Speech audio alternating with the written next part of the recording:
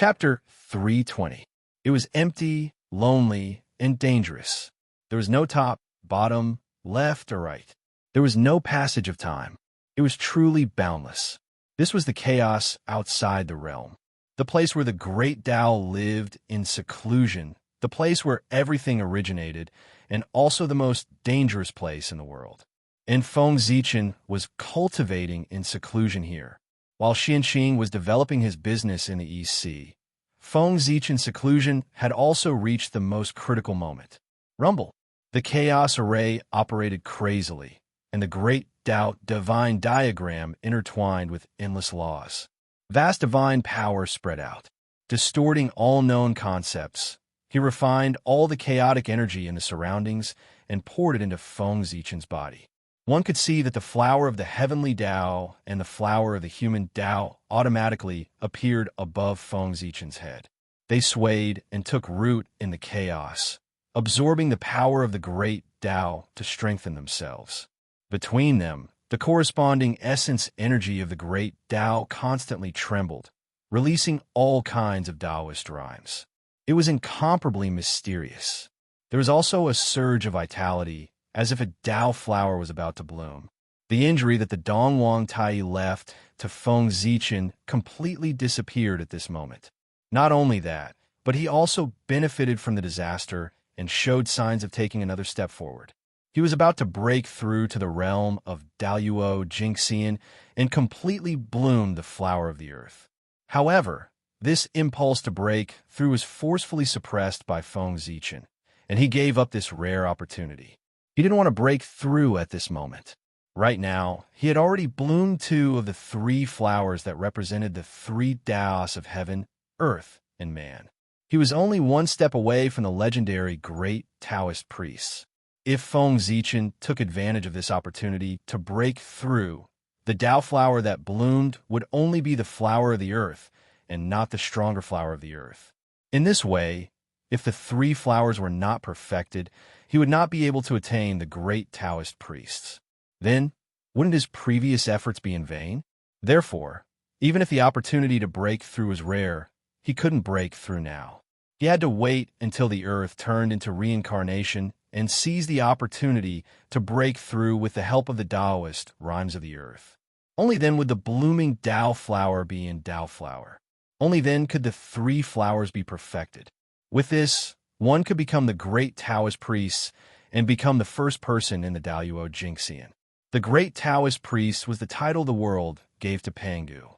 The one who obtained this fruit was destined to become the origin Daluo Jingxian. Therefore, even if Feng Zichen had an opportunity to break through to Sage to Be, he would refuse it without hesitation and continue to wait for the opportunity to become great Taoist priests. He could still tell which was more important. I've been in the outer realm primal chaos for so long. Standing up, Feng Zichen stepped into the chaos bead and returned to the untainted land through the chaos channel. And with his departure, the chaos array also disappeared. The chaos that had been clamoring for a long time regained its calm. When Feng Zichen reappeared, he was already above the human clan's ancestral temple. However, he did not return to the human clan. Instead, he walked straight to the East Sea. It was time to take back the sea-calming divine pearl. It was also time to hand over the one origin Tao talisman to Xianqing. Today, he was going to meet Xianqing. At this time, more than 1,000 years had passed since Xianqing passed down the teleportation array disk. The East Sea had long changed its appearance, and the one that had changed the most was undoubtedly Penglai Island. Outside Penglai Island, a wide street appeared on the surface of the sea. Inside, there were all kinds of vendors and pedestrians coming and going. It was bustling and lively. All kinds of things in the mortal world were in it. Being in the middle of the street, Feng Zichen had an illusion that he was not in the untainted land, but a street in the future. However, the colorful treasures in front of him, as well as the colorful clouds floating in front of him, reminded him that this was the untainted land, the extremely dangerous untainted land. The untainted land where he could lose his life at any time. In an instant, Feng Zichen cut off all distracting thoughts and strengthened his heart to pursue the Tao. It's not that I like to scheme, but the world is like this. If you don't scheme against others, others will scheme against you. The environment is like this, so what can I do? Looking at the lively street in front of him, Feng Zichen thought silently. In the untainted land, who could say who was the chess piece, who was the chess player, and who was controlling everything behind the scenes? Retracting his thoughts, Feng Zichen continued to walk towards Penglai Island. As for this street, it was the result of Xianqing. Ever since Xianqing first set up a stall that day, there had been a craze for setting up stalls in the East Sea. As long as there was a lot of traffic, there would definitely be stalls. After that, the disciples of the Jia school set up stalls outside Golden Ao Island to sell all kinds of arrayed discs, which pushed the craze to the extreme. It seemed that if they did not set up a stall, they would not be able to prove that they were creatures of the East Sea. Stalls appeared all over the East Sea. Even the aquatic creatures in the sea were influenced and started to set up their stalls. It made the treasures of the East Sea more abundant.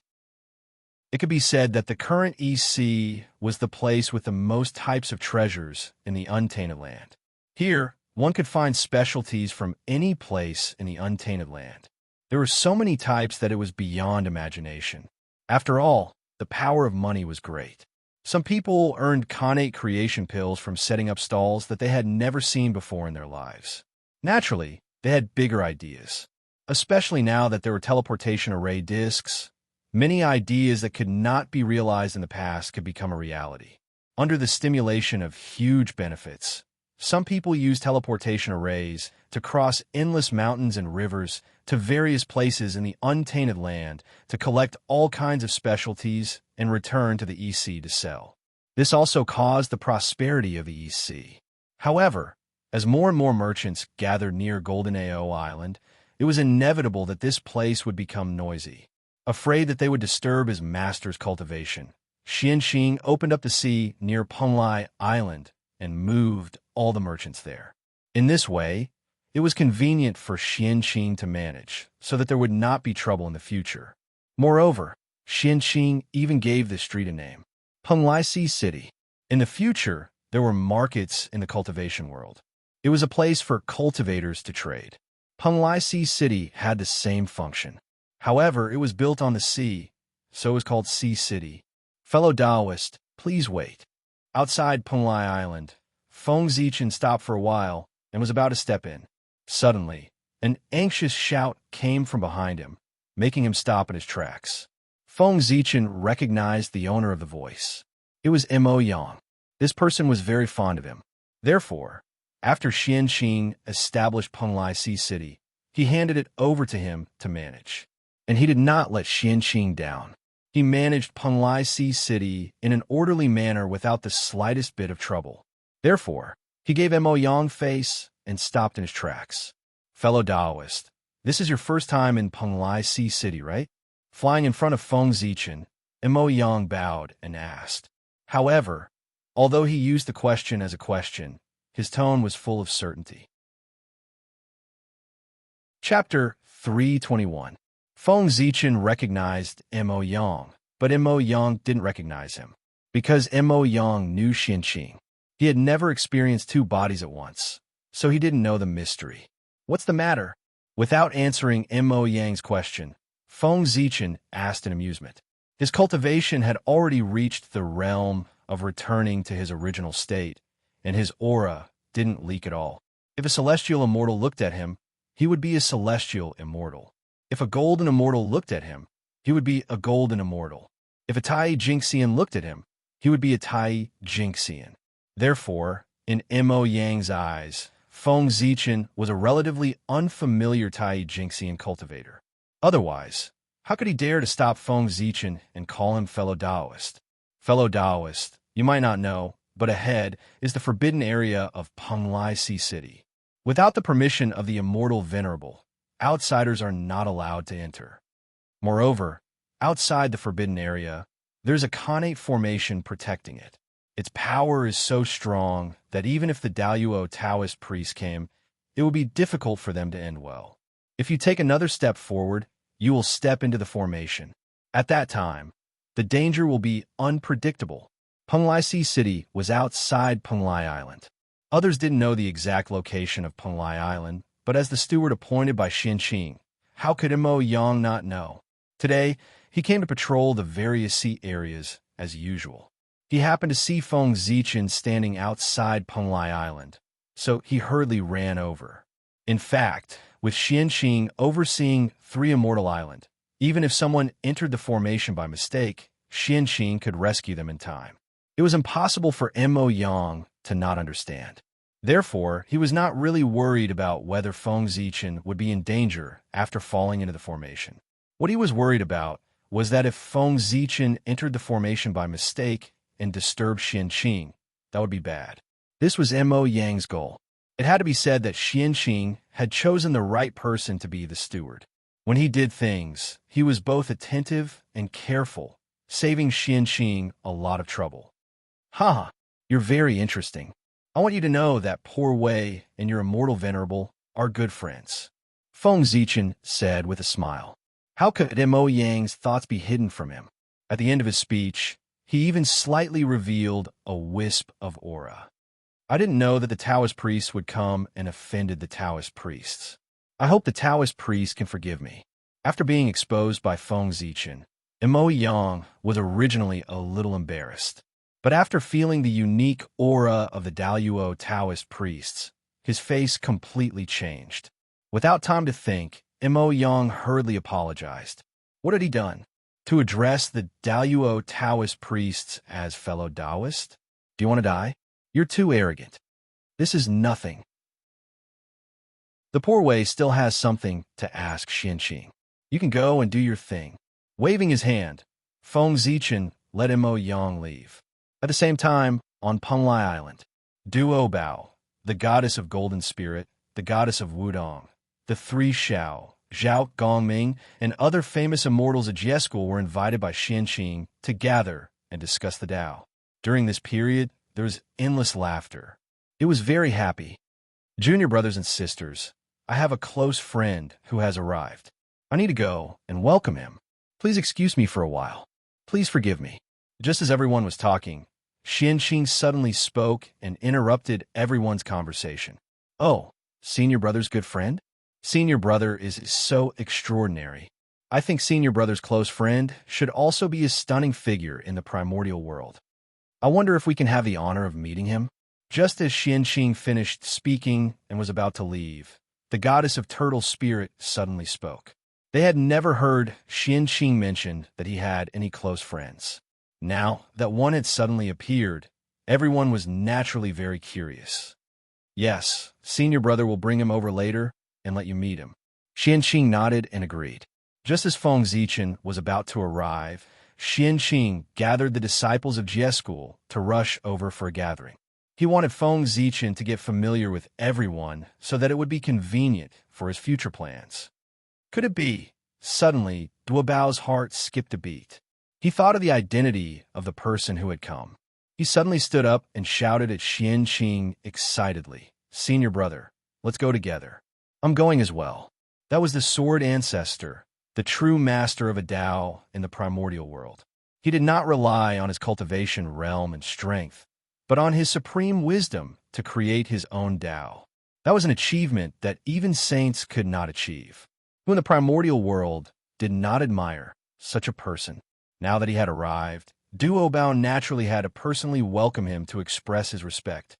"All right, let's go together." With a wave of his sleeve, Qianqing led the people of Jie School and rushed out of Penglai Island to welcome Feng Zichen. Feng Zichen. "Haha, good friend, we haven't seen each other for tens of thousands of years since we parted in the EC. Why don't you go to Kunlun Mountain to see me?" "I can't leave Kunlun Mountain." "Can't you leave the human race?" Qianqing complained as soon as he saw Feng Zichen from afar. "Do you think everyone is as free as you? I'm very busy. I don't have time to go to Kunlun Mountain to look for you." Feng Zichen shook his head and smiled. As Qianqing and Feng Zichen met, Feng Zichen's true spirit, who was high in Ziwei Star, had a wonderful experience. It was just like in the future when he controlled 2 alternate accounts to cheat people in the chat group. It was a feeling that he had not felt for a long time. His main body was in Ziwei Star, silently controlling Qianqing and Feng Zichen to walk in the primordial world for him. In the future, he hid behind a computer and controlled 2 alternate accounts at the same time, or even more, to rampage on the internet. If the primordial world was regarded as an online world, then wouldn't Feng Zichen's actions be the same? There was no harm in opening more alternate accounts on the internet. Even if the main account was banned, there were still alternate accounts as a backup. It was the same principle to open more alternate accounts in the primordial world. Even if the main body died accidentally, he could rely on the alternate accounts to rise again. It would not be completely hopeless. Feng Zichen, who had suffered from the title in the future, deeply understood this principle. Senior brother, how should I address this fellow Taoist? Yin Xiao asked Qianqing softly. The disciple of a saint was naturally not someone Mo Yang could compare to. Mo Yang could not see Feng Zichen's realm, but the disciples of Jie School could see some clues. In their eyes, Feng Zichen was wearing the 10,000 spirits golden crown and a purple gold robe. Purple energy surrounded his body, making him look like a majestic emperor. When they looked at him, it was as if they were facing the vast starry sky. It was incomparably deep and could contain everything. But when they looked at Feng Zichen again, everything changed again. The previous state of the emperor had completely disappeared. What replaced it was endless sharpness. It was like a peerless divine sword, displaying its sharpness to its heart's content. It was incomparably sharp, as if it wanted to cut through everything. It was so dazzling that people could not open their eyes. There was no need to think carefully. This was definitely a figure who shocked the primordial world. Pangu's Zichen clan is also the primordial sword ancestor. With a smile, Qianqing revealed Feng Zichen's background. Chapter 322. Sword Ancestor. Primordial Sword Ancestor. In an instant, the disciples of the Jie School were energized. They stared at Feng Zichen with bright eyes filled with curiosity and admiration. One had to know that the Grand Master of Heaven was not only the ancestral master of the Array Tao, but he was also a mighty figure of the Sword Tao. His Tao weapon was the Qingping sword. Due to this, the disciples of the Jie School more or less knew 1 or 2 sword techniques. Although they could not reach the Tao realm, they were quite proficient. That was not a big deal, but after Feng Zichen established the Khanate Sword Tao, all the sword cultivators of the primordial world improved. It was also at this moment that the disciples of the Jie School suddenly realized that the sword techniques that they did not value in the past had suddenly become shockingly powerful. It could be said to be unparalleled in killing. In the blink of an eye, the strength of all the sword cultivators of the primordial world had increased. That was something that even their master, the Grand Master of Heaven, could not do. As such, everyone naturally admired Feng Zichen. Moreover, they were the direct beneficiaries of the birth of the Khanate Sword Tao. In that case, all the sword cultivators of the primordial world still owed Feng Zichen karma. And all of that would have to be returned in the future. Jie School has many treasures. Jie School has nothing to do with it. Jie School's Zhao Gongming. Greetings, Sword Ancestor. After the shock, everyone hurriedly bowed to Feng Zichen. At this moment, they were no longer disciples of the Jie School, but sword cultivators of the primordial world. When they saw the ancestral master, they naturally had to bow. Buzz, buzz, buzz. The moment the disciples of the Jie School bowed, the divine swords on their bodies automatically appeared and surrounded Feng Zichen as if they were worshipping him. The divine swords had spirits and spontaneously bowed to the master of the Sword Tao. Fellow Taoists, you're too polite. Feng Zichen gently helped everyone up and said with a smile, "All right, this is senior brother's best friend. You don't have to be so polite. Just treat him as your senior brother." Qianqing also said.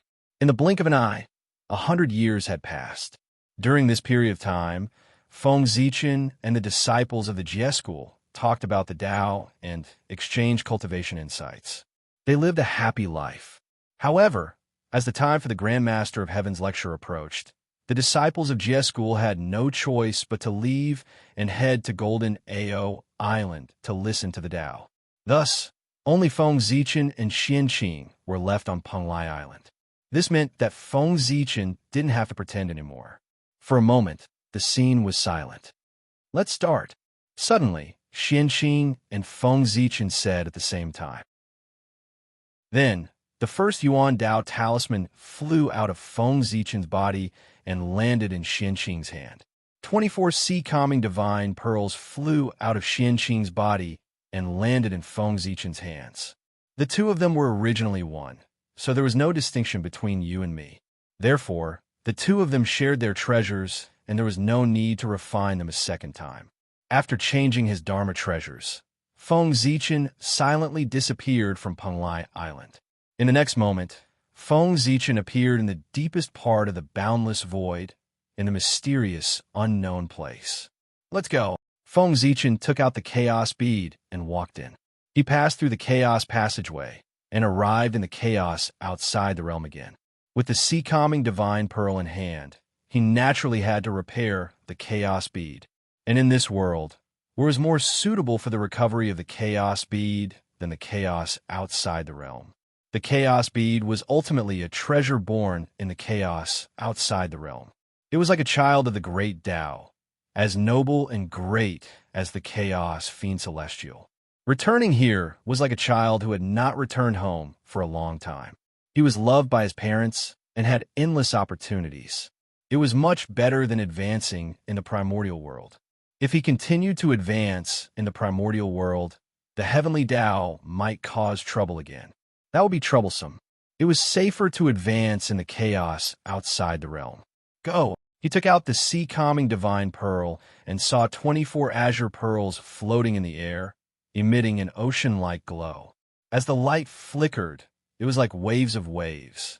Then, Feng Zichen didn't hesitate to put the 24 sea-calming divine pearls into the chaos bead.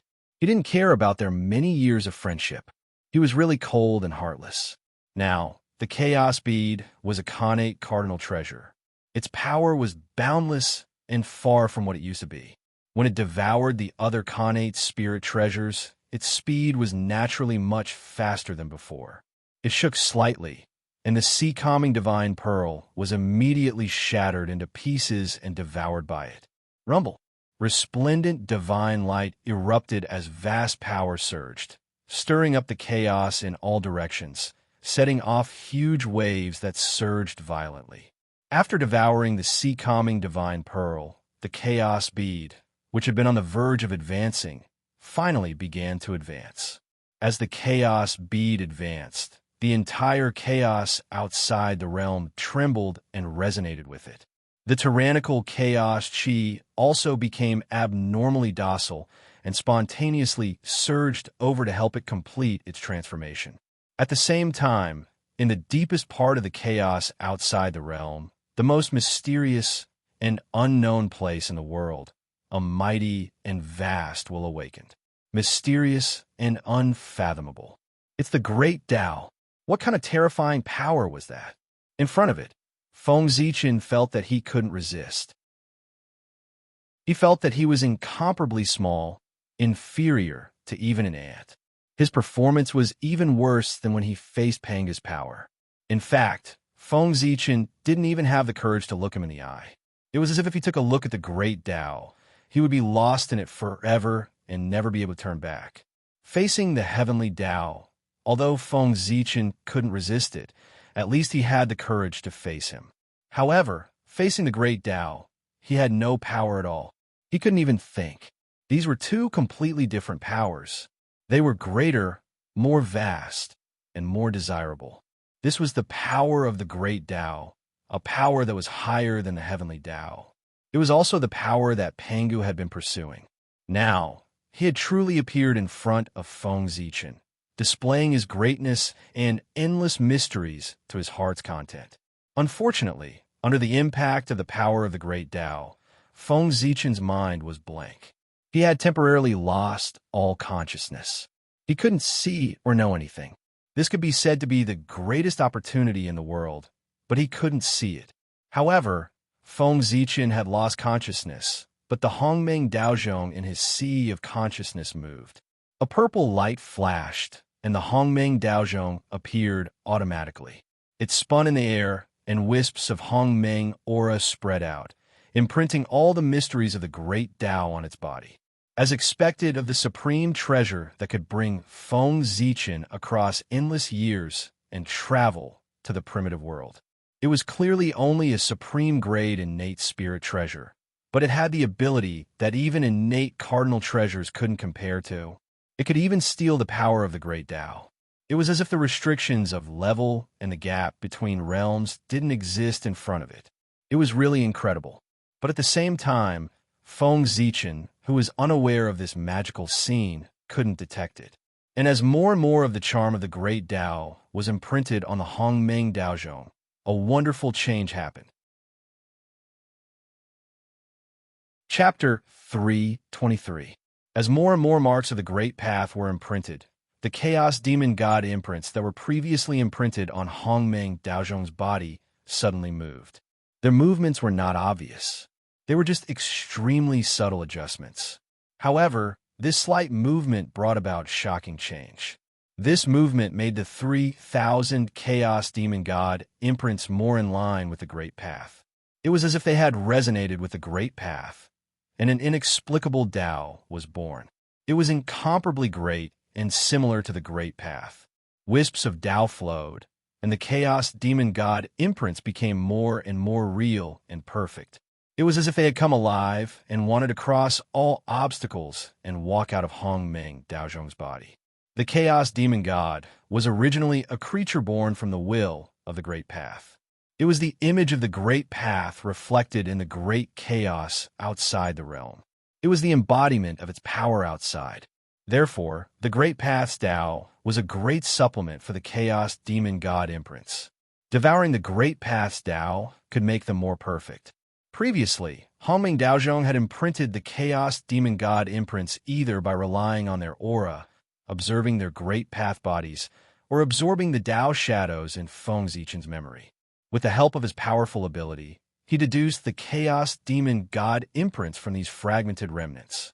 The Chaos Demon God imprints obtained through this method were inevitably somewhat incomplete and had some flaws. They were not so perfect.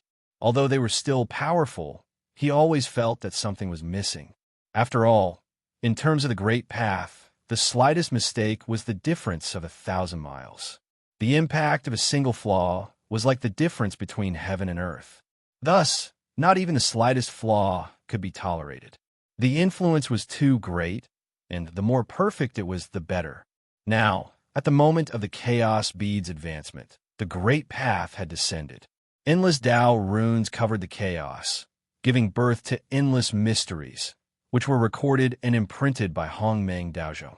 It made up for the flaws of the Chaos Demon God imprints and eliminated their flaws, making them perfect and closer to the Great Path. At this moment, Hongmeng Daozhong had completely changed. The 3,000 Chaos Demon God imprints chanted in unison, emitting the sound of the Great Path that resounded through the chaos. Endless runes were born, and Tao and reason intertwined, covering the body of the Hongmeng Daozhong bell.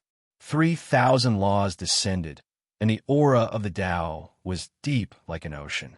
It warped the chaos and re-established order, and it fully revealed the Xuanqi of the Grand Tao. The Tao Bell, the Bell of Order. After the 3,000 demonic imprints were completed, Hongmeng Daozhong seemed to have become the carrier of the Great Tao.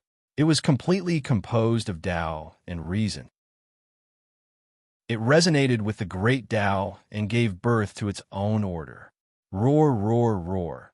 Phantoms of demonic gods appeared one after another, circling around Hongmeng Daozhong as they continuously inhaled and exhaled chaotic qi.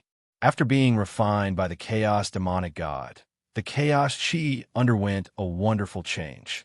The formless properties of the original substance gradually disappeared, and it returned to the state of nothingness. Soon after, a strand of energy appeared, and then it took form, and then it developed substance. In the end, a body was born from both form and essence. These were the cosmos' 5 manifestations, the 5 processes of the birth of heaven and earth. It was also the key to Hongmeng Daozhong's advancement into a connate cardinal treasure. Streams of chaos chi were transformed by the chaos demonic gods phantoms into the purest cosmos, 5 manifestations. They continuously fused into Hongmeng Daozhong's body, urging it to transform to a higher level. Creation. This was a great creation. The cosmos' 5 manifestations was formed from the origin that was emitted during the evolution of heaven and earth. It had the power to create something out of nothing and create everything. Even connate spiritual treasures could be created out of nothing. As long as there was enough cosmos 5 manifestations, even connate god fiends could be created out of nothing. This was one of the greatest powers in the world. It had all the known characteristics and was almost omnipotent. It was the power of Tao.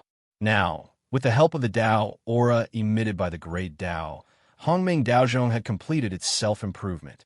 It took the initiative to evolve the cosmos' 5 manifestations to accelerate its advancement, just like its own cultivation. This was, of course, a good thing. However, this did not mean that Feng Zichen did not need to search for the cosmos' 5 manifestations' origins. The advancement of a connate spiritual treasure required an enormous amount of power. Just like how Duo Jingxian broke through to the Sage-to-Be level, without the help of external forces, it could only rely on the accumulation of endless years. Therefore, if Feng Zichen wanted Hongmeng Daozhong to become a connate spiritual treasure as soon as possible, he still needed to find the cosmos' 5 manifestations' origins. Otherwise, he would have to wait for a long time. Not necessarily. Suddenly, a thought flashed through Feng Zichen's mind as he thought of a wonderful idea. He could upgrade the primordial chaos Tao Bell without the connate 5 essences. Since the primordial chaos Tao Bell could transform the primordial chaos chi into the primordial 5 cosmos chi, it could also transform the primordial chaos origin into the primordial 5 cosmos origin. Of course, chaos origin was also very noble, but Feng Zichen had the chaos bead and the world tree. Every tens of thousands of years, he could always gather some chaos origin. In this way, Hongmeng Daozhong's advancement speed would undoubtedly be greatly accelerated. It would only take 1 or 2 eons to complete. It would not be like before, where it had to rely on transforming chaos chi to advance. Who knew how long it would take? This method is feasible. Let's give it a try first. Feng Zichen took out the chaos origin he had collected before and injected it into Hongmeng Daozhong. Rumble.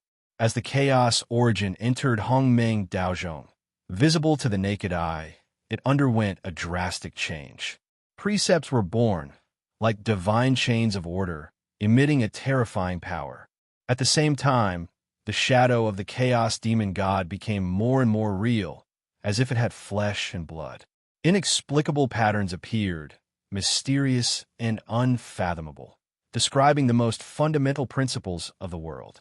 It was not until the power of chaos origin was exhausted that the changes in Hongmeng Daozhong gradually calmed down. It works. Seeing this, Feng Zichen could not help but show a hint of joy. This meant that his plan to use the chaos origin to replace the primordial 5 essences was completely feasible. The hope of advancing Hongmeng Daozhong did not need to be pinned on the primordial 5 essences. It was not that he did not want to use the primordial 5 essences to advance Hongmeng Daozhong, but it was too difficult to find. Even if he searched the entire untainted land, he would not be able to find it. The power of this thing was simply heaven-defying, and it was of great use to saints. If it could be found, it would have been discovered and taken away long ago. How could Feng Zichen have the chance to think about it? If it was not for the fact that he was forced to do so, Feng Zichen would not have such a bad idea. Opportunity, only a heaven-defying opportunity, could get the primordial 5 essences. However, there were many kinds of opportunities. Who could say for sure what kind of opportunity could lead to the primordial 5 essences? Take Feng Zichen, for example. He had several primordial treasures. His opportunities were great, and his luck was strong. However, he could not get the primordial 5 essences that he wanted and needed the most. What could he do? Chapter 3:24. Achieving one's wish. That was what everyone hoped for. But in history, no one had ever heard of anyone who could do it. Not to mention a saint, even Pangu could not do it. Perhaps the great Tao could. Perhaps that was why Pangu wanted to prove the great Tao. To him, if he did not achieve the great Tao, he would not be free and would be restricted everywhere. He could not be omnipotent. If Pangu wanted a connate numinous treasure, chaos would naturally sense it and create one for him. If he wanted a connate numinous treasure, although it would be troublesome, chaos could still create it for him after spending some time. But what if he wanted a chaos numinous treasure? Could chaos still create it for him? Obviously, he couldn't. However, the great Tao could, because the great Tao was omnipotent. What Pangu could do, the great Tao could do too. What Pangu could not do, the great Tao could still do. Therefore, Pangu wanted to prove the great Tao to be as great as him, as omnipotent as him. And what Pangu could not do, a saint naturally could not do. Then, it was even more impossible for Feng Zichen to do it. Whether he could obtain the connate 5 grand origins or not depended on his fate. Although Daluo Jingxian had transcended the river of fate and obtained the ability to control his own fate, that was all. What they controlled was only their own fate. Daluo Jingxian could change his own fate and arrange an incomparably bright future for himself. He could even plan the path to becoming a saint and become a saint through this. However, there was more than one Daluo Jingxian. If you could arrange the path to becoming a saint for yourself, then others could too. In this way, the path would be narrow. There were only a few saint positions, but there were so many people competing. They could only rely on their own methods. But without a doubt, the first person to prove Daluo Jingxian's Tao would definitely obtain the greatest benefits. That was because no one could compete with him. He could plan everything for himself at will, allowing the future to have countless possibilities and achieve unimaginable achievements. In fact, that was indeed the case. As the first Daluo Jingxian to attain the Tao ancestor Hong Jun's achievements were obvious to everyone in the primordial world. Therefore, in the primordial world, being born early was the greatest opportunity. Daluo Jingxian, the supreme existence in the legends. However, he was restrained everywhere in the primordial world. He lived even more carefully. How helpless! After a long time, Feng Zichen sighed. It was true that the stronger one was, the more insignificant one felt. Originally, he thought that as long as he became the Daluo Jingxian, he would be completely safe. Even if he couldn't dominate the world, he could still live a carefree life. But when he really became Daluo Jingxian, he found that there were too many forces in the untainted land that could kill Daluo Jingxian. Only demi-saints were truly safe. In theory, Daluo Jingxian was great. The eternal 3 flowers above his head, the Chaoyuan 5 qi in his chest, jumped out of the long river of fate, attained the Tao of the universe, and was eternally unique. He was the Daluo. As long as he attained the Tao of the Daluo, he could be reborn with a drop of blood, and his true spirit would not be destroyed. With a thought, he could destroy the worlds and the heavens. This was the real Daluo Jingxian. However, the primordial world was still too powerful. It was so powerful that even saints were not at the peak. Correspondingly, compared to the huge primordial world, the Daluo Jingxian was much smaller. Under the shroud of the primordial world's rules, all kinds of abilities could not be used. This caused the Daluo Jingxian to be in an awkward situation. However, if the Daluo Jingxian were to be placed in the upper-class world or even the medium-class world, then they would be the supreme masters, almost omnipotent. Whatever they wanted, as long as it was in the world, would automatically appear in front of them. It was as good as it could be. It was more powerful than the saints. Compared to this, what was the point of having one's wish come true? This was the ability that the Daluo Jingxian should have. However, that was in the upper-class world, not the primordial world. No matter how exciting these worlds were, the Daluo Jingxian of the primordial world would not go there. Because when they got there, their path to the great path would end. The Daluo Jingxian was the upper limit of the upper-class world. There was no possibility of going any further, and people were always dissatisfied. After experiencing a higher scenery, who would be willing to look back on the past? The primordial world was the place to achieve the Tao. Boom! Just as Feng Zichen was lost in thought, something happened in the great chaos outside the realm. It suddenly shook and woke him up. This is the chaos bead. It turned out that with the help of the great Tao, the advancement of the chaos bead had reached the most critical moment. One had to know that the great Tao descended for the chaos bead, not for Hongmeng Daozhou. Therefore, the greatest creation naturally had to be reflected on him. In the depths of the chaos, wisps of purple brilliance surged out. They were overflowing with colors and filled with Tao runes. Endless mysteries circulated and merged into the chaos bead. That was the lingering charm of the great Tao. It contained the most essential power of the great Tao. It could help people break through to the primordial chaos Daoyuo Jingxian. It was the carrier of the Tao. At the same time, the surrounding chaos qi crazily surged toward the chaos bead. Wherever they passed, a strong wind blew, causing Feng Zichen to almost lose his balance.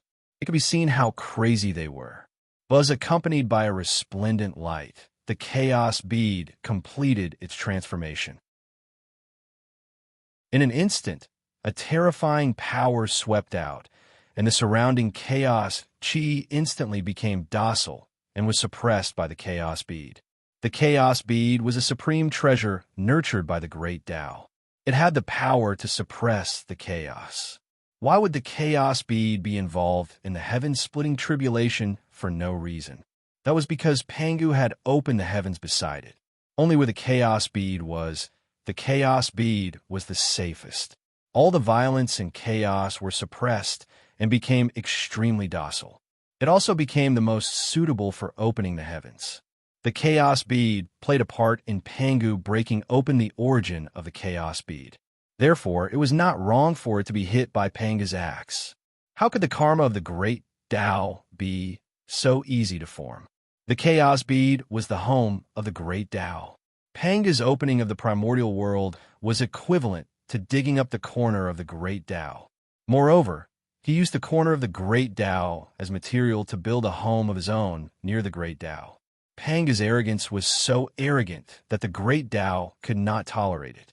That was why the 3,000 demon gods blocked the great Tao. Panga died, and the great Tao transformed into heaven and earth. The reason why Pangu faked his death and hid in the primordial world without showing his face might be one of the reasons. But more importantly, it was probably to avoid the karma of the great Tao. After all, he had destroyed the home of the great Tao. What a fortune! Standing beside the chaos bead, Feng Zichen's face was filled with disbelief. At this moment, a mark of the great Tao appeared on the chaos bead's body.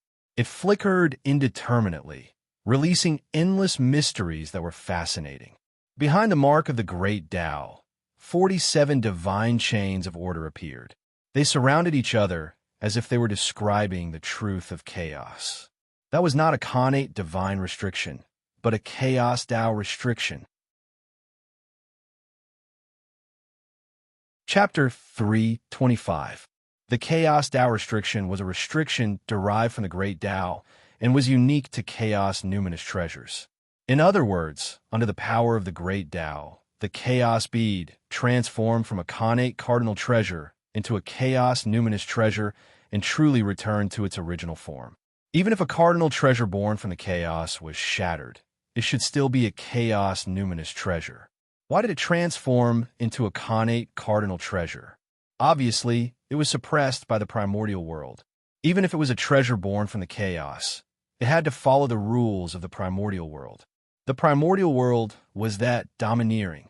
Although chaos numinous treasures and connate cardinal treasures had the same power, there was an essential difference.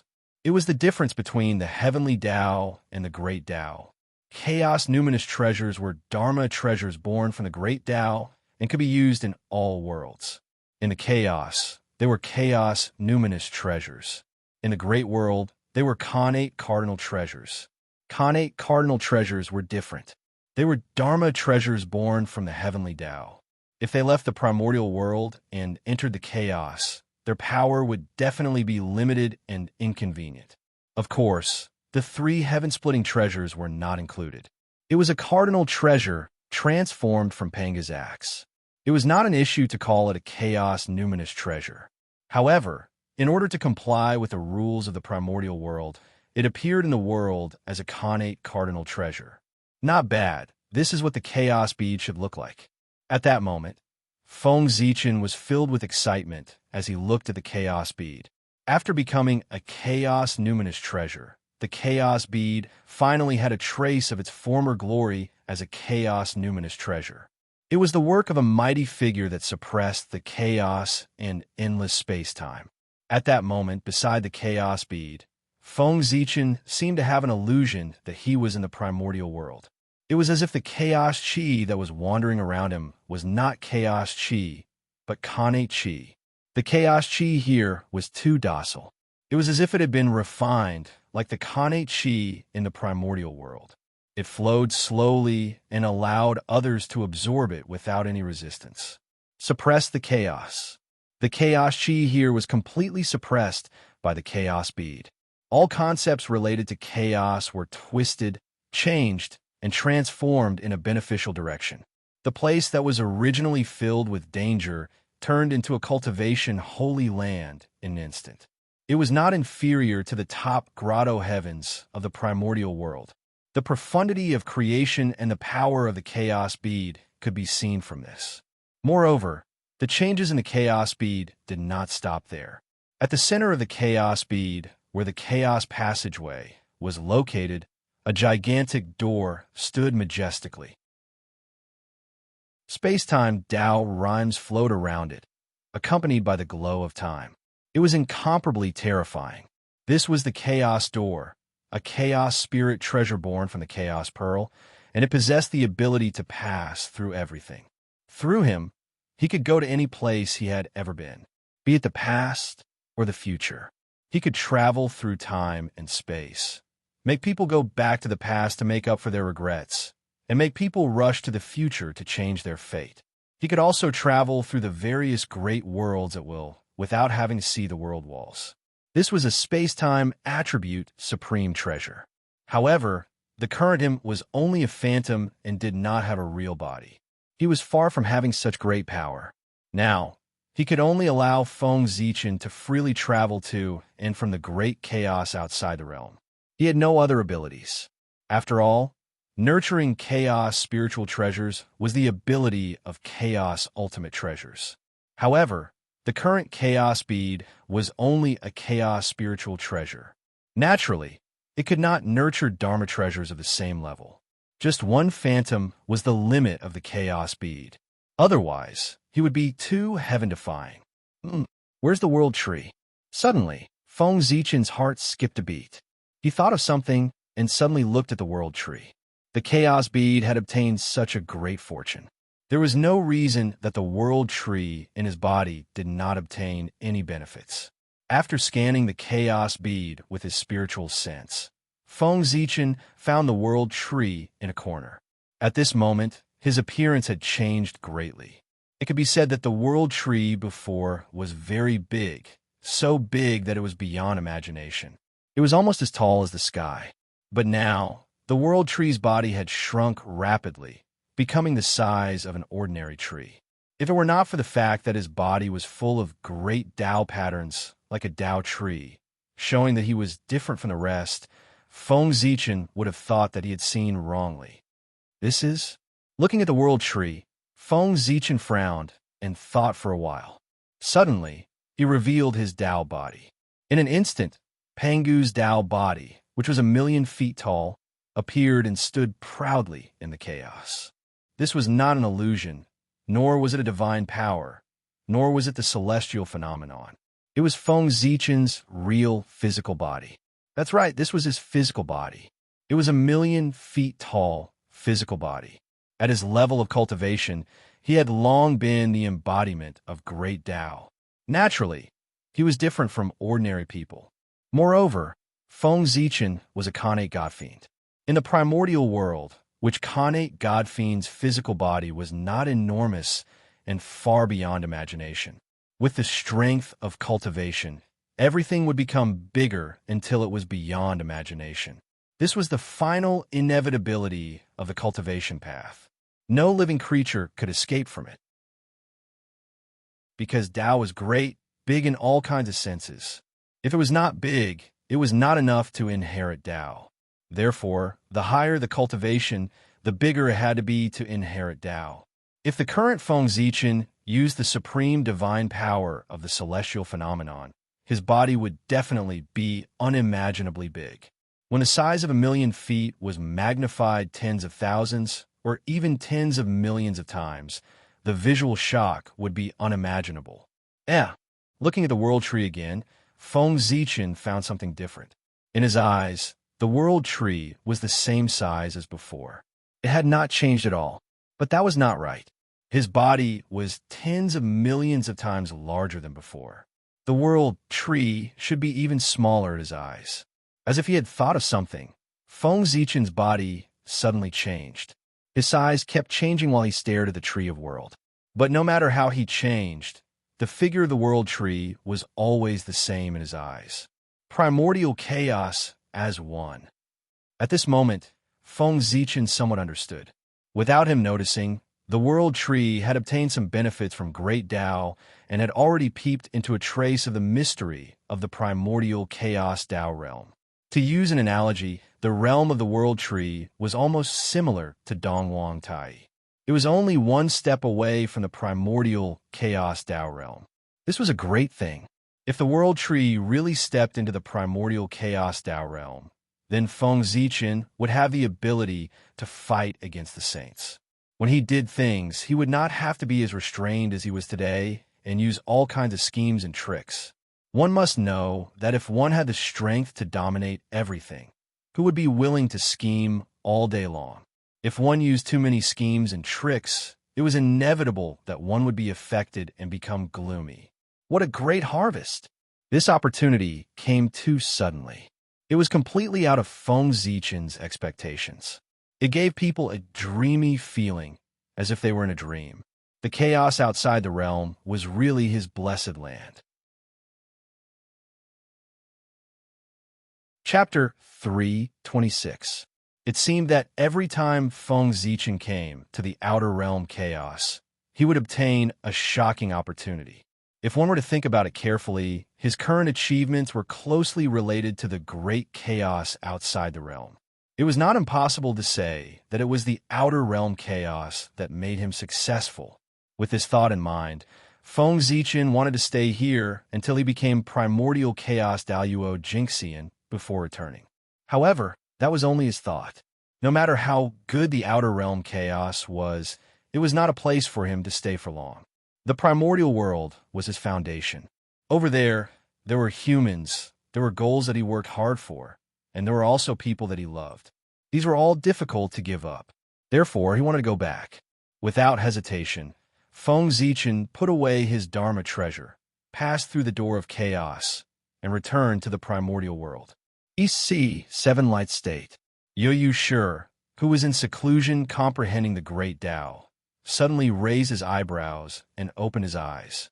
Two beams of divine light shot out and looked forward. "Who is it?" A loud shout came from Yoyu Shi's mouth. It shook the void and created layers of ripples, as if it was going to destroy everything. "It's me." In the void, Feng Zichen walked out with an inexplicable majesty. He destroyed the divine light and shattered the ripples. Everything returned to normal. "Greetings, your majesty." Seeing that it was Feng Zichen, Yoyu Shi hurriedly bowed. But how could Feng Zichen let him bow? Seeing this, he hurriedly stepped forward. Before he bowed, Feng Zichen stopped him with his hand and said anxiously, "Elder Yoyu, you're too kind. You're an elder, and I'm a junior. How can I let you bow to me?" Even though Feng Zichen had become the human emperor, he was still very respectful to these first-generation humans. If it weren't for these people who fought for the human race in the primordial world, surrounded by ferocious beasts, how could there be the birth of Feng Zichen and other human juniors? Therefore, Every first-generation human was worthy of the respect and gratitude of later generations. Yu clan was the first generation of human beings, and one of the first generation of human beings to be born. After Swearin, there were 3 people from the Cho clan and the Z clan. He was the 4th human to be born. To be fair, the Yu clan had contributed a lot to the human race's success. Moreover, when Feng Zichen was young, the Yu clan took good care of him. When Swearin was busy, he would leave little Feng Zichen in the care of the Yu family. It could be said that the Yu family was indeed Feng Zichen's elder. Your Majesty, what brings you here? Seeing that she could no longer bow, Yu sure smiled helplessly and asked Feng Zichen. A few days ago, I was invited by a good friend to attend a banquet in the Eastern Sea. Now that the banquet is over, I thought of the 7 Planets Prefecture and wanted to come here to take a look. I also wanted to discuss some things with you. After returning from the chaos, Feng Zichen thought that since he was already here, he might as well go to the 7 Planets Prefecture to take a look. That was why he appeared in front of the Yu family. After all, ever since the new 7 Planets Prefecture was built, he had not come to take a look. It was indeed time to go over and take a look. At the same time, he could also build some teleportation arrays to facilitate their contact with the humans in other places. Otherwise, they would become estranged from the humans on the continent after not contacting for a long time. It would hurt the feelings of the humans. What does Your Majesty think of the 7 Planets Prefecture? Hearing this, the Yu family asked with some pride. Of course, he had the right to be proud. Under his rule, the 7 Planets Prefecture could be said to be the strongest force among the branches of the human race. Of course, it's excellent. Nodding, Feng Zichen replied. He was very certain of the Yu family's ability. Otherwise, he wouldn't have thrown the 7 Luminaries province to the Yu clan after it was built and ignored it. This was the manifestation of his trust in the Yu family. In fact, it was also the case. The current situation of the 7 Planets Prefecture also proved the ability of the Yu family. The descent of the human king position also confirmed his contribution. Therefore, the Yu family was the human king. Judging from the power just now, Elder Yu is not far from attaining the Daluo Dao fruit, right? Thinking of the scene when he was discovered by the Yu family before he could say anything when he approached the 7 Planets Prefecture, Feng Zichen asked. Even if he did not restrain his aura with his cultivation base, the Yu family would be able to detect him from so far away. It could be seen that the Yu family's improvement over the years was definitely not small. I have to thank Your Majesty for this. If not for the human king position refined by Your Majesty, I don't know how long it would take for me to reach my current realm. At this point, the Yu family's heart was filled with emotions. The opportunities in life were really wonderful. A moment ago, he was still worried about whether he would be able to cultivate to the half-step Daluo realm in this lifetime. But in the next moment, the human king position suddenly appeared, allowing him to see the hope of attaining the Daluo Jinxian. Fate was indescribably wonderful. The human king position was a Daluo Jinxian level position. It could allow its owner to possess the strength and realm of the Daluo Jinxian. He had already obtained the Daluo Enlightenment in advance. If he still could not become the Daluo Jinxian, he could only be said to be trash. Obviously, the Yu family was not trash. In the years since he obtained the human king position, his cultivation base had advanced by leaps and bounds. He was only one step away from attaining the Daluo Jinxian. This was something that the Yu family had only dreamed of in the past. He knew his own situation. He was an ordinary innate life form, far inferior to Swearin and the other 2. The perfection of the Tai Jinxian was his limit. However, the appearance of the human king position changed his fate, giving him the hope of attaining the Daluo. In this way, how could the Yu family not be grateful to Feng Zichen? The grace of attaining the Dao was greater than the heavens. Elder Yoyu's contributions to the human race are obvious to everyone. That's why you were recognized by the human king position and became the human king. Otherwise, there are countless disciples of the human race. Why did the human king position choose you? It's because you deserve it. It doesn't have much to do with me. The Yu family had indeed relied on his own ability to become the human king, because the human king position chose its owner. Feng Zichen did not interfere. It was all chosen by them. Whatever your majesty says, it's what it is. Yes, the human king position was indeed obtained by him with his own ability. However, if Feng Zichen did not refine the human king position, no matter how strong he was, what was the use?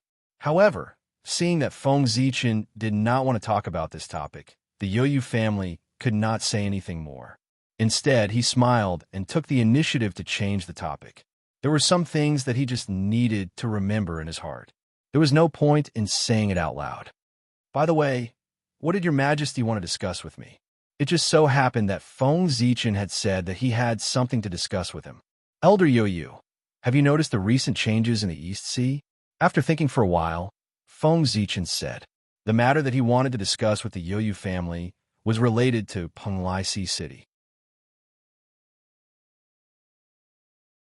Chapter 3:27. In order to achieve the great Tao, one could not lack Dharma, wealth, companions, and land. Among the four, Dharma was the most important. The remaining three were equal. Dharma referred to the cultivation method. Only with the cultivation method could one step into the door of cultivation. This was the beginning of everything. Without a cultivation method, one could not enter the sect. Even if one lived in the Holy Land and had countless resources, it was useless. Therefore, Dharma was the most important. Wealth was divided into internal wealth and external wealth. Internal wealth referred to the capital one possessed, such as Dharma powers, merit, blessings, and so on. External wealth referred to all the expenses needed for cultivation, such as spiritual herbs, pills, and so on. Companions referred to like-minded fellow Taoists. Cultivation was not a safe thing. Therefore, one needed to have one or two friends to support each other on the path of the great Tao and improve together. Land referred to the cultivation treasure trove. It could be a blessed land or a grotto heaven. Of course, the higher the grade, the better. These three were all used to assist in cultivation. Therefore, there was no difference between them. The human race did not lack Dharma. Feng Zichen did not lack Dharma, Tao, and mystical abilities. He even had several Tao scriptures that were born in the Khanate world. Moreover, he was the primordial sword ancestor, the fiend god Tao ancestor, and had all sorts of inheritances. Even the Grand Pure One had passed down the Tao of the Golden Core to the human race before he attained the Tao. Therefore, even the Khanate races that were stronger than the human race could not compare to him in terms of Dharma. In the untainted land, only a few hegemon-level forces could suppress the human tribe in the aspect of law. The human race did not lack companions. How should he put it? The human race did not lack people the most. In fact, they were overflowing. Therefore, with the huge base of the human race, it was not too difficult to find a few like-minded fellow Taoists to comprehend the great Tao together. In that case, there were companions. On the ground, the human race had the Zichen Grotto Heaven below them and the human Tao Imperial Court above them. They were all top-notch holy lands in the primordial world. Therefore, the human race did not lack Dharma either. Only wealth was what the human race lacked the most. In terms of wealth, Feng Zichen could be ranked among the top in the primordial world. But just because he was rich did not mean that the human race was also rich. In the end, the birth of the human race was still a little late. They missed out on too many opportunities because Khanate numinous treasures were everywhere. In addition, it had only been 1,000,000 years since the birth of the human race, and they had not accumulated any deep foundation. Poverty was understandable. Which of the great clans of the great desolate world did not possess countless resources? This was the foundation for the rise of a large clan. In order to achieve the great Tao, magic, wealth, companionship, and land were all indispensable. Similarly, if one wanted to become a big clan, one could not do without magic, wealth, companions, and land. Feng Zichen already possessed all four of them. Humans, on the other hand, lacked wealth. Therefore, Feng Zichen had to think of a way to make the human race rich. If everyone in the human race could use the creation Tao pill to cultivate, In that case, why would the human race worry about not being able to prosper? The birth of the teleportation array disk is a major event that can change the primordial world. How can I not know? Qianqing had caused such a huge commotion in the Eastern Sea. Even if the Yoyu clan was blind and deaf, they would have noticed it. Penglai City. Elder Yoyu, what do you think of it? Seeing that the Yoyu clan did not understand what he meant, Feng Zichen coughed lightly and asked again. As a trade center, Penglai City might be able to help the human race accumulate wealth quickly. Penglai City. That place is indeed not bad. Many treasures that are only rumored can be bought there. It can be said that it is a gathering place for cultivators from all over the primordial world. It can be considered the place with the most complete collection of materials in the primordial world. Obviously, the Yoyu clan had a good impression of Penglai City. His tone was full of praise. He must have bought some treasures that he liked there. Elder, what do you think will happen if I open a Penglai City in the human race? Looking at the Yoyu clan, Feng Zichen asked seriously. This idea was born uncontrollably after he saw the prosperity of Penglai City. If he opened a similar market in the human race, wealth would gather from all directions. It would be difficult for the human race not to become rich. Yes, Your Majesty, it's not like you don't know that the human race lacks resources. The primordial world is dangerous. Without good treasures, who would risk their lives to come to the human race? Therefore, even if this market can be opened, it's useless. It won't attract people. After thinking for a while, the Yoyu clan answered. The Penglai City could be opened because the East Sea was rich in resources and attracted a large number of living beings on land. After that, Qianqing even brought the disciples of the Jie school to set up teleportation arrays in the East Sea, making it convenient for everyone to travel. Only then did the Penglai City become prosperous. But what did the human race have? They had nothing. Not to mention setting up teleportation arrays, they couldn't even take out the resources to attract others. Elder, you must be joking. The human race lacks resources, but the East Sea doesn't. We can sell the resources of the East Sea to the human race to attract various forces. When there are more people, this market will naturally prosper. There are countless living beings in the primordial world. How many of them can go to the East Sea? There must be more living beings who don't know the riches of the East Sea. And these living beings are our targets. Since he dared to say it, Feng Zichen naturally had a complete plan in his heart. He had considered many aspects. What about the teleportation array? The Yoyu clan asked. Compared to the East Sea, the primordial world was more boundless and dangerous. If these problems could not be solved, all of Feng Zichen's plans would be like castles in the air that would shatter at the first touch. This is not difficult. I can ask ancestral Magus Di Jiang to build a teleportation array in the primordial world. He will not refuse such a thing that is beneficial to the primordial world. As for safety, then let's build the market in East City. That place is adjacent to Mount Shouyang and is right under the nose of the Grand Pier 1. I don't believe that anyone would dare to cause trouble there. Feng Zichen was confident. He had a solution to the Yoyu clan's worries. It's good that Your Majesty knows what to do. Since Feng Zichen was so confident, the Yoyu clan couldn't say anything. Anyway, if this matter failed, the human race wouldn't lose anything. If it succeeded, the human race would make a huge profit. Elder, you're in the East Sea. I'll have to trouble you to collect resources in the East Sea. Take these Khanate creation pills first. If it's not enough, ask me for more. As he spoke, Feng Zichen took out a bottle of Khanate creation pills and handed it to the Yoyu clan. He had taken it from Qianqing. There were about 10,000 creation Dao pills. I have a relationship with the Dragon Palace and Jie School. Take my keepsake. I don't think you will encounter any trouble.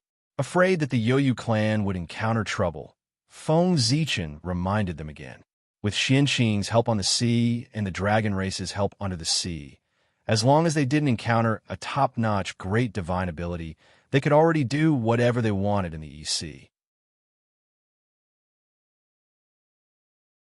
Chapter 328. It's all for the human race. There's nothing to worry about. Receiving the creation Tao pill, Yu replied. Yu had some understanding of Feng Zichen's wealth. He could refine the vast human Tao imperial cord on his own. A mere 10,000 creation Tao pills were nothing to him. Then I'll leave it to you, Elder. I still need to make a trip to East City to discuss the specific matters of establishing the market with the Eong clan. I won't stay here for long, Elder. The resources of the East Ocean could be sold to the land, and the resources on the land could also be sold to the East Ocean.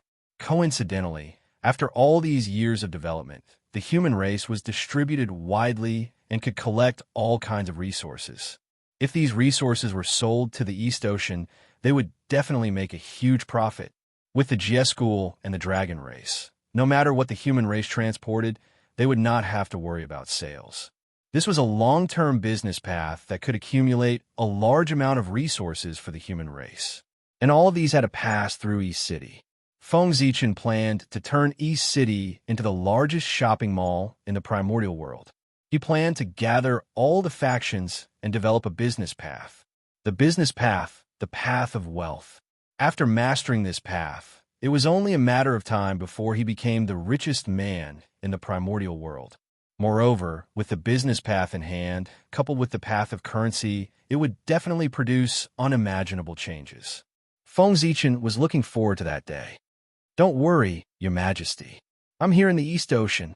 The words "I'm here in the East Ocean" represented the confidence of the Yu clan. With him around, everything in the East Ocean would be arranged properly. Of course, I'm at ease with the elder handling things. Nodding, Feng Zichen took a step forward and rushed towards East City. Rumble. Outside East City, the void suddenly trembled as layers of ripples appeared. It was like a huge wave that rose and fell. At the same time, in the depths of the void, in the mysterious, unknown place, the river of destiny that had been calm for many years once again stirred. It appeared from the unknown place and arrived above East City. The river of destiny appeared in the world. Such a huge commotion was rare in the primordial world. Naturally, it attracted the attention of the mighty figures of the primordial world. Who is confirming the Tao? What a huge commotion! It actually attracted the river of destiny to descend. With such a rare phenomenon, his future achievements will be limitless. I'm afraid another great magician is about to rise. For ordinary people, the river of destiny would only tremble slightly when they confirmed their Tao. How could it be like today, directly appearing and descending into the world? Only those who were shockingly talented would receive this type of treatment to show how extraordinary they were. Those who had received such treatment in the past and had survived until now had all become great mystical abilities and stood proudly at the peak of the primordial world. In other words, the person who had proven his Tao today had the possibility of becoming a great medium. In the untainted land, experts from the early stage to the late stage of the pre-saint realm were called Almighty. Experts at the great perfection of pre-saint realm and half-step chaotic primes were known as great divinities. Even the weakest among the great divinities was a great perfection demi-saint. Thus, it could be seen how extraordinary those who had proven their Tao were. As the river of destiny descended, the void outside East City trembled even more violently. It was like a huge vortex that wanted to tear everything apart. Feng Zichen, who was hurrying through the void, was inevitably affected. Unlucky. With a low cry, Feng Zichen paused and walked out of the void. It's Eong. He's proving his Tao, but how can he be so fast? Also, why is his Tao confirmation phenomenon so grand? Directly attracting the river of destiny to descend is a treatment that only top Khanate god fiends who have proven their Tao. It shouldn't be. As soon as he walked out of the void, Feng Zichen looked up and saw Eong standing in the sky above the river of destiny, receiving the baptism of the laws of heaven and earth. He had proven his Tao. He had cultivated the Daoyuo Jingxian Tao fruit and was immortal from now on, free and unfettered. But how was this possible? At this moment, Feng Zichen was pleasantly surprised. He was happy that Eong had proven his Tao and added another Daoyuo Taoist priest to the human race. His strength had greatly improved. He was shocked that Eong had only obtained the position of the human king for tens of thousands of years. How could he go from the Tai Jinxian to the Daluo Jinxian? This was too fast. It was even faster than Feng Zichen. There was not even a process of accumulation, and he directly became the Daluo Jinxian. One had to know that in order to cultivate the 5 Qis unifications and prove his Daluo Jinxian, Feng Zichen had traveled all over the 4 extremities and devoured a large amount of innate essences. Only then was he able to save enough essences. However, Eong seemed to have skipped these processes and directly completed the last step, and he had proven his Dao in the highest state. This was too incredible. A purple light appeared in Feng Zichen's eyes, dyeing his eyes purple. He was extremely noble, and endless laws appeared in them. In an instant, his temperament changed. He became high and mighty, like the heavenly Dao, full of coldness and ruthlessness. Daoi, the real Daoi. As the saying goes, Dao gave birth to Wuji, and Wuji gave birth to Yin and Yang. Feng Zichen was the Dao body of Pangu. His eyes were the sun and moon, Yin and Yang, containing the truth of Yin and Yang. As for Xianqing, he had once observed the Khanate treasure Tai Chi diagram and comprehended the Dao of Tai Chi from it. With the help of Hongmeng Daozhong, Feng Zichen combined the truth of Yin and Yang and the Dao of Tai Chi, understood the true essence of Khanate Yin and Yang, and understood the changes of Yin and Yang. He used the sun and moon to develop Wuji, and used Wuji to develop the heavenly Dao. After cultivating a pair of Dao eyes, he could see through all illusions and see through all mysteries. He had boundless divine power, just like the eyes of the heavenly Dao.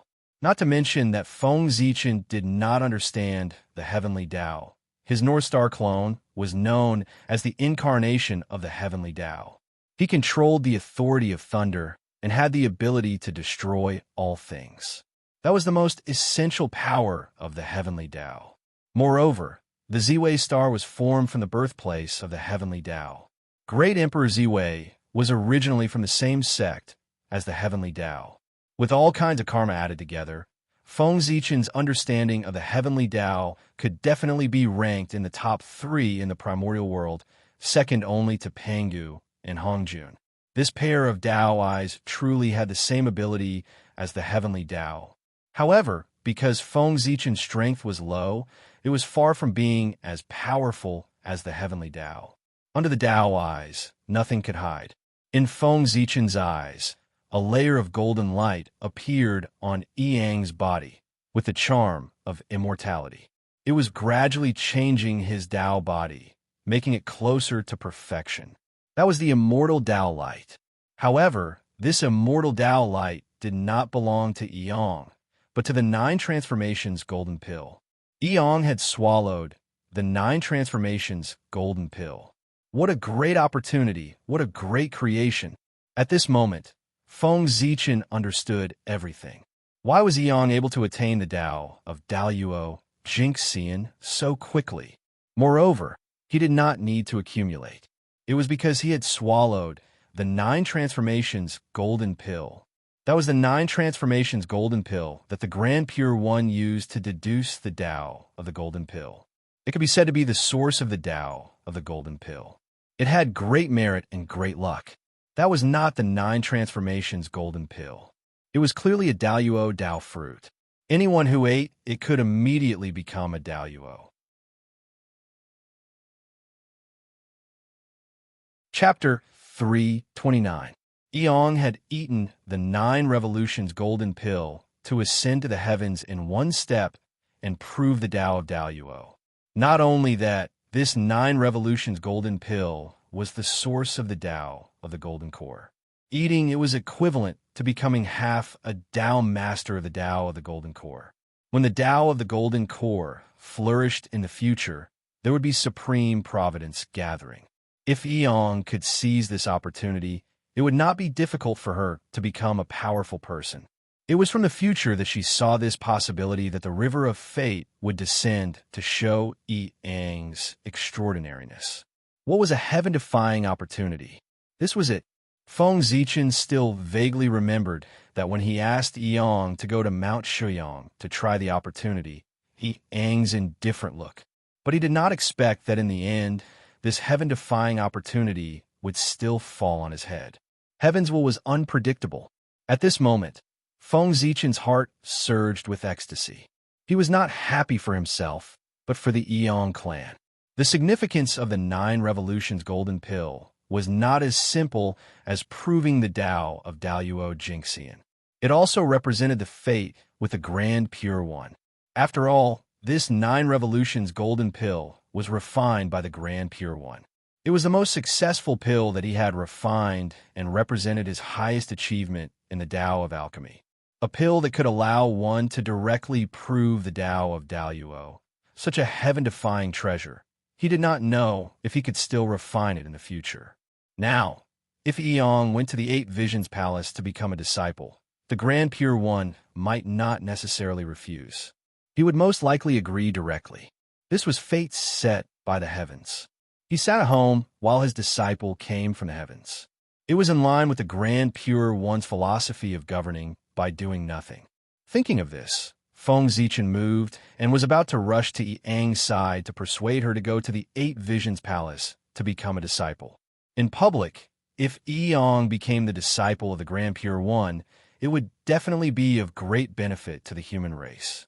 Just by relying on the name of the Grand Pure One, she did not need to do anything to intimidate some small fry. In private, as a good friend of Yang, Feng Zichen naturally hoped that Yang would become the disciple of the Grand Pure One. In this way, his future was guaranteed, and he was destined to become a great magician. Whether it was for public or private reasons, it was beneficial for the Yang clan to acknowledge the Grand Pure One as their master. Feng Zichen naturally had to persuade him. Back then, it was also here that the Grand Pure One wanted to take Feng Zichen as his disciple, but he was rejected. On the one hand, he was concerned about the human race. On the other hand, he was worried about Nua's dissatisfaction. However, these were not the main reasons. The main reason was that Xianqing had already joined the Kunlun Mountain. It was one thing to hide one's identity and become a disciple of a sage, but it was another thing to become a disciple of 2 sages. If the former was the case, considering their many years of relationship as master and disciple, he might just reprimand it would be over. At most, he would be expelled from the sect as a form of punishment. His life would not be in danger. However, if the latter were to be exposed, it would be a huge sin. Wouldn't that be fooling the saints? The 3 pure ones would explode with anger. They would lose their face and become the laughingstock of the primordial world. At that time, Feng Zichen would have to face the anger of 2 sages. Oh no, it would be the anger of 3 sages of the same sect. If the 3 pure ones joined forces, even Hongjun would be afraid. Heaven and earth would be terrified. Almost no one in the primordial world could compare. If that really happened, even if Feng Zichen achieved the primordial chaos Tao fruit, he might not end up well. Therefore, even if he had countless clones, one was enough for him to acknowledge a saint as his master. If he had more, it would not be acknowledging a master, but causing trouble. After all, no one could guarantee that the clones would not be seen through for the rest of their lives. In the primordial world, nothing could be hidden forever. No matter how well you did, there would always be all kinds of accidents that would expose you. It was simply poisonous. Otherwise, how could there be so many secrets about the world in the legends of later generations? It was better to be honest. If Xianqing had not already acknowledged the Grand Master of Heaven as his master, given Feng Zichen's temperament back then, when he heard that the Grand Pure One wanted to accept him as his disciple, he would immediately run over and call him master. It was not that he was unwilling, but that he could not. Therefore, seeing that Yang had obtained this opportunity, Feng Zichen was very concerned. Today, it would be fine if he agreed. If he was unwilling to acknowledge the Grand Pure One as his master, Feng Zichen would tie him up. If he missed such an opportunity, he would definitely regret it for the rest of his life. However, before Feng Zichen could reach Yang's side, he saw a large amount of purple gas suddenly surging out of the surrounding void. It It was vast and mighty, spanning more than 30,000 miles. The Grand Pure One was here. The purple gas spanned 30,000 miles. Such a phenomenon was the phenomenon of a saint traveling. And the only saint who would descend for this matter was the Grand Pure One. As expected, a white-haired old man appeared beside Eong at some point in time. He stood there quietly and looked at Eong silently without any sense of awkwardness. It was as if he had been there from the beginning. Although this old man looked old, he did not give people the feeling of being old. Instead, he gave people the feeling of being abnormally young and abnormally great. That old was not true old. It was the precipitation of time, the traces of the great Tao. This was the Grand Pure One, the first saint of the 6 saints. He stood there quietly, but he seemed to have become one with the world and become the center of the universe. "Greetings, Grand Pure One." Eong bowed slightly and said, "Are you willing to acknowledge the poor way as your master?" After a long while, the Grand Pure One said, "Disciple Eong greets Master." Without hesitation, Eong immediately bowed to the Grand Pure One. "Acknowledge the saint as your master, or acknowledge the Grand Pure One as your master." One had to know that the Grand Pure One had never taken in a disciple. If Eong became his disciple, he would be his eldest and only disciple. This was such a great opportunity that others could not even ask for it. Eong was not a fool. How could he refuse? All right. Seeing this scene, the Grand Pure One smiled slightly. Obviously, he was in a good mood. "Since you have entered the celestial sect of wonders, the name of the mortal world is no longer suitable. I will give you a new Taoist name. From now on, you will be called Xuandu." After thinking for a while, the Grand Pure One said, the current Taoist name was different from the future. In the future, a Taoist name was a Taoist name. It was just a name. However, it was different now. A Taoist name was a divine name. Not only did it contain magical power, but it also contained luck. For example, the 3 pure ones, Dijun, Tai Yi, and others. Their names were all conferred by the world. They all had endless meanings and symbolized the origin of the world. The name Eong was ordinary. It did not have any special meaning, nor did it have any magical power. It was just a name to distinguish him from others. However, Xuandu was different. Xuandu was the Tao. Xuandu was the Tao capital. This was a divine name that only Khanate god fiends had. With the name Xuandu, one could naturally inherit supreme luck.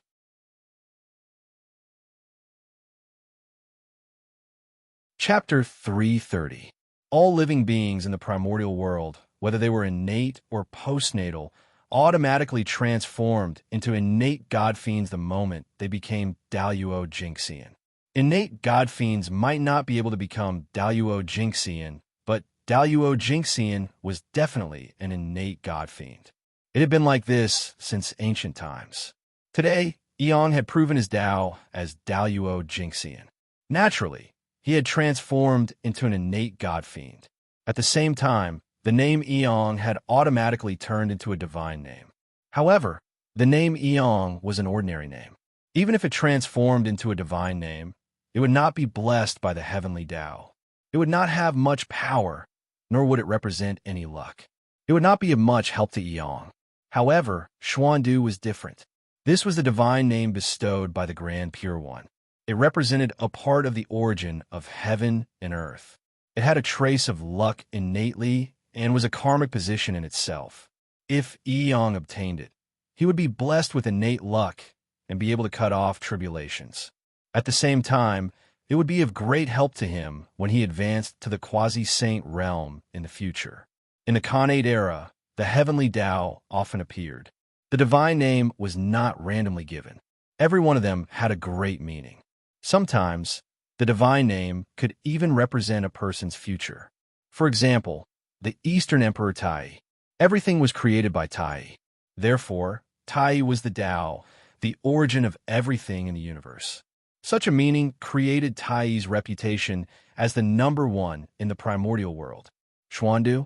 Xuandu, thank you for giving me this name, Master. After chanting it twice and sensing the changes in his body, Eong bowed to the Grand Pure One. The moment the Grand Pure One called out the name Xuandu, his heart skipped a beat, and he had a mysterious premonition. It was as if something good was about to happen to him. He could not help but feel joy in his heart. Sure enough, the moment he accepted the name of Xuandu, a strand of fortune descended from the unseen world and landed on Eong. In a trance, the world changed in his eyes. It was completely different from before. Endless rules appeared clearly in front of his eyes. The mountains, rivers, plants, and trees were all displayed in the form of Tao patterns. At this moment, the essence of the world was no longer a secret in front of him. If Eong had this perspective in the past, he would have become a Daoyuo Jinxian long ago. Why struggle so bitterly in the Tai realm? This was the benefit of luck. As the number one treasure in the great desolate world, the most essential function of providence was to aid in cultivation. Its effect was related to the amount of providence one possessed. The more providence one had, the more obvious the effects would be. Eong had only obtained a wisp of heaven and earth fate, but it had such an obvious effect. From this, one could see the power of fate. Emma, not bad. The more he looked at Eong, the more satisfied the Grand Pure One was. My disciple, you are busy with worldly affairs. It is not suitable for you to head to the 8 Visions Temple to cultivate. Master has a great pure Tao scripture here. Take it and comprehend it to your heart's content. It won't be too late for you to go to 8 Visions Palace after the matter with the human race is settled. As he spoke, the Grand Pure One tapped Eong's glabella and imparted the Grand Pure Tao Sutra to him. Thank you, Master, for your teachings. I will definitely work hard to cultivate so that I can attain the Tao as soon as possible and live up to your expectations. After accepting the Grand Pure Tao Sutra, Eong bowed to the Tao. Only when a master imparted the Tao could they truly be considered as master and disciple. Otherwise, what was the point of acknowledging a master if he did not impart the Tao or teach? Only when he imparted the Tao could he be considered a true master and disciple. For example, when Tao ancestor Hong Jun preached the Tao in the Purple Cloud Palace, 3,000 Khanate god fiends came to listen. Although these people were not accepted as disciples by the Tao ancestor, they still had to respect the Tao ancestor as their teacher. It was because they had obtained the Tao of the Tao ancestor. If you have anything you don't understand in your cultivation, feel free to go to the 8 Visions Temple to find me. In recent years, I will not leave that place. After nodding at Eong, Taoist Tai Ching's figure quietly disappeared. Just like when he came, he did not cause any ripples. Eong is Xuandu. That's interesting. In the distance, Feng Zichen could not help but be a little stunned when he saw this scene. No wonder he could not find anyone called Xuandu after searching all over the human race. It turned out that Eong was Xuandu right under his nose. Who would have thought that? As a human of the future, Feng Zichen had heard of the name of great Taoist Master Xuandu. That was the only disciple of the Grand Pure one of the few great divine abilities of the human race. Therefore, after the Grand Pure One became a saint, Feng Zichen had secretly searched for Xuandu's whereabouts in the human race. In the end, he could not find him. That was because the name Xuandu was set by the Grand Pure One. It did not exist before. Feng Zichen used him to find someone. So how could he find him?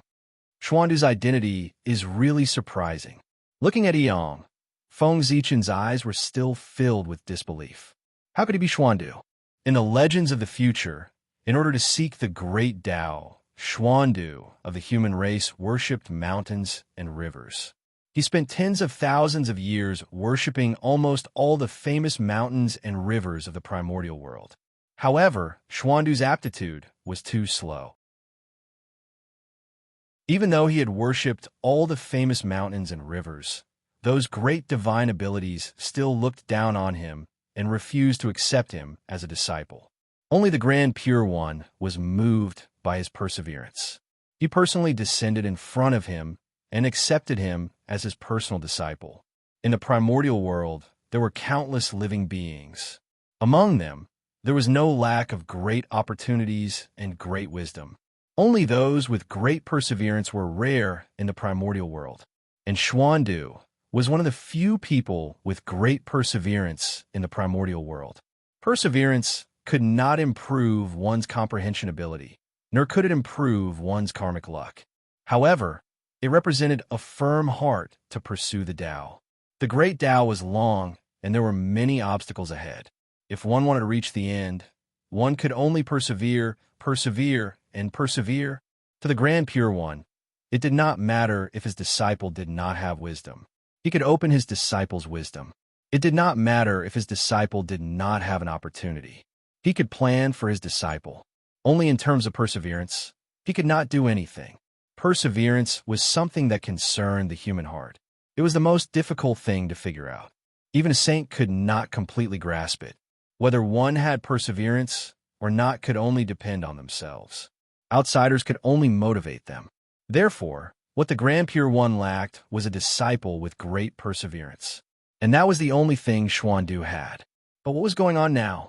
In terms of perseverance, Yong had it, but it was far from the legendary level. It could be said that the only thing worth praising about Yong now was his heaven-defying luck. Otherwise, he would not have obtained the 9 Revolutions golden pill. Forget it. Why think so much? History has been modified. Who can tell whether it's true or false? Unable to figure out why Yong was Xuandu, Feng Zichen decided not to think about it. Anyway, it did not matter if he thought about it or not. It was a good thing.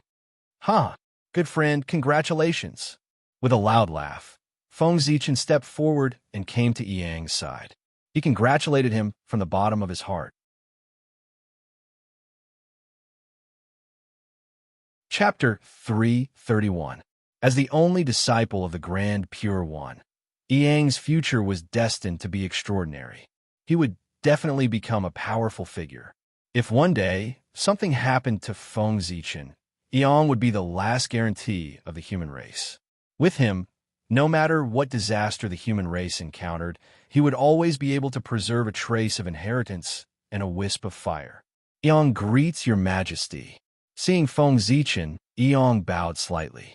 No matter how his identity changed, he was still a human. As a human, he had to bow when he saw the human emperor. Good friend, it is a blessing for the human race that you have proven your Dao Jingxian. I'll give you this Khanate Yin Yang sword as a congratulatory gift for your Dao. After helping Yang up, Feng Zichen took out a Khanate divine sword intertwined with black and white Dao light and handed it to him. This was a superior grade Khanate spiritual treasure, the Khanate Yin Yang divine sword. Back then, Feng Zichen had obtained 2 fragments of Khanate spiritual treasures in the ancient ruins. Those 2 Khanate spiritual treasures were both superior grade Khanate spiritual treasures. One belonged to the Tao of Light, and the other belonged to the Tao of Darkness. However, these 2 Khanate spiritual treasures were so badly damaged that their original appearance could not be seen at all. Moreover, it was extremely troublesome to repair them. According to Feng Zichen's calculations, the price to repair them was already enough to pile up a Daluo Jingxian. This meant that they were completely worthless to repair. Therefore, Feng Zichen took advantage of the chaos outside the realm to melt the fragments of these 2 Khanate spiritual treasures. Using the Chaos Qi to evolve the Khanate Yin and Yang Qi, and supplemented by his own understanding of the Khanate Yin Yang theory, Feng Zichen used the opposing forces of light and darkness to evolve the theory of Yin and Yang theory. He forcefully refined these 2 broken Khanate spiritual treasures into a Khanate spiritual treasure. He also sublimated their essence, transforming them from light and darkness attributes to Khanate Yin and Yang attributes. However, Feng Zichen already had the Zichen sword and the myriad sword illustration. It was meaningless for him to keep the innate Yin and Yang sword. It just so happened that Yong had attained Tao at this time and did not have a suitable spiritual treasure. Feng Zichen simply gave the sword to him. On the one hand, it was to congratulate him for breaking through the Daluo Jingxian. On the other hand, it was to give him a decent spiritual treasure to make him look good. Otherwise, how would it look if word got out that the great Daluo Jingxian did not even have a single Khanate spiritual treasure? As for Yong, he had already become the disciple of the Grand Pure One. He would definitely not lack connate numinous treasures in the future. Yes. But what did it have to do with the human race? What did it have to do with Feng Zichen? The connate numinous treasure that he gave to the Eong clan was a gift from the human race.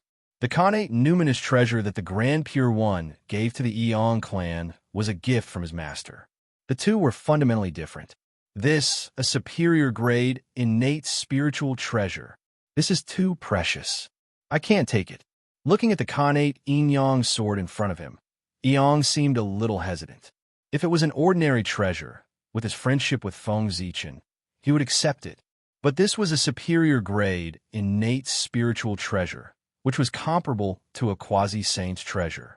He was really embarrassed to accept it. Just take it. Why are you talking nonsense? You are the Taoist priests of the human race. If you don't even have a single connate spiritual treasure, wouldn't it damage the reputation of the human race? Besides, you have contributed greatly to the human race's success today. This connate spiritual treasure is what you deserve. If you don't accept this sword today, the world will think that the human race treats those who have contributed poorly. Won't that disappoint the hearts of the people? In the future, who will fight for the human race? Seeing that Eong had refused, Feng Zichen's tone could not help but become sterner. His words were even a little alarmist. In fact, it was not alarmist. Now, those who worked hard for the rise of the human race were purely for their dreams and did not ask for anything in return. They were a group of lovely people, a group of admirable people, and also people who would be remembered for a lifetime. But people would always change. Feng Zichen had never been afraid to speculate people's hearts with the worst malice, because people's hearts were the most complicated thing in the world. Even the saints could not understand or see through them. If they could see through people's hearts, Xianqing's apprenticeship would not have happened. When people's efforts and returns were gradually not proportional, it was difficult for people to keep their original hearts. Even if they could keep their original hearts and continue to fight for the rise of the human race, what about the people after that?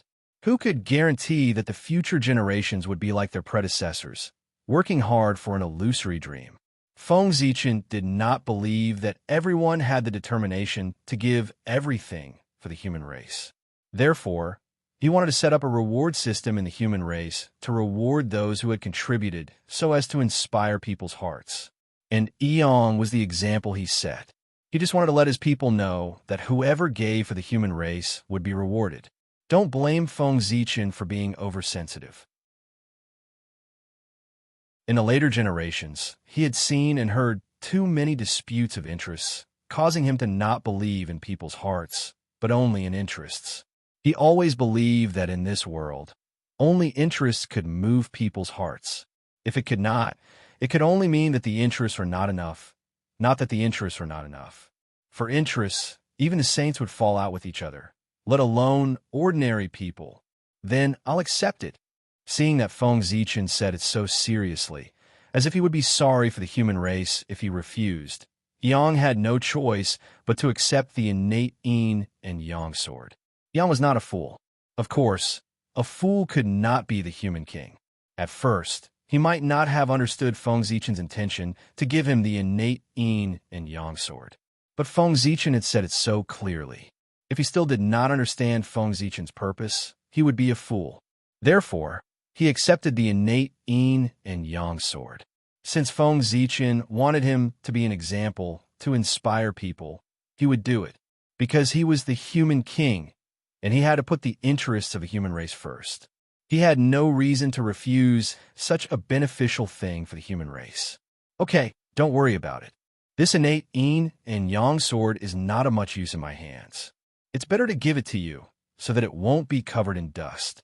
I think that this sword will definitely be able to shine brightly in your hands. It will not be a waste of your trip to the human world.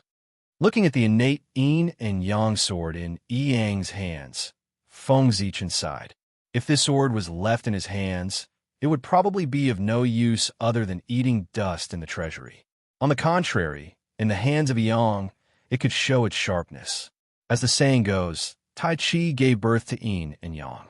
The Grand Pure One had the Tai Chi diagram in his hands, so he must have amazing attainments in the Tai Chi Yin and Yang Dao. And Yang was his disciple, so he would definitely teach him the Tai Chi Yin and Yang Dao.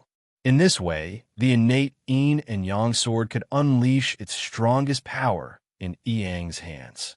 Perhaps Yang could also use this to prove the innate Yin and Yang Dao.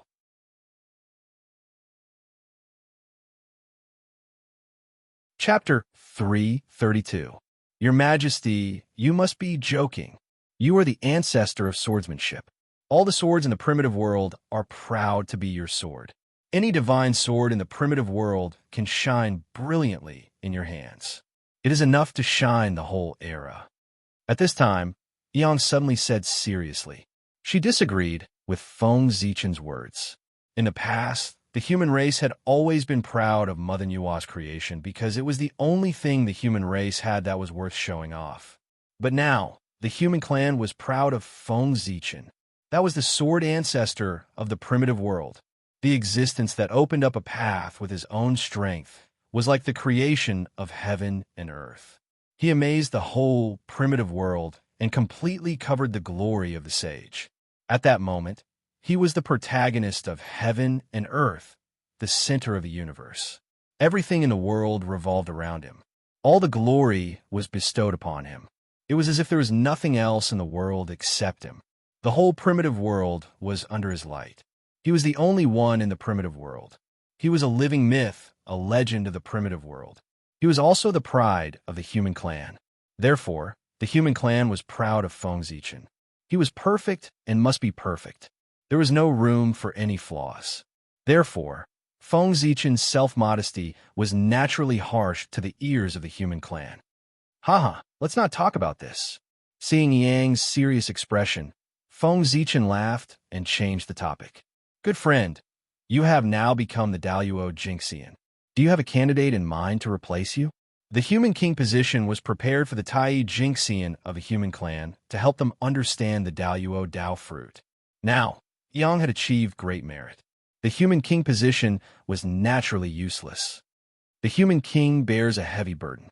It concerns the life and death of thousands of people. It must be a person of great wisdom, courage, and virtue. But such a person is rarely seen in 1,000,000 years. I can't find one in a short time. Therefore, the human king position should continue to stay in the destiny of the human clan. In the future, when a virtuous person is born, the position of the human sovereign will naturally descend. With that said, Yang forced out the position of the king of man and sent him into the destiny of the human race, leaving him for the fated one. Your Majesty, you should know that the position of sovereign personage is of great importance. You cannot make a rash decision. If there's no suitable candidate, I'd rather leave it empty than appoint someone casually. In the end, Yang advised Feng Zichen. The human sovereign had the power to confer the title of sovereign personage. This was not a secret among the sovereign personages. As one of Feng Zichen's few friends, Yang knew a little about him. She knew that if the humankind was in great danger with his personality, he would definitely try his best to improve the humankind's strength. Therefore, the Eon clan was worried that Feng Zichen would forcibly appoint some human kings in order to increase the strength of the human race. But if one's virtue did not match the position, it would be a disaster, not a blessing. I know what to do. You don't have to worry. Feng Zichen naturally understood Yang's worries, but with the threat of extinction right in front of him, he couldn't care less. No matter how big the disaster was, it couldn't be compared to the disaster of extinction. However, Yang's choice was not beyond his expectation.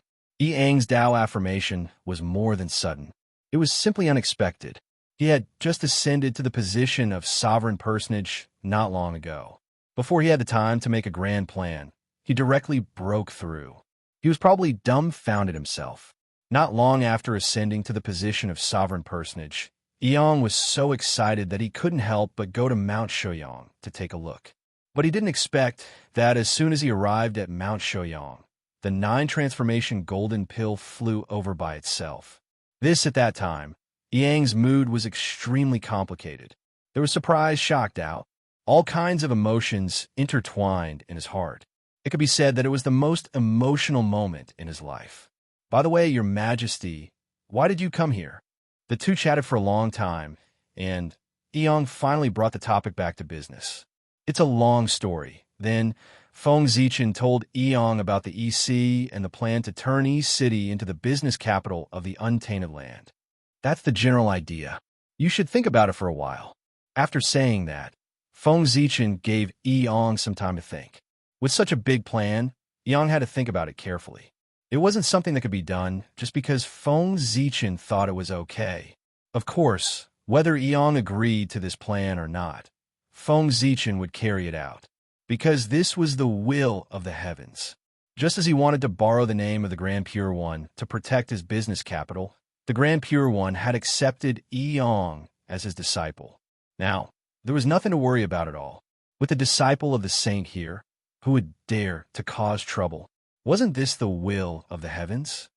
Your Majesty, your idea is indeed good, but have you thought about what if Master doesn't agree? Looking at the excited Feng Zichen, Eong pointed out the most fatal flaw in his plan. Everyone knew that the Grand Pure One liked peace and not noise. If Xanadu was established, it would definitely be lively and noisy. In this way, with the personality of the Grand Pure One, how could he be happy? If he wasn't happy, Xanadu wouldn't be established. It doesn't matter. Even if the Grand Pure One doesn't like it, I can establish Xanadu with the Magi. The Magi won't reject my request. How could Feng Zichen not think of such an obvious loophole? He already had a solution. To be honest, in the primordial world, the name of the Magi was much more useful than the name of the Grand Pure One. However, he was worried about the battle between the Magi and the demons. Unless it was absolutely necessary, he would not establish Xanadu in the Magi. Besides, how do you know that the Grand Pure One will definitely reject it? This matter of promoting communication in the primordial world is of great benefit to the primordial world. The saint has no reason to reject it. After a while, Feng Zichen said again, it was the duty of the saint to let the primordial world evolve further. Feng Zichen established Xanadu with the intention of opening up a trade route that would be of great benefit to the primordial world. Even if the saint didn't like it, he had to accept it. Then, I'll ask Master and see what he thinks. After thinking for a while, Eong said hesitantly, that's true. This matter concerns the saint. It's better to ask for his opinion. If he really doesn't agree, we'll do something else. Feng Zichen nodded and replied. If the Grand Pure One said that he didn't like it, Feng Zichen wouldn't ask for a rebuff and establish Xanadu under his nose. It wasn't worth offending a saint for this. All right, I'll go now. At the same time, I'll ask Master if he can impart the Grand Pure Tao scripture to you. I still remember that Master wanted to take you in as a disciple back then. He should have a good impression of you. After replying to Feng Zichen, Eong turned around and walked towards Mount Shouyang. However, his last words moved Feng Zichen. Eong actually wanted to ask for the Grand Pure Tao scripture for him. This.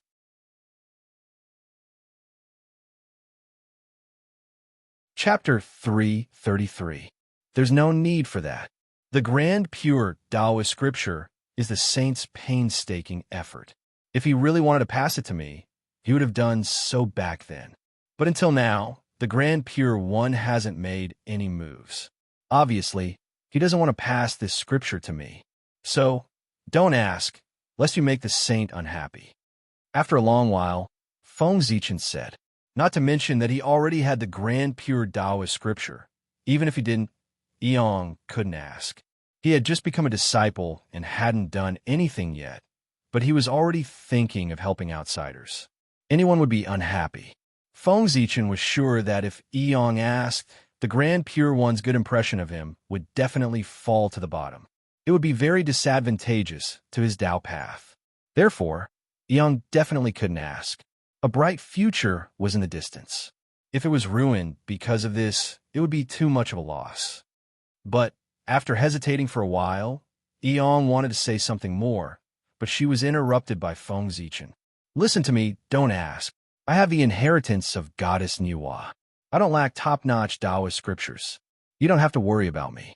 Feng Zichen understood Yang's plan. Therefore, he said directly, the Taoist scripture was the scripture of the great Tao. It was a book that explained the truth of the great Tao. The grand pure Taoist scripture recorded more than just the cultivation method. Of course, if it only recorded the cultivation method, the grand pure Taoist scripture would not have become a top-notch Taoist scripture in the primordial world. The most precious thing on it was the grand pure one's understanding of the great Tao. The saint organized his understanding of the great Tao into books. The books that were formed were Taoist scriptures. To Daoyuo Jingxian, any cultivation method had lost its meaning. They were already the incarnation of the Tao and had reached the peak. If they wanted to improve, they could only deepen their understanding of the Tao and fight for the right to explain the Tao. The saints' insights in the Taoist scripture were resources that could allow them to improve continuously. In Yang's heart, Feng Zichen's aptitude was the best in the primordial world. Few people could compare to him. His luck was enough to shock the world. His perseverance was even more amazing. He was almost perfect. However, Feng Zichen had a fatal shortcoming, which was that he didn't have a systematic inheritance. His foundation was a little shallow. Therefore, he wanted to ask for the great pure Taoist scripture for Feng Zichen to make up for his shortcomings. However, Yang did not know Feng Zichen well enough. Putting everything else aside, just the 3 enclosures Tao Sutra passed down by the Emperor Star was already the top Khanate Tao Sutra of the primordial world. It was not weaker than the 3 pure Tao Sutra and was close to the highest Tao Sutra of the celestial sect of wonders, the Yellow Court Sutra. Therefore, Feng Zichen did not lack Taoist scriptures. His foundation was far more than Yang had imagined. Good friend, I am the human emperor, the spokesperson of the Holy Mother in the world. She will not treat me unfairly. Otherwise, without the help of Her Highness Niwa, how could I have achieved what I have today? Niwa was Feng Zichen's best shield. If there was anything extraordinary about him, he could push it to Her Highness Niwa. Anyway, no one could go to the palace of Empress Wa to verify it. All right, I'll go now. Yang thought about it and nodded. Then, she rode a cloud to the 8 Visions Palace. The 8 Visions Palace was on Mount Shouyang, which was next to Yi City. Therefore, Yang arrived in front of the 8 Visions Palace in a moment. Disciple Xiandu is here to pay respects to Master. Outside the palace gate, Yang saluted. Come in. Inside the 8 Visions Palace, the Grand Pure One said faintly. At the same time, as his voice fell, the tightly shut palace door opened. Without hesitation, Yang stepped in. When they entered the hall, the first thing they saw was a bright Taoist lamp. It was the 8 Visions Palace lamp, the human lamp of the 3 lamps of heaven, earth, and man. It was the top primordial spiritual treasure of the primordial world. There was a purple flame in the lamp. It was called the sky-burning purple flame. It had infinite power and could burn the sky and boil the sea. Unfortunately, because the Grand Pure One had many treasures, this lamp was not famous. It was only used for illumination when he was talking about the scriptures. Yang looked down and saw a purple gold gourd. It was a supreme grade Khanate spiritual treasure, the purple gold gourd. It was also one of the 7 gourds produced by the Khanate grapevine. It was also a top-grade prehistoric spiritual treasure. It had infinite power, but it was used by the Grand Pure One to refine pills. A few steps forward, Yang saw a Taoist furnace and a fan. That furnace was the Khanate 8 trigrams furnace. It was also a supreme-grade Khanate spiritual treasure. It was the furnace that the Grand Pure One used to refine pills. The fan was not an ordinary item. It was a supreme-grade Khanate spiritual treasure, the Khanate banana fan. Legend had it that when the world was first created, there was a Khanate banana tree on Mount Buzhou. After thousands of years, it obtained the fortune of the world and produced 4 banana leaves. They were divided into earth, fire, water, and wind. When the banana leaves matured, they turned into 4 banana fans. They were all supreme-grade Khanate spiritual treasures. Among them, the fire tribute Khanate banana fan was taken away by the Grand Pure One to fan fire. The wind attribute Khanate banana fan was taken away by Taoist Mingi. This fan was the banana fan of the future. As for the earth attribute and water attribute banana fans, they were taken away by the other two great divine abilities. As they lived in seclusion, they completely disappeared from the primordial world. Looking carefully, Eong could not help but fall into shock. The incense burner, the meditation cushion on the ground, the surrounding screens, and the murals hanging on the wall were all releasing Khanate Dao runes. Clearly, they were all Khanate spiritual treasures. Good boy. My master has so many supreme-grade Khanate spiritual treasures. He's so rich. Eong clicked her tongue when she came back to her senses. With just a rough glance, she discovered 4 supreme-grade Khanate spiritual treasures and more than 10 ordinary Khanate spiritual treasures. These Khanate spiritual treasures added up were more than the Khanate spiritual treasure she had seen before. Of course, what really shocked Eong was not the number of Khanate spiritual treasures, but their use. Those were supreme-grade Khanate spiritual treasures, peerless treasures with earth-shattering power. Every one of them was extremely precious and could attract countless people to fight for them. However, such treasures were placed in the hands of the Grand Pure One. They were used to light up the fire, and nourish the pills. They were completely ordinary things, which completely subverted Eong's understanding. Saint. This was a saint. The supreme-grade Khanate spiritual treasures that they regarded as treasures were dispensable in the eyes of saints. In the end, their realms were different, and their understanding had undergone a huge change. The difference was too great. At this moment, the pride that Eong had because of Daluo Jinxian was completely shattered. Daluo Jinxian was not strong enough. Above him, there was still the Sage-to-Be and the primordial chaos Dao realm. In a trance, Eong had undergone some kind of transformation, and her heart to pursue the Dao became more determined. On the other side, the Grand Pure One, who had been paying attention to Eong, noticed her change and could not help but reveal a satisfied smile.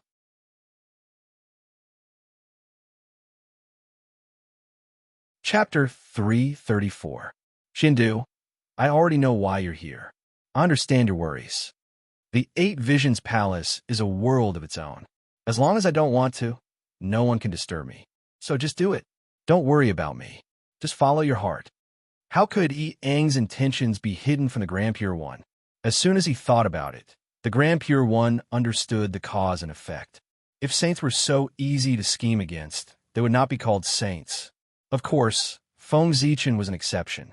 He had Pangu to conceal the secrets of heaven and could do what ordinary people could not. Even if he schemed against saints, saints would not be able to sense it. Thank you, Master. Hearing this, Eong knew in his heart, Shangdu was done. Shangdu was built near Mount Shouyang. Even if the Grand Pure One denied it, the world would not believe that Shangdu had nothing to do with him. Moreover, the manager of Shangdu was his only disciple. You're from the human race and don't have any Dharma treasures. I'll give you this treasure to protect yourself. Looking at Eong, the Grand Pure One suddenly said. Then, a red light flew out from his body and landed in Eong's hand, turning into a small red flag. This was the floating flame flag. It was formed from the lotus leaves of the chaos treasure, the green lotus of creation. It was one of the Khanate 5-element flags, a supreme-grade Khanate merit numinous treasure, the southern floating flame flag. This was one of the strongest Khanate numinous treasures, second only to Khanate cardinal treasures. Thank you, Master, Eong said excitedly as he touched the treasure flag in his hand.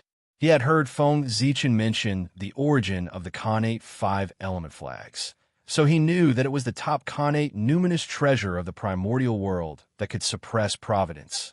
The southern floating flame flag was extremely powerful. It could mess up yin and yang, reverse the 5 elements, and make all evil retreat. All right, if there's nothing else, you can leave. After bestowing the Dharma treasure, the Grand Pure One began to chase him away. Then, Master, I'll take my leave first. Suppressing his excitement, Eong stood up and walked out. The Grand Pure One has agreed. Just as I expected, in E City, The moment the Grand Pure One nodded in agreement, Feng Zichen sensed it. Just as he had thought, the Grand Pure One did not refuse. Of course, he had no reason to refuse something that was beneficial to the development of the primordial world. Although the saints were stronger than the primordial chaos Daluo Jinxian, they were not as carefree and free as they were. They were restricted by the heavenly Tao everywhere.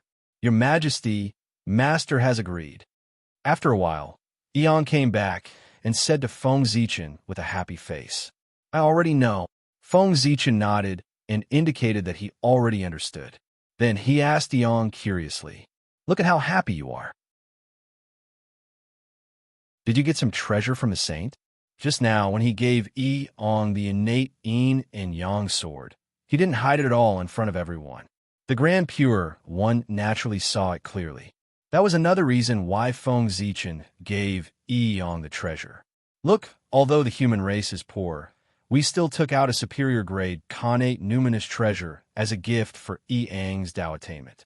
As his master, the Grand Pure One wouldn't be stingy, right? The treasure that he gave out must be extremely precious. Otherwise, if word got out, he would be ridiculed by others. It would really be embarrassing. Your Majesty, look, when he first obtained the treasure, Eon also had the intention to show off. He took it out excitedly and let Feng Zichen have a look.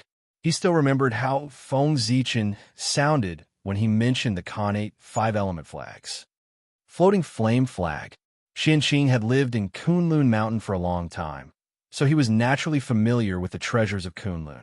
Therefore, Feng Zichen recognized the origin of this treasure at a glance. Seeing this item, Feng Zichen knew that he had achieved his goal. Although he didn't know what treasure the Grand Pure One had given him after Xuandu became a disciple, Feng Zichen was sure that it was definitely not the floating flame flag. Such a treasure was formed from a chaos treasure and contained a trace of the mysteries of the great Tao. It was very useful to saints and would not be easily given away. This flag is a connate merit numinous treasure. It has the ability to suppress providence and also has a trace of heaven providence. It's your fortune to be able to obtain it.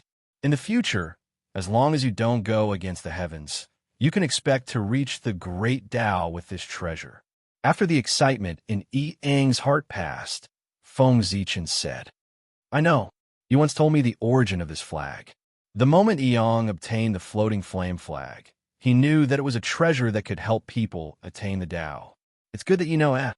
Just as he was about to nod, Feng Zichen glanced at the floating flame flag again from the corner of his eye. Suddenly, a throbbing feeling surged in his heart, disturbing his mind. This was something that had never happened before. Feng Zichen was no stranger to the floating flame flag. That was when he was at Kunlun Mountain. There were many treasures of the 3 pure ones for him to play with, and the floating flame flag was among them. However, in the past, when he often came into contact with the floating flame flag, there was no abnormality at all. However, when he saw this flag today, his mind was in a mess. It was really strange. What's wrong? Seeing Feng Zichen's expression suddenly change, Eong asked worriedly. Nothing. I just need to rest for a while. With that, Feng Zichen closed his eyes and used the connate 8 trigrams with all his strength to find the reason for the throbbing. On the other side, on Penglai Island, Xianqing also temporarily put down the things at hand and used the Tao derivation technique to deduce. It's it, the green lotus of creation. With the addition of Xianqing, Feng Zichen, who was originally clueless, found the source of the abnormality in an instant. It was the lotus seed born by the connate cardinal treasure, the green lotus of creation. The green lotus of creation. I see. In a trance, Feng Zichen understood the cause and effect, so he put away his divine power and ended the deduction. The green lotus of creation was the most orthodox descendant of the 36th grade green lotus of creation. It was far from what the 4 great lotus platforms and the connate 5-element flags could compare to. Even if the green lotus of creation was inferior to these 9 connate spiritual treasures in terms of level, orthodoxy was not based on level, but on origin and inheritance. The green lotus of creation had the most complete inheritance of the chaotic green lotus, and it was also the treasure that was most likely to evolve into the chaotic green lotus. Therefore, it was the most orthodox. After obtaining the green lotus of creation, Xianqing had not touched the Khanate five-element flags. Therefore, there was no abnormality at all. Today, Yong brought the southern floating flame flag to Feng Zichen's side. At the same time, on Penglai Island, Xianqing also happened to come to the Chaos Spirit Pool. Under such a coincidence, through Xianqing and Feng Zichen, the green lotus of creation sensed the aura of the Khanate five-element flags and the four lotus platforms at the same time.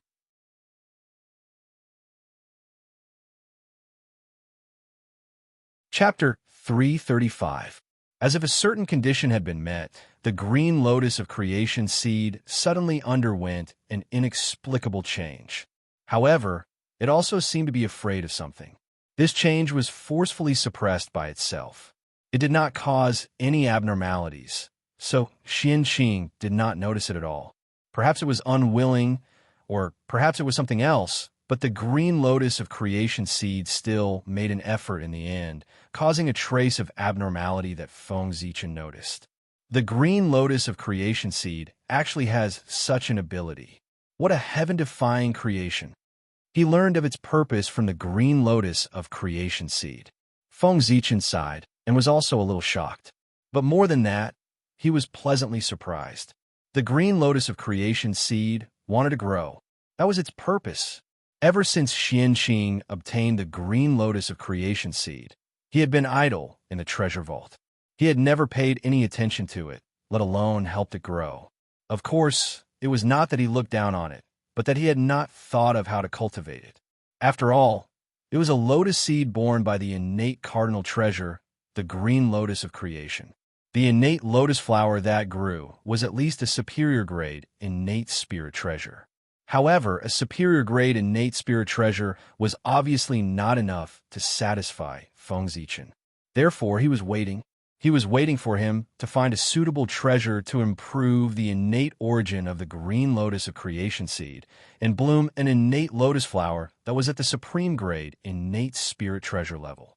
However, before Feng Zichen could find a suitable innate spirit treasure, the green lotus of creation seed could not wait any longer and took the initiative to grow.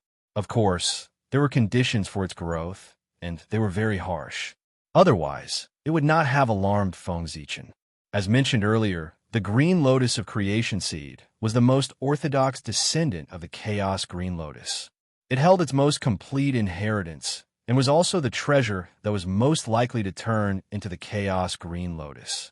Therefore, after sensing the world cleansing white lotus and the floating flame flag at the same time, the two treasures that were transformed from the remnant body of the green lotus of creation.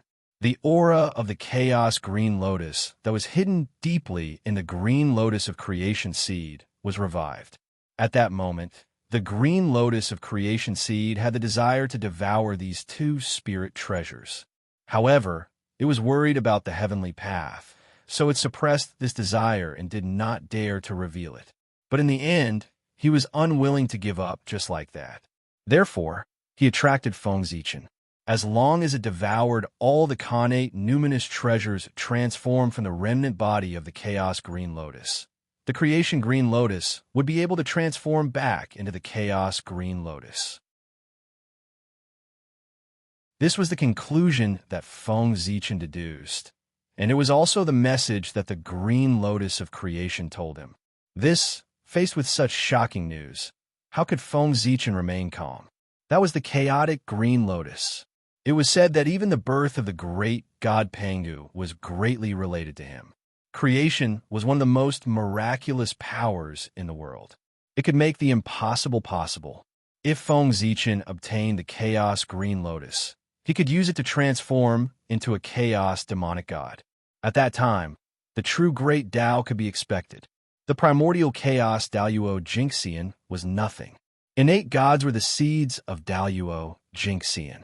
Chaos fiend gods were the seeds of the great Tao. Feng Zichen didn't know if he could really attain the great Tao.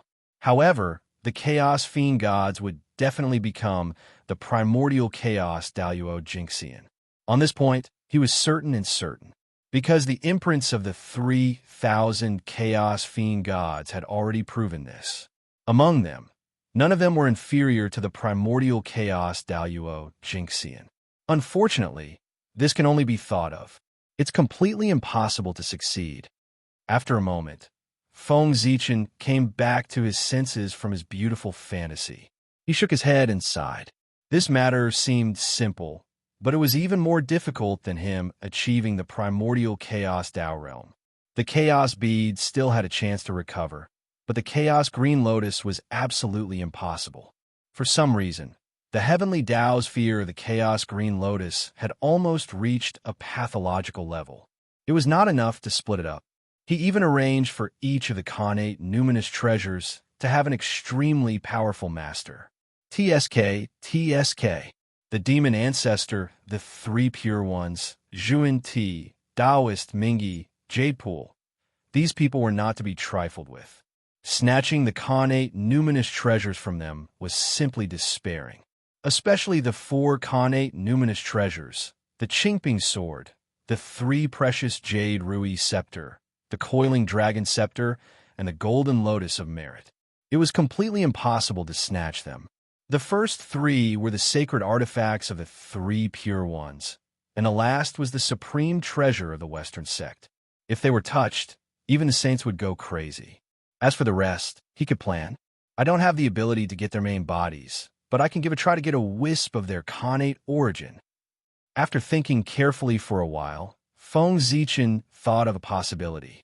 What the Green Lotus of Creation wanted to devour was nothing more than their Khanate origin to strengthen its Khanate origin and achieve the goal of promotion.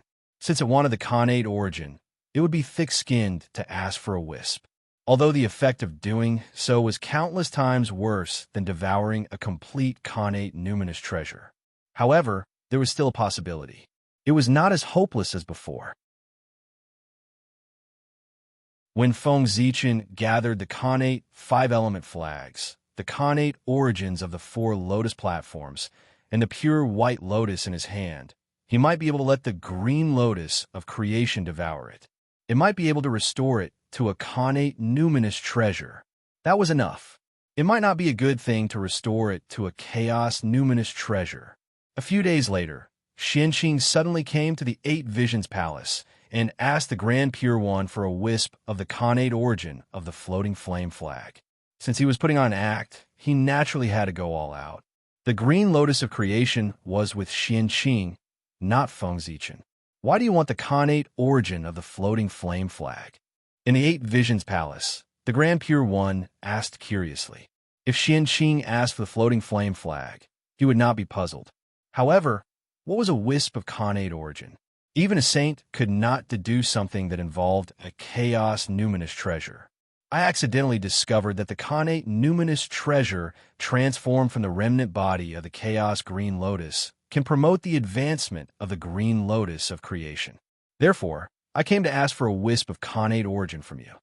There was nothing to hide about this, and it could not be hidden. When the Green Lotus of Creation was born, all karma would appear.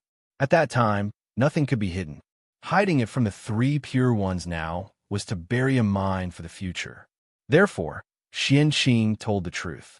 It should be your good fortune.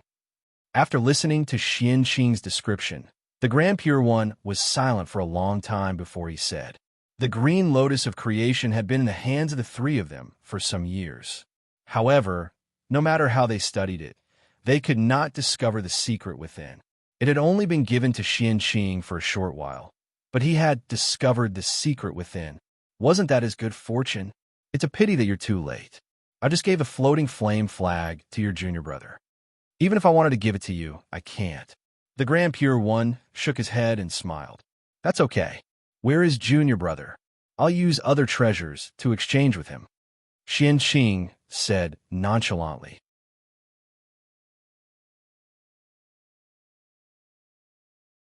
Chapter 336. It's just a small matter. You can discuss it among yourselves. There's no need to bother me. The Grand Pure One waved the horsetail whisk in his hand and said impatiently, It was better for the elders not to interfere in the matters of the younger generation. Otherwise, it would be troublesome. The mirror of primordial beginning was right in front of him. The Grand Pure One would understand this principle. All right, then I'll take my leave. With that, Xianqing bowed to the Grand Pure One and turned to leave the Eight Visions Palace. Good friend, I need your help with something. In East City, Feng Zichen suddenly said to Yang, "What is it? Your Majesty, just say it. I'll do my best." Yang was a little surprised that Feng Zichen wanted to ask him for help. It's not a big deal. I have a good friend, your eldest senior martial brother, Taoist Xianqing, the Nine Heaven Celestial Lord. He wants to ask for a wisp of the floating flame flag's connate origin from you. But he's not familiar with you, so he asked me to help. In order to save trouble, Feng Zichen did not let Xianqing come forward. He directly talked to him himself. It's just a small matter. Senior brother can just say it. There's no need to trouble your majesty. With that, Yang took out the floating flame flag and pulled out a wisp of connate origin from it. Is this enough? Yang asked as he handed the connate origin to Feng Zichen. It seemed that if Feng Zichen said it was not enough, he would immediately pull out another wisp. Enough, it's enough. Seeing this, Feng Zichen hurriedly said. He could not let him continue. After losing a wisp of connate origin, the connate spirit light on the floating flame flag had dimmed at a speed visible to the naked eye. If he lost another wisp of origin, it would most likely hurt the foundation of the floating flame flag, causing his level to drop. It was not worth it. Yang, take this mass of merit chi. Xianqing said that as his senior brother, he can't let his junior brother suffer. Feng Zichen took the pre-world essence, then took out a sphere of black and yellow natural virtues and handed it to Yang with a smile. Not to mention his relationship with the Yang family, even Xianqing, as a senior, could not let him suffer. Otherwise, not only would it ruin the relationship between fellow disciples, it would also be bad for the reputation of the sect if word got out. Therefore, the merit that Feng Zichen gave to Yang was definitely more valuable than the innate origin. Anyway, what Xianqing lacked the most now was merit points. He didn't care about the extra 1 or 2 points. Virtue was created by the source energy of the world. It contained all sorts of mysteries and could be said to be an omnipotent treasure. It was extremely precious. Using it to offset the losses of the Yang family was the best choice. Then I won't stand on ceremony. Nodding, Yang didn't stand on ceremony and accepted the merit points. Okay, this matter is over. I should also go to the Wu tribe and ask Ancestor Sorcerer Di Jiang to help me set up the teleportation formation in Untainted Land. I'll have to trouble you to set up Xanadu and communicate with the Yoyu family. With the innate origin in hand, Feng Zichen brought the topic back to his original purpose. Without the teleportation formation, even if Xanadu was really set up, no one would come. Therefore, setting up the teleportation formation was especially important. And among the people that Feng Zichen knew, only Ancestor of Sorcerer Di Jiang had the ability to set up the teleportation formation in Untainted Land. As the master of space and the leader of the Wu tribe, in Untainted Land, Di Jiang had an advantage that even the sages could not match. If he were to set up the teleportation formation in Untainted Land, it would not be difficult. Okay, I've wasted a lot of time. I'll leave now. With that, Feng Zichen's figure flashed and disappeared in front of Yang. See you off, Your Majesty. Yang murmured softly, then turned and left to gather people. After leaving Yi City, Feng Zichen first handed a wisp of the connate origin of the floating flame flag to Xianqing. Then, he took out the sorcerer token and went directly to the Panga Hall. On the other side, after Xianqing took the connate origin, he flew straight to Kunlun Mountain. There was the central Wuji apricot yellow flag, which was in the hands of the heavenly lord of primordial beginning. According to what Feng Zichen knew, the connate 5-element flags each had their own masters and were in the hands of 5 great divine abilities. The southern floating flame flag was in the hands of the Grand Pure One. The central Wuji apricot yellow flag was in the hands of the heavenly lord of primordial beginning, The eastern green treasure lotus flag was in the hands of Saint Jiayin, and the northern mystic essence water control flag was in the hands of Taoist Mingi. Feng Zichen was confident that he could get a wisp of the Khanate origin from each of the four flags. Only the western white cloud-bound flag was in the hands of Tao ancestor Hongjun, or the Jade Pool Golden Mother. He was not confident that he could get it. Ever since the Tao ancestor merged with the Tao, the purple cloud palace had been hidden in the depths of the chaos beyond the heavens. Only saints could see it. Feng Zichen was just Daluo Jinxian. He did not have the ability to go to the chaos beyond the heavens to find the purple cloud palace. If he cannot see it, how could he exchange it? On the other hand, he was confident that he could get their Khanate origin from the square lotus platform. The pure white lotus was in his hands. He could get as much Khanate origin as he wanted.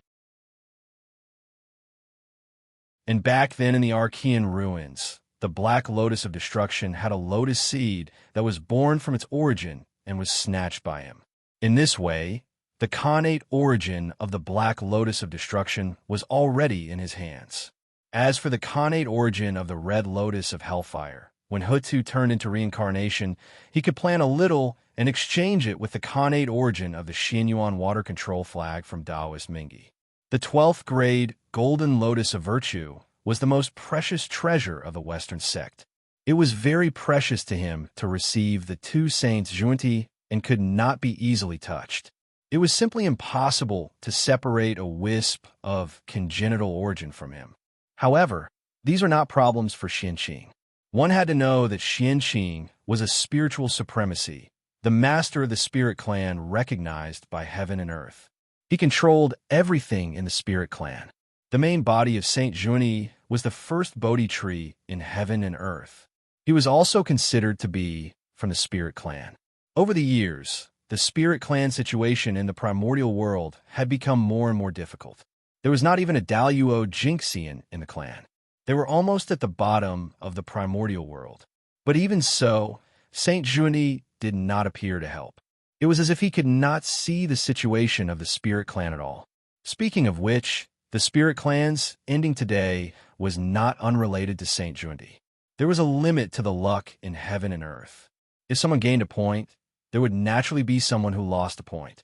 When Saint Juni attained the Tao, most of the luck of the spirit clan fell on him. The luck of the rest of the clansmen naturally decreased accordingly. Originally, after Taoist Jinti became a saint, he should have vigorously developed the spirit clan and made the spirit clan prosper. He could gather more luck and let the clansmen benefit together. You can't just kick others away after you've gotten the benefits, right? Then would he be worthy of the clansmen's efforts? How could he still have the face to stay in the primordial world? But who would have thought that Taoist Juni would really do that? After he became a saint, he did not care about the life and death of the spirit clan at all. Instead, he focused on the Western sect. More than half of the luck of the spirit clan fell on the Western sect.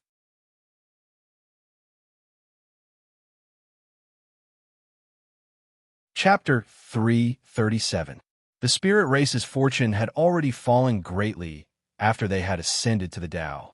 After this incident, their fortune was almost completely depleted, and they were on the verge of complete decline. It could be said that there was a huge karma between Taoist Kundi and the spirit clan. Moreover, the more suffering the spirit clan suffered, the more miserable their outcome was, the greater the karma. If the spirit clan was exterminated, it would be fine. Everything would be over when people died. All the karma would be settled. Taoist Kundi could rest easy, just like ancestor Hongyun. However, the current situation was that although the spirit clan's outcome was miserable, they had been living half-dead. As a result, the karma between Taoist Kundi and the spirit clan grew as time passed. Of course, this was nothing to Taoist Kundi. The karma between him and the spirit clan was like a loan. The spirit clan was his creditor. There were two ways to repay money. One was to take the initiative to repay it, and the other was to wait for the creditor to ask for it. With Taoist Kundi's personality, he naturally would not take the initiative to settle the karma with the spirit clan. After all, the price was too great. It was enough to shake the foundation of the Western sect. The situation of the spirit clan was more complicated. Their clansmen were scattered all over the primordial world, and their cultivation levels were not high. This meant that the spirit clan lacked cohesion and did not have a powerful person to be in charge. This meant that no one could represent the spirit clan to go to Mount Meru and find Daoist Kundi to settle the karma. Daoist Kundi was happy. No one from the spirit clan came to Mount Meru to settle the karma with him. He could not wait for no one to come. In this way, he could sit back and relax. If Daoist Kundi did not return it, no one from the spirit clan would come to ask for it. This karma was put aside. As time passed, this karma was gradually forgotten by the world. Even the spirit clan gradually forgot about this matter. After all, Daoist Kundi's background was considered a secret in the primordial world. Very few people knew about it. It was far from the three pure ones. Everyone in the primordial world knew about his background. After a long time, under Daoist Kundi's intentional blockade, it was normal for the spirit clan to gradually forget about this matter. However, being forgotten by the world did not mean that this matter did not exist. Now, Xianqing had established the Qi Dan lineage and received the support of tens of thousands of spirits.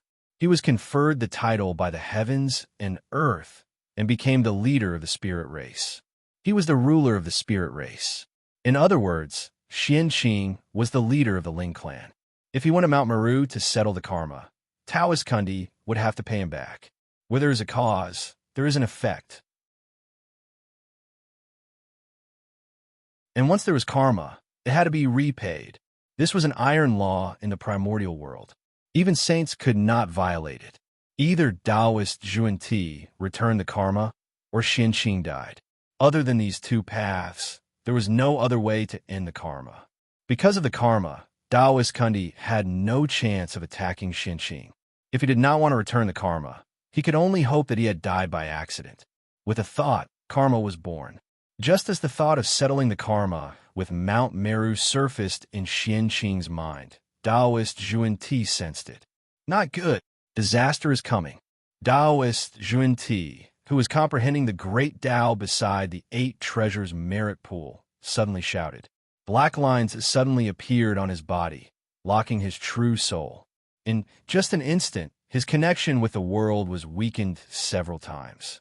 At the same time, Daoist Zhuan-Ti also discovered that the heaven-earth rules that were usually clearly visible seemed to be covered by a layer of gauze and gradually became blurry. After trying to cultivate, the great Tao of heaven and earth also became obscure and difficult to understand. If he wanted to comprehend it, he needed to put in hundreds of times more effort than before. Everything seemed to have returned to before he achieved the Tao. Karma lock. Junior brother, what happened? How did you form such a huge karma with someone?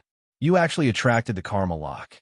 Daoist Jane, who was at the side, could not help but frown and ask when he saw Daoist Zhuan-Ti's abnormality. His tone was filled with confusion. Clearly, he recognized the origin of the item. As the saying goes, karma is a cycle and retribution is not good.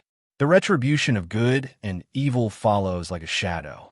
Even the people of the celestial sect of wonders had to think of a way to resolve the karma with others.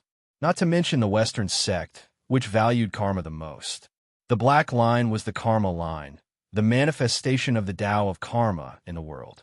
It was tangible but intangible. It cannot be touched or touched. It did not harm the human body, soul, or true spirit. It did not harm people at all. There was only one use, and that was to isolate the great Tao of heaven and earth. The karma line wrapped around one's body was like a connate true spirit that was blinded. It was completely isolated from the world and could not comprehend the great Tao, let alone cultivate. In other words, if Daoist Zhuan-Ti could not resolve this karma, it would be difficult for his cultivation to improve in the future. This is the karma of the spirit race. I didn't expect that he would come looking for me when I was about to forget about this matter. What a disaster. With a thought, Daoist Zhuan-Ti knew the reason for this matter and could not help but sigh. This karma was not easy to resolve. Over the years, the spirit race had suffered a lot and suffered a lot. With the accumulation of endless resentment, the karma was far from what it was in the past. Junior brother, I've troubled you." At this moment, Taoist Jie said apologetically, "If not for the Western sect, Taoist Zhuan would not have formed such a huge karma with the spirit race. This was all because he was dragged down by the Western sect. Senior brother, you don't have to do this. This is junior brother's own choice. You can't blame others. Because he had planted it himself, no matter what kind of bitter fruit it produced, he had to grit his teeth and swallow it. Daluo had no regrets. Saints had no regrets. Wait and see. That young celestial venerable of the Xian sect is coming. In this world, only Xianqing could trigger the karma of the spirit race. Taoist Zhuan naturally knew who was coming. In just a few days, Xianqing asked for a wisp of the Khanate origin of the central Wuji apricot yellow flag from the heavenly lord of primordial beginning. After that, he rode a cloud and rushed to the west. "Uncle Master, Xianqing has something to see you about." Outside Mount Meru, Xianqing shouted loudly, "Come in." A golden rainbow bridge flew out of Mount Meru and landed under Xianqing's feet. "Thank you, Uncle Master." After bowing, Xianqing stepped onto the rainbow bridge. "Uncle Master, Xianqing came today to ask for a favor." After entering the mountain and arriving in front of Taoist Zhuan, Xianqing did not bother with formalities and said directly, "What is it?" Knowing that Xianqing came with a certain purpose, how could Taoist Zhuan be happy? "I would like to request for the Golden Lotus of Merit. I hope Uncle Master can fulfill my request." The square lotus platform was different from the Khanate five-element flags. They were not as simple as Khanate spirit treasures. They were also Khanate spirit roots. Therefore, Xianqing only needed one lotus seed to obtain the Khanate origin of the Golden Lotus of Merit. There was no need to directly extract the Khanate origin like the Khanate five-element flags. In that case, if the foundation of the Golden Lotus of Merit was shaken, Taoist Zhuan would fall out with him on the spot.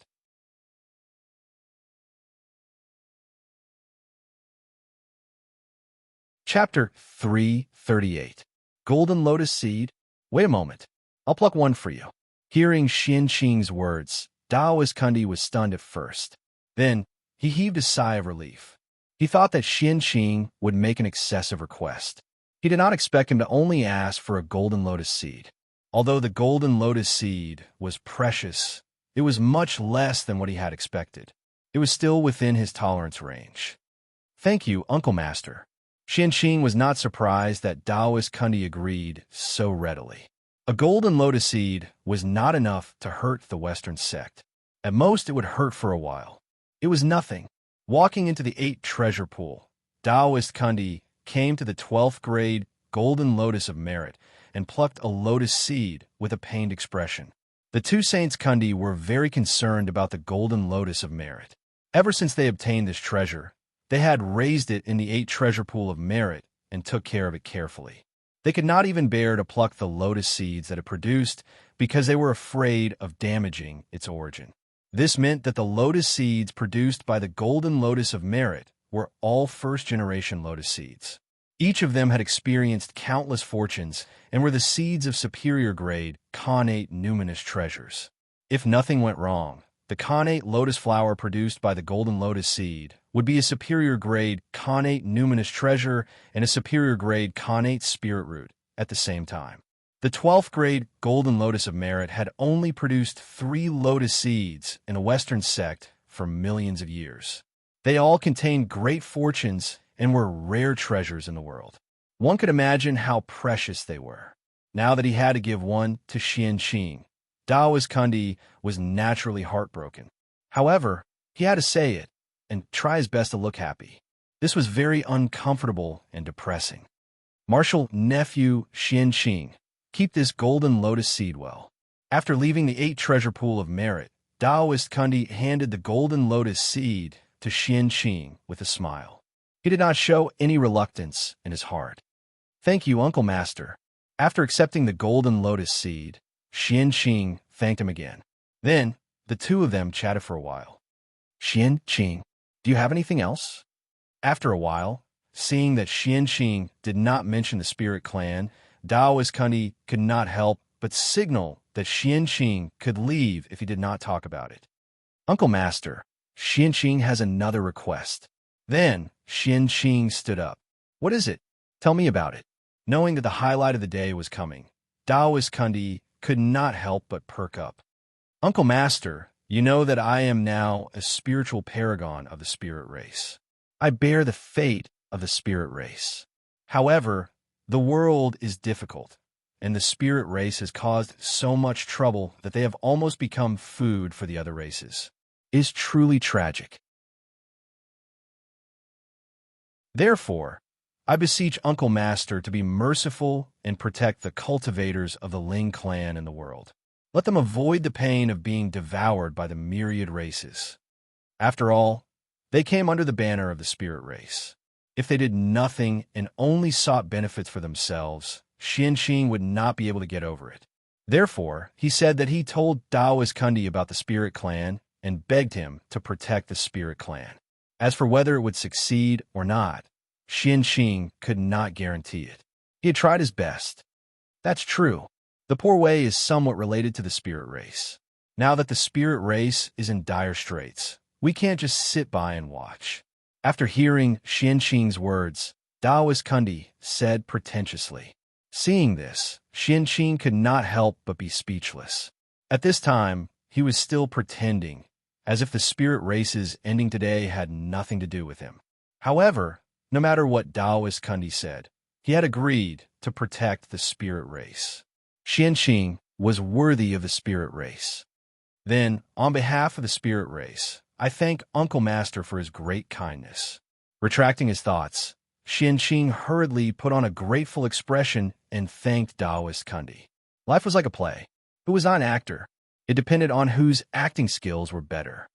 Yes, Taoist Kundi nodded and said, from today onwards, the cultivators of the primordial world are not allowed to slaughter the immortals of the spirit race for no reason.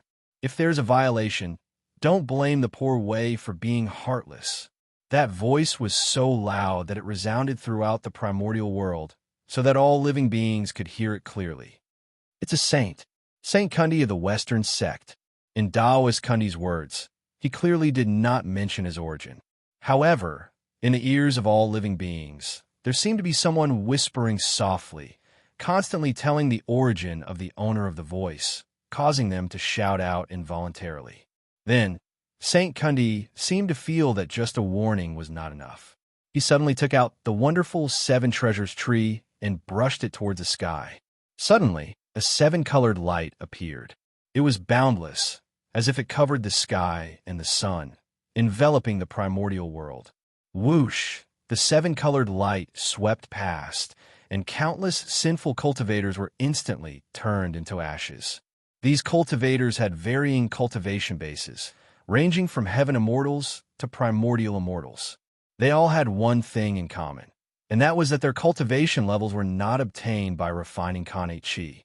They were obtained by devouring spirit race cultivators. Today, Taoist Kundi had shown his divinity, and it was their retribution. Devouring living beings for cultivation was not the right path, and it would definitely be hated by the heavenly Tao. If there was no shocking opportunity, it would be difficult to become Daluo Jinxian in this life. Therefore, this time, Taoist Kundi attacked, and Daluo Jinxian was not involved. On this day, with Taoist Kundi's help, the destiny of the spirit race soared, and 9 Tai Jinxian were born in a row. Moreover, with the saint as a backer, no one in the primordial world looked down on the spirit race anymore. Today, countless spirit race members cheered and were so excited that they could not control themselves. They were all grateful for the kindness of the saint. Uncle Master is merciful. Xianqing is impressed. On Mount Meru, Xianqing hurriedly expressed his admiration for Taoist Kundi when he saw this scene. Although he was not protecting the entire spirit race, but only the immortals of the spirit race, Xianqing was already very satisfied. It was not a day or two that the living beings of the primordial world had gathered spirit herbs to cultivate. It had long become a habit. If they were suddenly not allowed to gather spirit herbs, they would probably explode. If the mighty power of the human Tao descended under the anger of the crowd, even a saint would not end well. Therefore, protecting the immortals of the spirit race was already Taoist Kundi's limit. Since Taoist Kundi had already done so much, what was there for Xianqing to be dissatisfied with? As the destiny of the spirit race flowed back, the karma threads on Taoist Kundi's body also began to fade and disappear from his body. In an instant, the haze that enveloped his heart dissipated. The feeling of being one with heaven and earth and the myriad Tao returned to him. His cultivation was no longer restricted. It was as if karma had been settled. Of course, this was only Taoist Kundi's illusion. Although the karma threads had retreated, karma had not been settled. The spirit race had suffered a calamity for countless years and lived in fear all day. Countless clansmen had died. How could such karma be repaid so easily? Now, it was only temporarily suppressed. If he wanted to completely settle it, he had to see Taoist Kundi's performance in the future.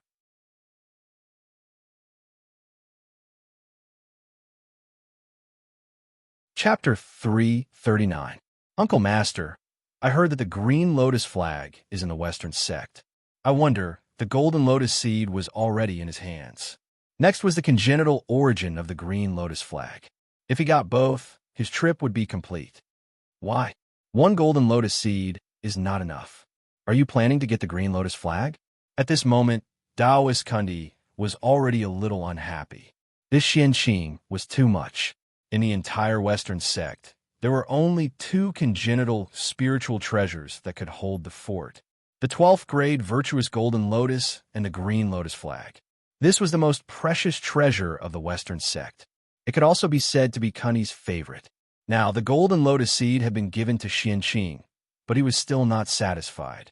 He even dared to ask about the green lotus flag. What was he doing? Did he really think that he could do whatever he wanted with the karma of the spirit tribe? The Western sect was not easy to bully. The saint was not to be trifled with. If he was really angered, the karma of the spirit tribe and the first disciple of the third generation of the Xian sect were nothing. When the saint was enraged, the heavens and the earth changed their color. The laws of nature became easier, and countless small worlds were destroyed. An invisible force spread out and pressed towards Xianqing, making him unable to breathe. Danger, extreme danger. Under the cover of Taoist Kundi's aura, he was like a small boat in the sea. As the waves hit him, he could sink at any time. He could not control his life and death at all. At this moment, the long-lost sense of danger appeared in Xianqing's heart again. It made him tremble with fear. His forehead was covered with cold sweat. Taoist Kundi only needed a thought to kill him. In a fatal crisis, Xianqing could not care too much. He suddenly shouted at Taoist Kundi, "Uncle Master, don't be angry. I just want a wisp of the congenital origin. It can't hurt the foundation of the green lotus flag. Moreover, I'm giving you something in exchange." Exchange? I'm not taking it for free. Xianqing did not expect Taoist Kundi to be so agitated. It seemed that he had underestimated the status of the green lotus flag in the Western sect. Exchange? What are you giving me in exchange? The green lotus flag is one of the sect guarding treasures of the Western sect, and it suppresses the karmic luck of the Western sect. It's of great importance. So how can it be damaged so easily? Perhaps sensing that his reaction was a little too extreme, Taoist Kundi retracted his aura and said unhappily, "Martial uncle, look." Smiling, Xianqing took out a white lotus seed and placed it in front of Taoist Kundi. This is the seed of the pure white lotus. Seeing this lotus seed, Taoist Kundi's expression changed. He was no longer as resolute as before. Instead, he was a little tempted. The 4 lotus thrones came from the same source and complemented each other.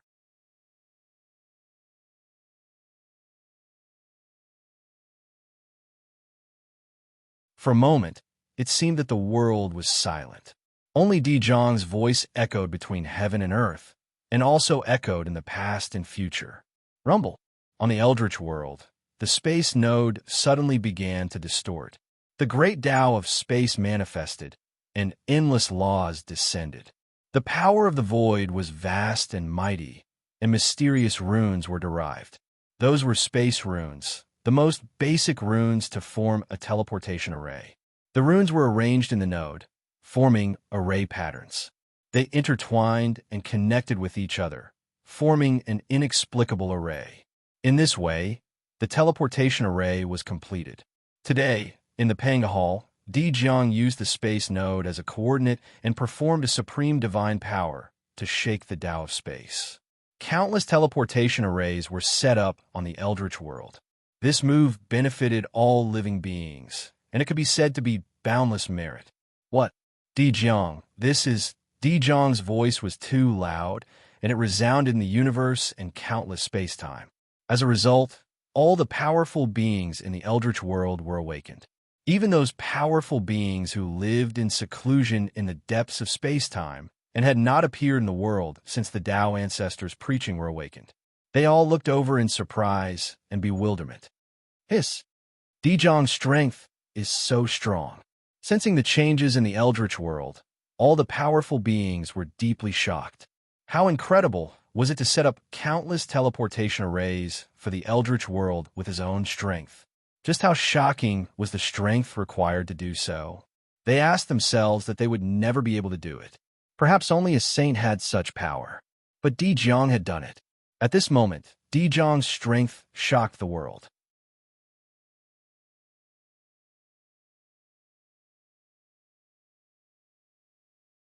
Chapter 340.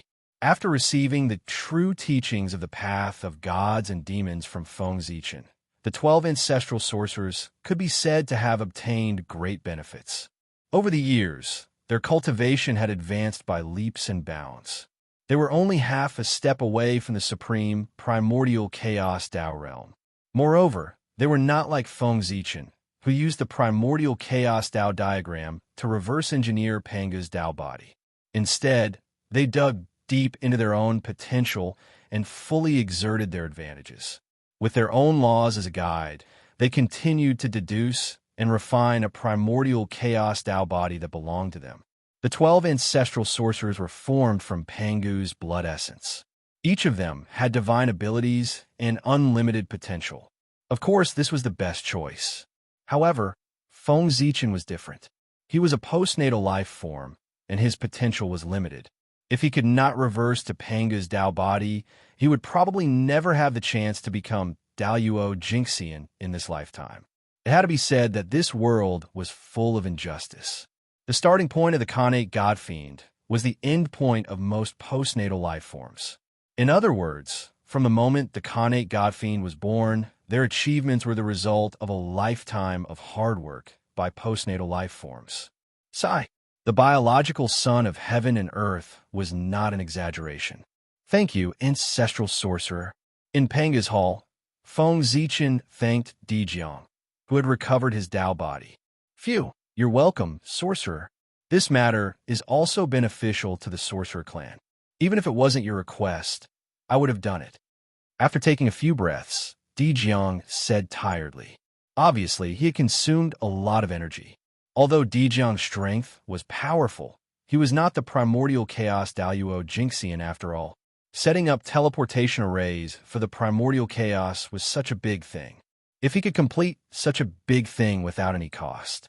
In the primordial chaos, who could be his opponent? Therefore, the price Di Jiang paid was not small. After this matter was completed, his magic power was almost drained. This was not a small matter. The magic power that Daluo Jinxian's body could hold was almost comparable to the total spiritual energy contained in an upper-class world. Not to mention a quasi-saint like Di Jiang. Without tens of thousands of years, or even hundreds of thousands of years, he might not be able to recover.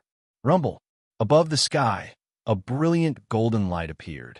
It was incomparably dazzling and emitted an auspicious and holy aura. The Xianwang merit was here. Di Jiang's actions had connected the east and south of the primordial world. Billions of living beings had benefited from it. It was a great merit. Therefore, the heavenly Tao bestowed merit as a reward. However, Di Jiang was in the Panga Hall. The heavenly Tao searched the entire primordial world, but did not find any traces of him. As such, the heavenly Tao had no choice but to insert merit into the destiny of the Magi, to continue the destiny of the Magi. Ancestral witch, this matter is over. Zichen will not disturb your rest.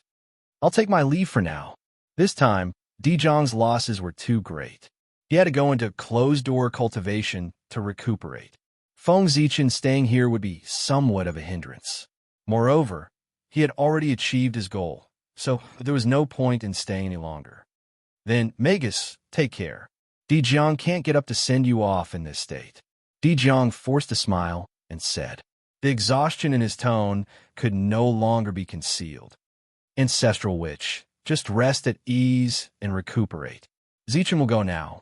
After bowing to Dijiang, Feng Zichen formed a Dao seal and disappeared from the Panga Hall. After leaving the Panga Hall, Feng Zichen casually broke through the void and stepped in, rushing into the distance. However, his destination was not the human race, but the netherworld blood sea. When he was in the Panga Hall, he had already heard that the Lady of Earth had gone out to travel. Originally, that was nothing. The great mystical abilities of the primordial world had stayed in the Tao field for a long time. It was common for them to go out and travel.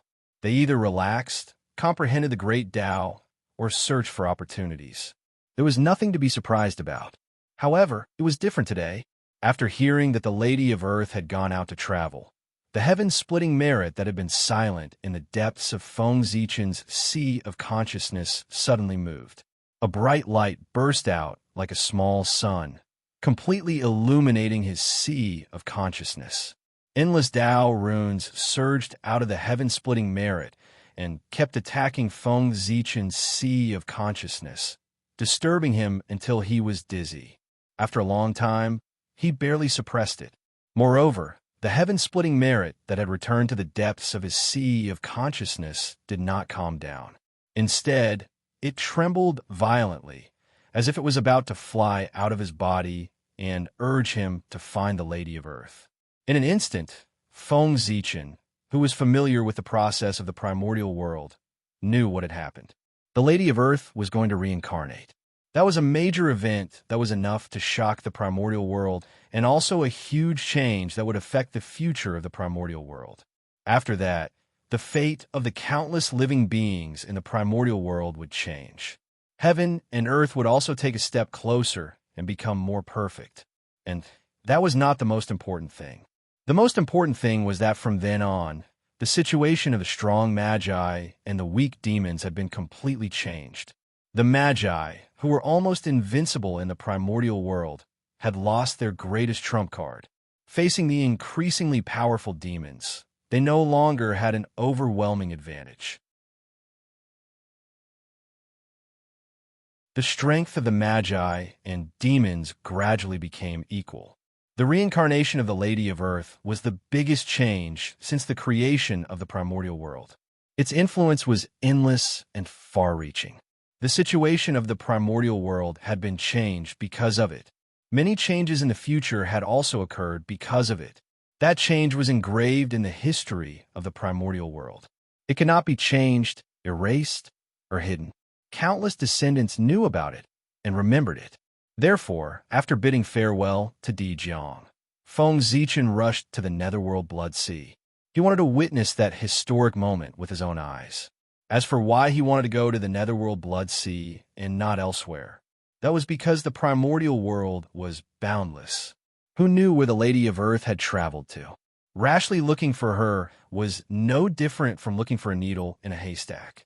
It would be uncomfortable if others did not find her and miss the time to reincarnate.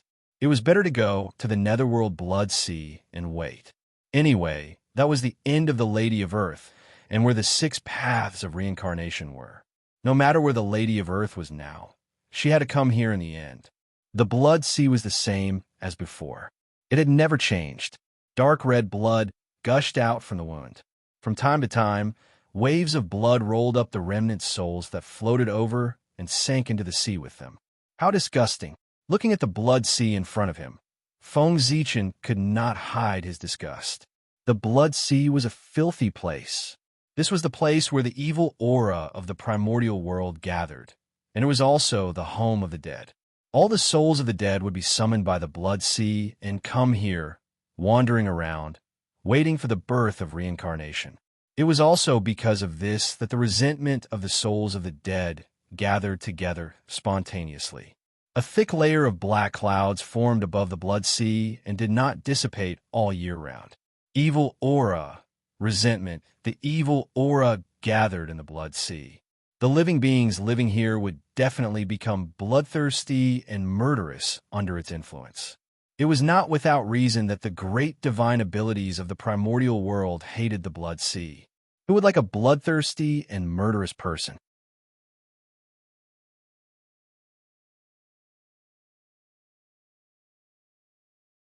Chapter 341. Even ordinary people would inevitably be affected by the filthy aura after staying in the blood sea for a long time, causing their personality to change drastically. It was fine if it was mild. At most, they would become bloodthirsty and murderous like the living beings of the blood sea. If it was serious, the evil aura would enter their bodies and they would lose their minds. They would become puppets that only knew how to kill, no different from a dead person. No, it was worse than a dead person. It was a fate worse than death. In terms of origin, the netherworld blood sea was formed from Panga's navel. It is indeed the top holy land of the primordial world and has countless opportunities. Unfortunately, apart from the Khanate god-fiend Taoist Mingi, who was born in the blood sea, no one else has the fortune to enjoy such a place of creation. Looking at the endless blood sea in front of him and thinking about its origin, Feng Zichen sighed. As a part of Panga's body, the blood sea had endless opportunities. It was not inferior to the 36 grotto heavens and 72 blessed lands of the primordial world. It was a top-notch cultivation holy land. The 12th grade karmic fire red lotus, the northern mystic essence water control flag, and the 2 Khanate killing swords, the 4 supreme grade Khanate numinous treasures, were all born in the blood sea. From this, it could be seen how rich the origin of the blood sea was. However, even so, no great mystical abilities of the primordial world came to stay here. It was not that they were afraid of Taoist Mingi, but that this place was really unapproachable. The blood sea was filthy. If one could not adapt to the environment here, they would enter rashly to cultivate. Not to mention obtaining results, even not being injured by it was already the greatest gain. Therefore, the attributes of the blood sea were unique and clashed with other great mystical abilities.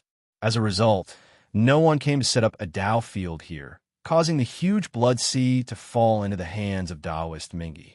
Otherwise, how could Taoist Mingi alone guard the blood sea, a top holy land of the primordial world? Even if the 3 pure ones were invincible, they did not occupy Kunlun Mountain alone. They only occupied the best territory of Kunlun Mountain, East Kunlun. They gave the remaining places like West Kunlun to the other great mystical abilities. Even if 3 pure ones were like that, let alone them. The reason why Mingi Taoist could monopolize the blood sea was not because of his abilities, but because of his geographical advantage. If the blood sea was like the other holy lands where everyone could go, it would have been crowded to the brim with the creation it contained. It was already considered good that the Netherworld River could occupy a piece of the blood sea. It's rare for me to come to the blood sea. If I don't go in and take a look, wouldn't it be a pity? With a thought, Feng Zichen decided to explore the blood sea. At that moment, without hesitation, Homing's Tao light rose from his body. Then, he cast a Tao spell and set off a wave of blood. He walked into the sea of blood. The Nether Blood Sea was a famous, dangerous place in the untainted land. Inside, waves of blood were rolling. Fish and prawns were dead, and birds and insects were absent. All the evil chi of heaven and earth had gathered here. Even if an ordinary Tai Jinxian were to accidentally fall into it, they would be bewitched by the evil aura within a few days and become a puppet. If a golden immortal were to fall into it, he would be turned into a pool of filthy blood and become a part of the sea of blood.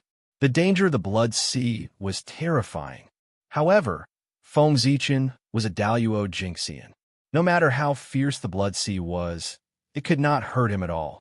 It was the filthy aura that gathered from all over the untainted land that swayed in front of him from time to time. It was unavoidable that it would annoy him. A ray of purple light bloomed from Feng Zichen's body. It was purple and lustrous, like flowing water. It was magical and abnormally gorgeous.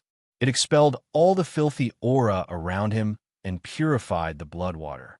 In the blink of an eye, the evil aura within 1,000 feet of Feng Zichen disappeared. The blood water also turned from dark red to bright red. It was sparkling and extraordinary.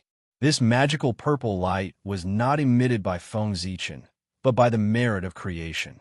It seemed that even he could not stand the environment of the Blood Sea and could not help but purify the surroundings. Speaking of which, since Feng Zichen came to the Nether Blood Sea, the merit of creation that had been trembling suddenly stopped trembling and returned to calmness. It was as if the Nether Blood Sea was his destination. This magical scene also made Feng Zichen certain that the merit of creation was indeed related to Hutu. Just as he had guessed before, Pangu had left it for Hutu and sent it out through him. Sigh, this thing is really not fated with me. Although he had guessed it, Feng Zichen was still a little reluctant after confirming it. That was 10% of the merit of creation. The merit that could create a saint. Who would not like such a treasure? Moreover, this treasure had already been obtained. A cooked duck was about to fly away. No one would feel good. If one did not get it, one would not feel pain. If one got it and lost it again, it would be unbearable. At this moment, Feng Zichen could not help but feel dissatisfied with Pangu. He felt that he was playing with him. Otherwise, why would he give the merit of creation to him instead of directly giving it to Hutu? Greed, the source of all evil, one of the original sins of countless living beings. Under the influence of greed, Feng Zichen's heart was distorted. Under this influence, his face became ferocious and looked extremely ugly.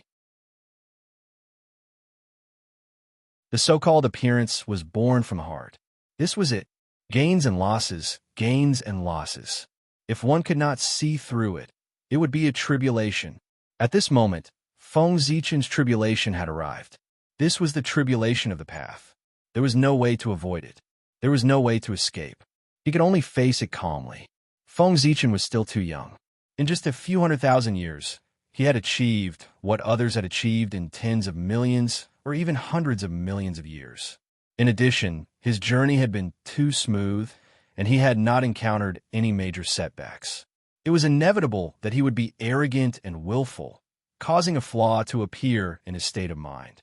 This was a drawback caused by cultivating too quickly. Now, under the dual influence of gains and losses and greed, Feng Zichen's state of mind was completely lost. The drawbacks caused by the cultivation over the years erupted together and turned into a tribulation of the path that suddenly attacked. Tribulation of the path. Tribulation of the path. It was the tribulation of the path, but also the tribulation of the path destruction. After breaking through the tribulation of the path, one's cultivation would improve greatly. This was the tribulation of the path. If one could not survive the tribulation of the path, their path would be shattered and their strength would drop greatly. Although they would not lose Daluo's path, it would be difficult for them to improve in the future. In fact, it was almost impossible for them to even retain their original strength. In the tribulation of the path, danger and opportunity coexisted. Whether one could seize the opportunity depended on themselves. One could see that on Feng Zichen's body, wisps of black gas appeared, emitting the smell of decay and eroding his path. This was the aura of the end of everything. Under its power, the universe would be destroyed, the laws would collapse, and the path would disintegrate. It could bring the end to all things and let everything return to its original point. Nothing. The tribulation of the path had arrived. At the critical moment, the heaven-splitting merit suddenly shone brightly, lighting up Feng Zichen's sea of consciousness and dispelling all the haze. The aura of the end brought by the tribulation of the path was immediately suppressed.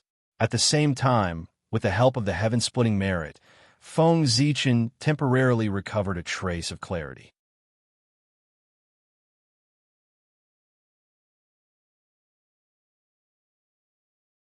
Chapter 342. That was close. Feng Zichen broke out in a cold sweat when he realized the changes in his body. His mind was distracted, and the path calamity was upon him.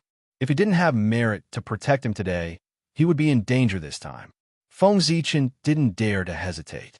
He mobilized all the power he could to suppress the chi of demise in his body. Whoosh! A dazzling sword light descended, slashing toward the chi of demise with an aura that could destroy everything. This was the Khanate sword path. Stars appeared one after another, blossoming with fine radiance.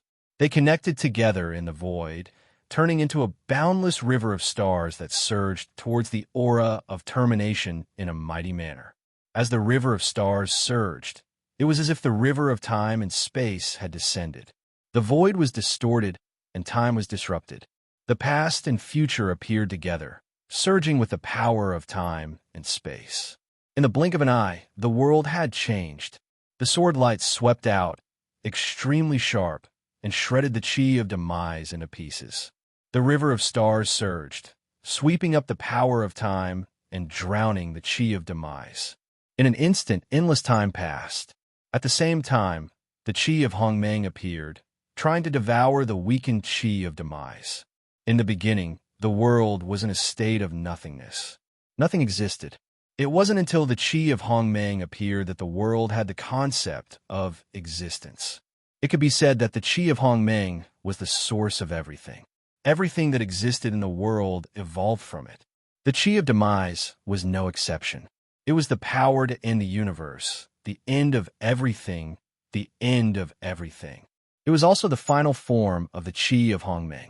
Therefore, the chi of Hongmeng could devour everything. After being weakened by the Khanate sword path and the path of stars, the power of the chi of demise had fallen to the extreme.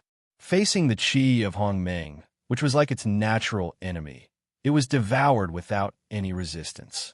As such, Feng Zichen's crisis was temporarily alleviated. But if the path calamity didn't disappear, the crisis wouldn't be over. The chi of demise would definitely come back and completely destroy Feng Zichen's path. It's all because of greed. After calming down, how could Feng Zichen not know where this Tao tribulation came from? It was clearly caused by his greed for the merit of opening the heavens. Years ago, in the belly of Mount Buzhou, the Hongmeng Tao seal suddenly shattered the Hongmeng heaven-measuring ruler, causing Feng Zichen to commit a heinous crime and be entangled with boundless karma. After that, Pangu's will manifested and asked him to give the merit of creation to the fated person to offset the sins he had committed. Feng Zichen managed to keep his life. As for why Pangu didn't directly give the merit points to Hudu, Feng Zichen didn't understand at that time.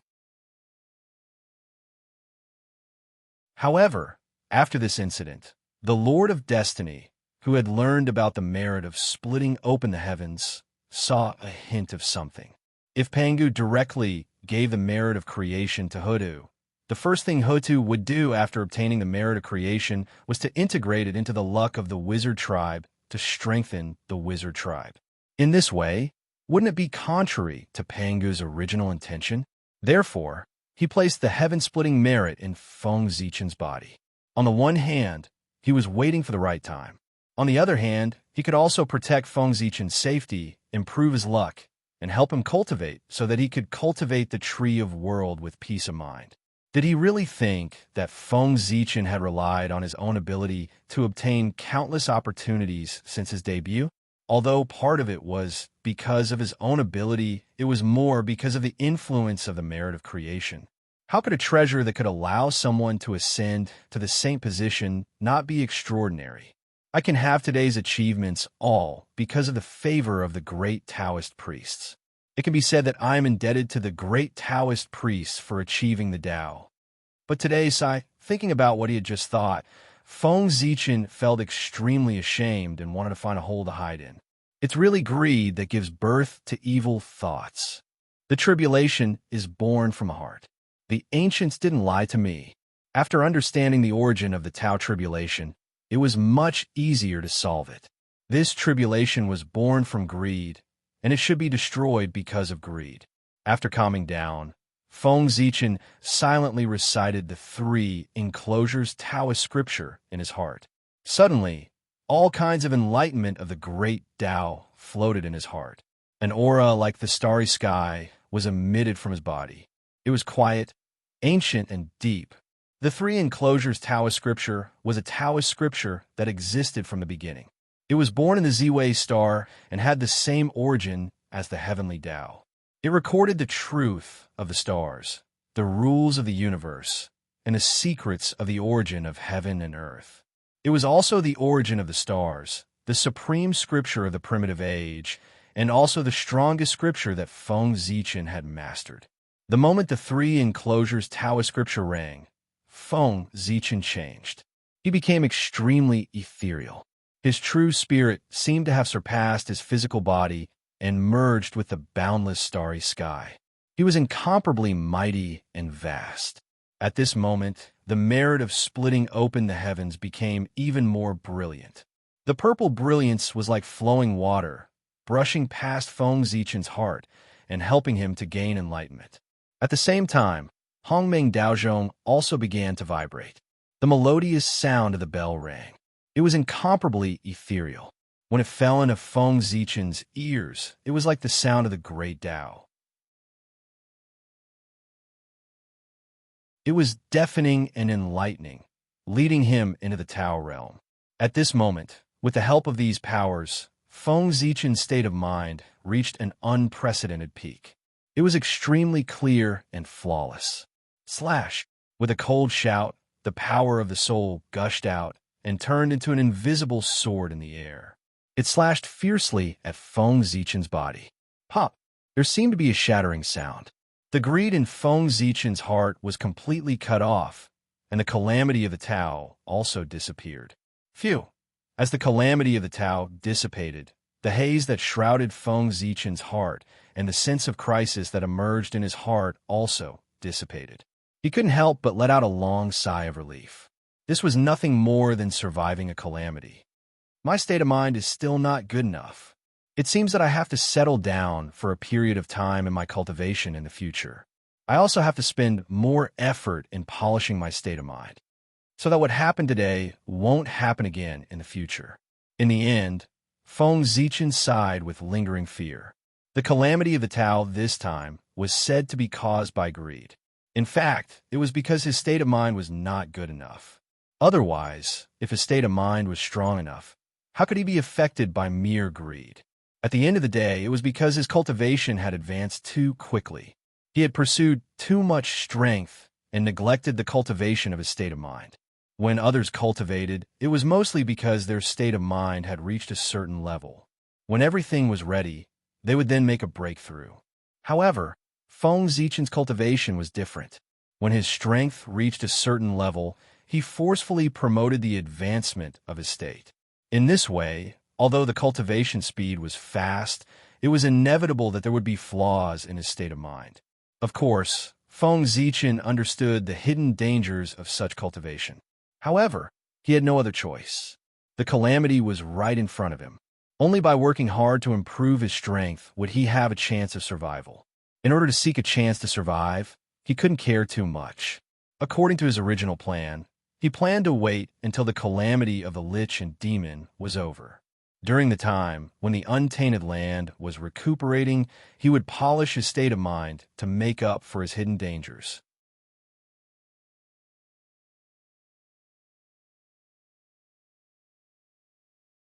Chapter 343. But who would have thought that once his greed arose, it would directly cause the hidden dangers to erupt and cause the path calamity to descend upon him? He almost collapsed his great Tao and suffered heavy injuries. It could only be said that the affairs of the world were unpredictable. After calming his mind, Feng Zichen stood up and bowed 3 times respectfully to the void. He was bowing to Pangu. Previously, because his mind was distracted, Feng Zichen's mind was filled with distracting thoughts, and he couldn't help but have ill intentions towards Pangu. Although, with Pangu's magnanimity, he wouldn't care about such trivial matters. But if Feng Zichen didn't do this, he would feel guilty. After all, it was Pangu who made him what he was. He still used malice to figure out Pangu, so he couldn't help but feel ashamed. After doing all this, Feng Zichen's heart finally calmed down completely. After tidying up his mood, Feng Zichen pulled himself together and continued to walk into the depths of the Blood Sea. This place might be one of his future dojos. It was good to familiarize himself with it in advance. Speaking of which, the Nether Blood Sea had a fate with him. This fate came from Great Emperor Ziwei. As the most noble existence in the primordial world, Great Emperor Ziwei was the inferior ruler of the three realms. His power was not as simple as controlling Zhoxing. His power was enough to connect the two realms of life and death. In the Heaven Realm, Great Emperor Ziwei was one of the four emperors. He was high and mighty and dominated the operation of the stars. In the human world, Great Emperor Ziwei was the lord of all things. He commanded mountains, rivers, plants, wind, rain, thunder, and lightning. He was the king of all phenomena. Even the change of the emperors of the human world was under his control. In the Netherworld realm, Great Emperor Ziwei transformed into the Great Emperor of Fengdu. He dominated the Netherworld and ruled over all ghosts. He was the supreme god of the Netherworld. Great Emperor Ziwei was the ruler of the stars, the ruler of all spells, and the ruler of Fengdu. He was in a high position and had a wide range of advisors. From the examination of the universe's calamity, to the rise and fall of the countries in the world, to the rise and fall of the immortals in the three realms, to the misfortune and longevity of all living beings, they were all under his jurisdiction. His divine abilities were boundless, and his magic power was boundless. He could instantly destroy the demons and devils of the three realms. Vast and mighty, as high as the heavens, and able to control the movement of lightning. Almost everything in the world was under the jurisdiction of Great Emperor Ziwei. In that case, the Nether Blood Sea was fated to be with Feng Zichen. This place was the predecessor of the Nether Realm. Established the Fengdu necropolis, established the underworld, and established hell. These are the merits of Ziwei the Great, and they are also my merits. Strolling in the sea of blood, Feng Zichen thought to himself. After Ho-Tu turned into reincarnation, the Netherworld was born to accept the 6 paths of reincarnation and take in the endless souls of the primordial world. And the heavy responsibility of establishing order in the Nether Realm fell on Feng Zichen's shoulders. This was a predestined fate, and he could not refuse it. Of course, he would not refuse. However, the Great Emperor of Fengdu is the incarnation of the Great Emperor of Ziwei. He oversees the Netherworld on his behalf and commands the ghosts of the Netherworld. From the looks of it, I have to refine another incarnation. As he walked, Feng Zichen suddenly thought of something. The Great Emperor of Ziwei was the Lord of the Stars. Naturally, he had to oversee the boundless starry sky and would not stay in the Nether Realm for a long time. Therefore, this Great Emperor of Fengdu was an incarnation. This is troublesome. This incarnation is not easy to refine. It was not difficult to refine an incarnation, but it was difficult to refine an incarnation that could live in the Nether Blood Sea. In the primordial world, there were not many treasures that could do this. Pangu's remnant body was one. However, anything left behind by Pangu could live like a fish in water anywhere in the primordial world.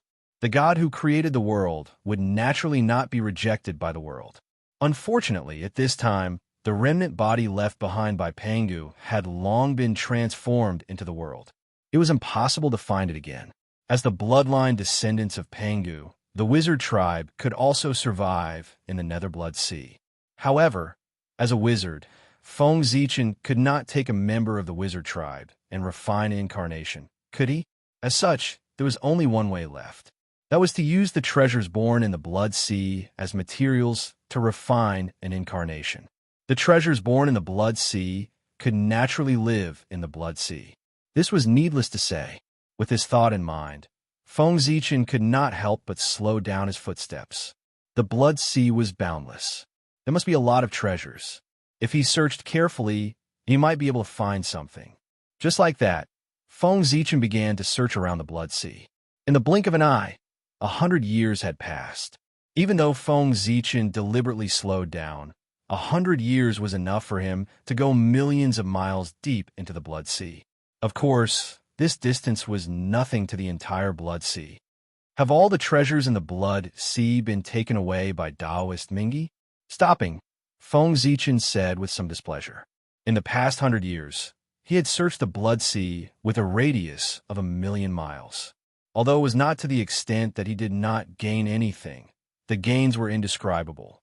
6 blood essences. It took 100 years. Feng Zichen only found 6 blood essences. These blood essences were enough to refine an incarnation. However, the incarnation refined with them was really not up to standard. It could be said that it was not presentable. Blood essence. As the name suggested, it was the essence of blood. It sounded good, but in fact, it was condensed from the blood water of the Blood Sea. It was just like the spirit stones of the later generations. It was not considered a good thing. If one used it to refine an incarnation, the incarnation refined would have limited potential. It might not even be comparable to ordinary creatures in the untainted land. It would not be worthy of the name of the Emperor of Feng, Du Tiske Tisk. This Blood Sea lineage is really stingy. At this point, Feng Zichen understood that the treasures in the Blood Sea were either taken away by the Azura tribe or by Taoist Mingi. It was obvious that the treasures in the Blood Sea had been plundered by someone long ago. This caused Feng Zichen to spend 100 years without finding anything. If not, he would not have spent 100 years to only find 6 blood essences, which should be everywhere. These 6 blood essences were only born recently. Otherwise, Feng Zichen would not even be able to find 6 blood essences. Only the Nether River lineage could do this in the Blood Sea. Outsiders did not have the ability, and Taoist Mingi would not allow it. So if it doesn't work, I'll wait for Ancestral Witch Hoodoo to come and ask for a drop of blood essence from her. Or I can go to the Panga Hall and ask for a drop of Pangu's blood from her heart. Fortunately, Feng Zichen was not without a backup plan. The living creatures formed from the blood essence of the Ancestral, which were considered top-notch among the Khanate living creatures, second only to the Khanate godfiends. Pangu's blood flowed in Panga's heart. Many Grand Magi of the Sorcerer tribe were born from this. The incarnations refined from this would also be top-notch Khanate living creatures. If the two were combined, it was even possible to give birth to a Khanate godfiend. Of course, Feng Zichen had a bold idea. If he gathered the blood essence of the 12 ancestral witches and supplemented it with Panga's blood, he could definitely give birth to a top-notch Khanate godfiend. The legendary 13th ancestral witch of the Sorcerer tribe was born from this method.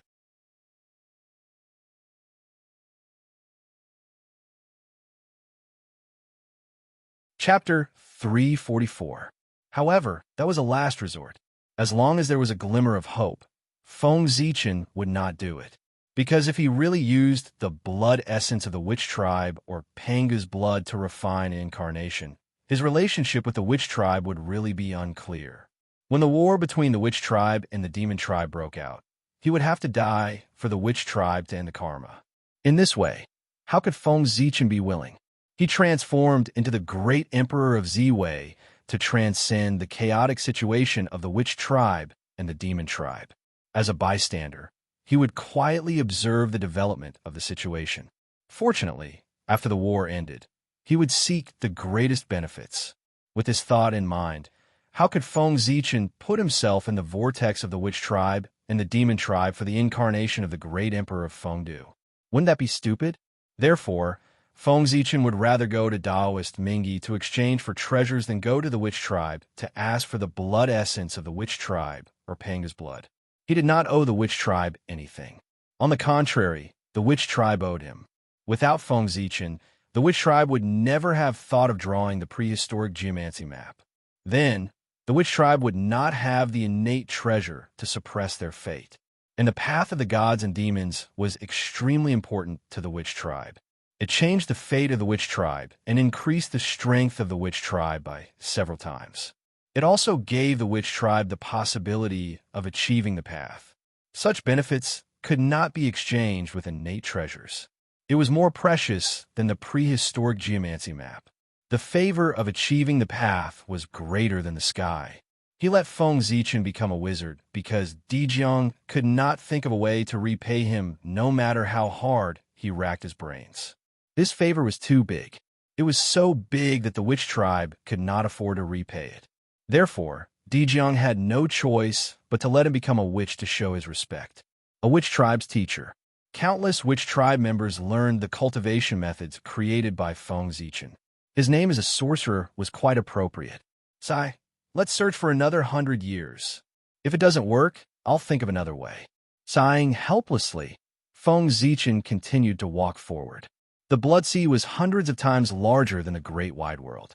He did not believe that the Nether River clan could really plunder this place clean. As for Hutu, she was in no hurry. Sacrificing oneself, becoming reincarnated, this wasn't a small matter. It was equivalent to suicide. Without sufficient emotions, Hutu would not have made such a decision. After all, when she reincarnated, Hutu was determined to die. She didn't expect that she would be able to survive. Therefore, the current Hutu should still be brewing her emotions. Who knew how long it would take for her to arrive at the Blood Sea? Now, Feng Zichen was in no hurry. As Feng Zichen went deeper and deeper, the color of the blood around him became darker and thicker, like a wriggling liquid. It looked extremely disgusting and filthy. Fortunately, the merit of splitting the heavens was purifying them. Otherwise, Feng Zichen definitely wouldn't have taken a step into it. It was disgusting enough to see a cesspool. If he walked in, wouldn't it be even more disgusting? Screech. Suddenly, a sharp scream rang in Feng Zichen's ears. Then, he saw a dark red shadow galloping toward him. Who is it? Feng Zichen's face turned cold. His imposing aura swept out. Suddenly, the void froze. The figure galloping toward him was directly fixed in the void. It was a humanoid monster. Although it had a human shape, it did not have a physical body. It was a monster formed by a mixture of hostility and blood. Looking at the monster, Feng Zichen frowned slightly. Then, he suddenly exerted force. The surrounding void immediately pressed toward the monster. With a bang, the monster's body was directly crushed into pieces. It turned into wisps of blood and merged into the Blood Sea. Following the disappearance of the monster's body, a broken true spirit fell out from within. I see. Seeing this true spirit, Feng Zichen immediately understood the origin of the monster. After the creatures of the untainted land died, their true spirits would be summoned by the Blood Sea and come here. However, the underworld would not appear before the reincarnation cycle opened. After these true spirits came here, they had nothing to rely on. They could only float in the Blood Sea. But what kind of place was the Blood Sea? It was a filthy place in the world. After these true spirits came here, they were unsurprisingly sucked into it. After these true spirits were sucked into the Blood Sea, the lucky ones would be enlightened by the Nether River Taoist and reappear in the world as Azuras. The unlucky ones could only continue to wander in the Blood Sea and wait for the reincarnation cycle to open. The unlucky ones would be more miserable. They would be contaminated by hostility and become monsters that only knew how to kill, just like the monster Feng Zichen had killed earlier. How tragic. I can't even rest in peace after death. Looking at this true spirit, Feng Zichen could not help but feel compassion. He stretched out his hand, and the aura of Hongmeng circulated, enveloping the true spirit and washing away the hostility on his body, making him pure again. In the moment the true spirit recovered its purity, a sudden change occurred. A will suddenly came from his body. Taoist priests are merciful. The true spirit was enlightened by Feng Zichen and actually regained its clarity for a short period of time, remembering its previous life. Although it only lasted for a moment, it was still an amazing creation. This is Ghost. This magical scene fell into Feng Zichen's eyes like a clap of thunder, reminding him of a special group of people in the future. Ghosts. Wasn't that so? After a person died, he did not lose his intelligence. He had a form, but no body. Wasn't that a ghost? However, there was a difference between them and the future. The ghosts of the future were formed by souls. The ghosts of the untainted land were formed by true spirits. As everyone knew, only when one's cultivation reached the golden immortal realm would one's true spirit possess immortality. Only then would one's lifespan be as long as the heavens and live forever. Similarly, when one's cultivation reached the golden immortal realm, even if their primordial spirit and physical body were destroyed, they could still maintain their true spirit and have a chance to start again. It was also at this time that the call of the blood sea was useless to them. They could easily break free. However, for cultivators who had not reached the golden immortal realm, there was still a chance of survival if their physical body was destroyed. If their primordial spirit was destroyed, they would really die. Their true spirits could not escape the call of the blood sea, nor could they maintain the survival of their intelligence. Therefore, if they died, they would really die. The true spirits gathered in the nether blood sea were mostly cultivators below the golden immortal realm. Only a small number of unlucky golden immortals and Tai Jinxian, whose true spirits were shattered, would come to the blood sea. The true spirit in front of Feng Zichen was a Tai Jinxian when it was alive. Otherwise, it would not have temporarily recovered its intelligence. Ghost. Is this a sign of something? At this moment, Feng Zichen could not help but fall into deep thought. The Emperor of Feng Du was not only the Lord of the Underworld, but he was also the Bane Ghost Emperor. However, there were no ghosts in the current untainted land, nor were there any ghost cultivation methods. Ghosts were products of the postnatal era. There were none in the postnatal era.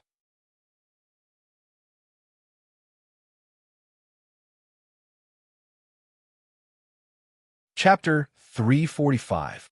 Ghost, to put it bluntly, was the soul, was made up of 3 souls and 7 spirits. But innate spirits did not have souls. They only had an innate true spirit. The great void was vast, the foundation turned into the origin, the beginning of all things, the 5 fortunes of the heavens, the distribution of chi, the origin of the earth. The true spirit existed in the vast universe and had the most primitive life functions. It was the subtle matter that could transform all things and was the origin of all things. It was the origin of life, the most essential power of the universe. Only with a true spirit could one be considered a true living being. Whether it was the primordial spirit of an immortal or the soul of a mortal, they were all special energy bodies evolved from the true spirit and supplemented by the chi of heaven and earth. It was like a placenta that wrapped around the true spirit to prevent it from being hurt.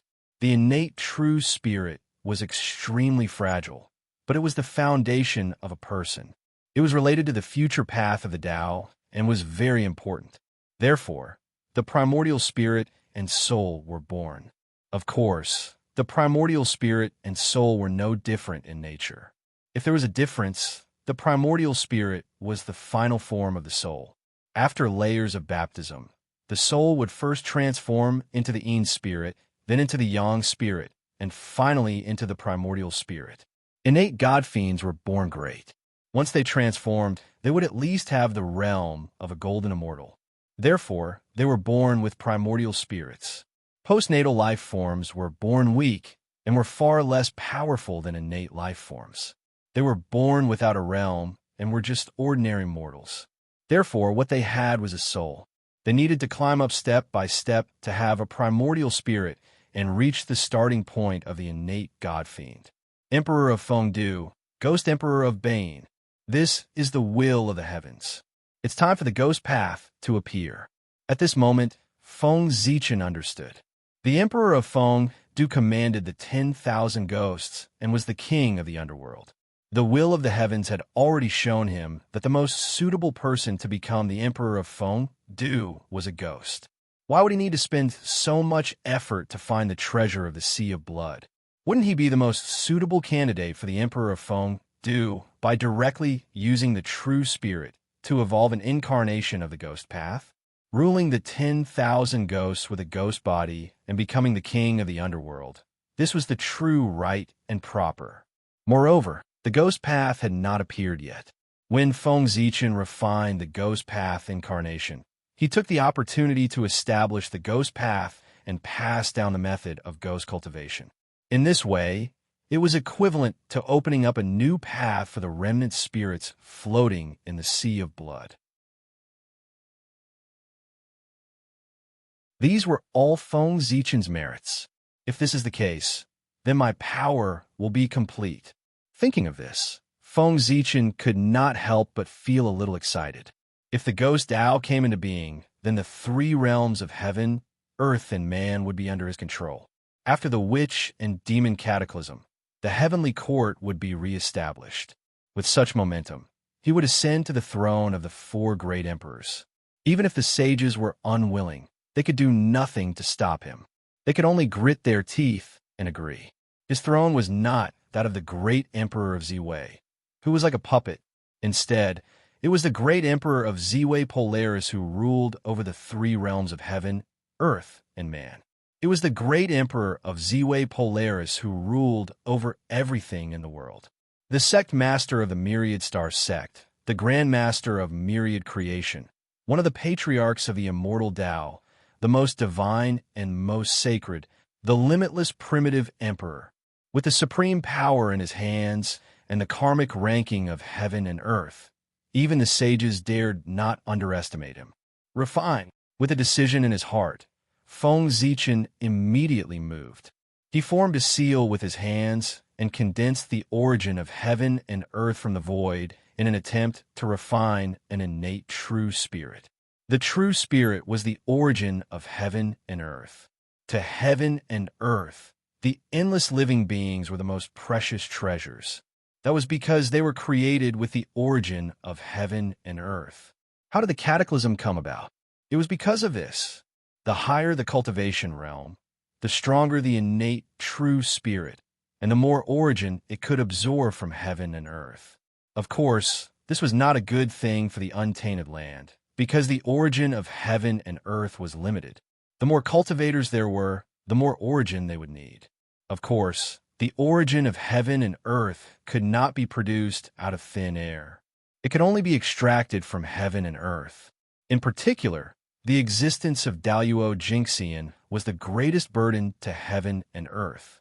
Ordinary cultivators would die one day, and their origin would return to heaven and earth to form a virtuous cycle. However, Daluo Jingxian was different. They were immortal, which meant that the origin of heaven and earth that they had absorbed, the untainted land, would be lost forever. This was a great harm to the untainted land.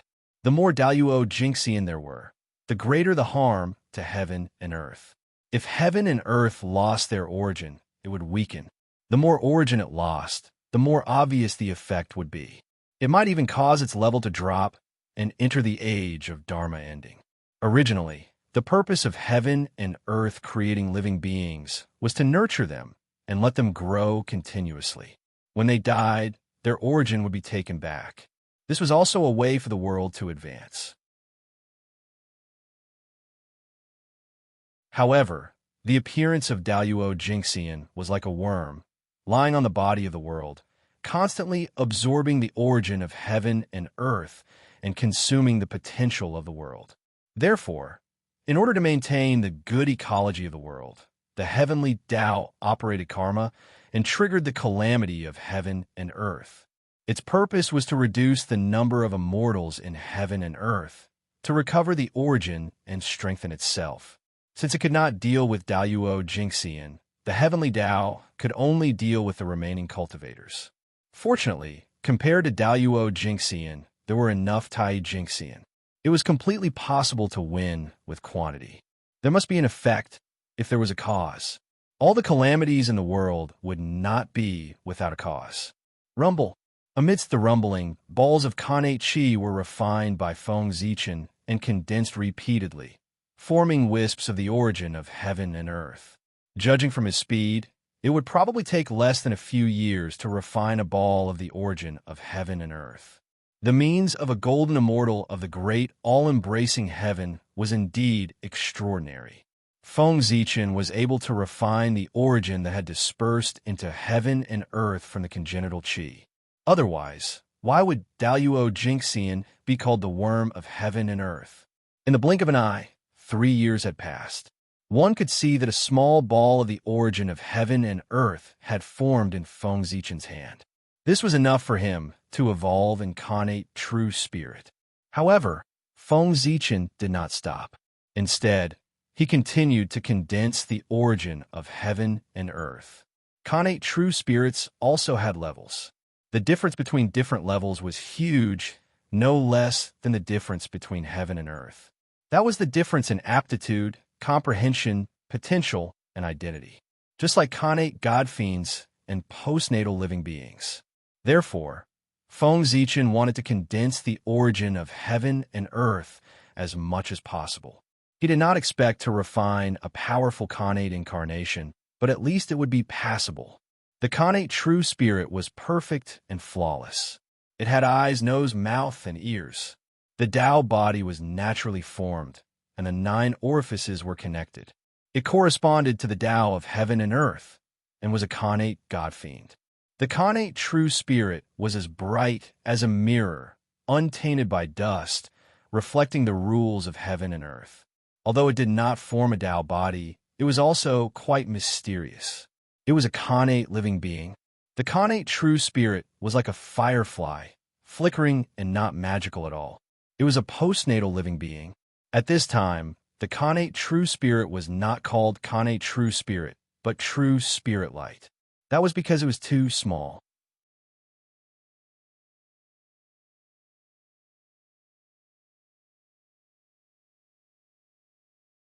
Chapter 346. This bit of true spiritual light was the only innate item in the body of a postnatal life form. If a postnatal life form wanted to go against postnatal and become innate, prove the supreme great Tao, and cultivate into the immortal Daluo Jingxian, they could only rely on this bit of true spiritual light. This was the foundation of their Tao. The essence of the Tao of God Fiends was to constantly strengthen this bit of true spiritual light so that it could transform into a Tao body and transform into a connate God Fiend. Of course, the incarnation that Feng Zichen wanted to refine couldn't be a postnatal life form. If he wanted to refine a postnatal life form incarnation, he could directly use blood essence. It wouldn't be so troublesome. The incarnation that he wanted to refine was not something a connate god fiend dared to hope for, but it had to be at least a top-level connate life form. Connate god fiends were great creatures created by heaven and earth. Each of them was a seed of Daluo Jingxian. As long as nothing unexpected happened, they were destined to become Daluo Taoist priests. With Feng Zichen's strength, Daluo Jingxian couldn't create a connate god fiend. Even if a saint wanted to create such a great creature, it would be extremely difficult. He would have to pay a considerable price. Therefore, he could only use his strongest method to refine a top-level connate life form incarnation. In fact, it wasn't that difficult to refine a connate god fiend incarnation. Now, there was an opportunity in front of Feng Zichen. It was just that he wasn't willing. In the Netherworld Blood Sea, there were countless fragments of true spirits floating.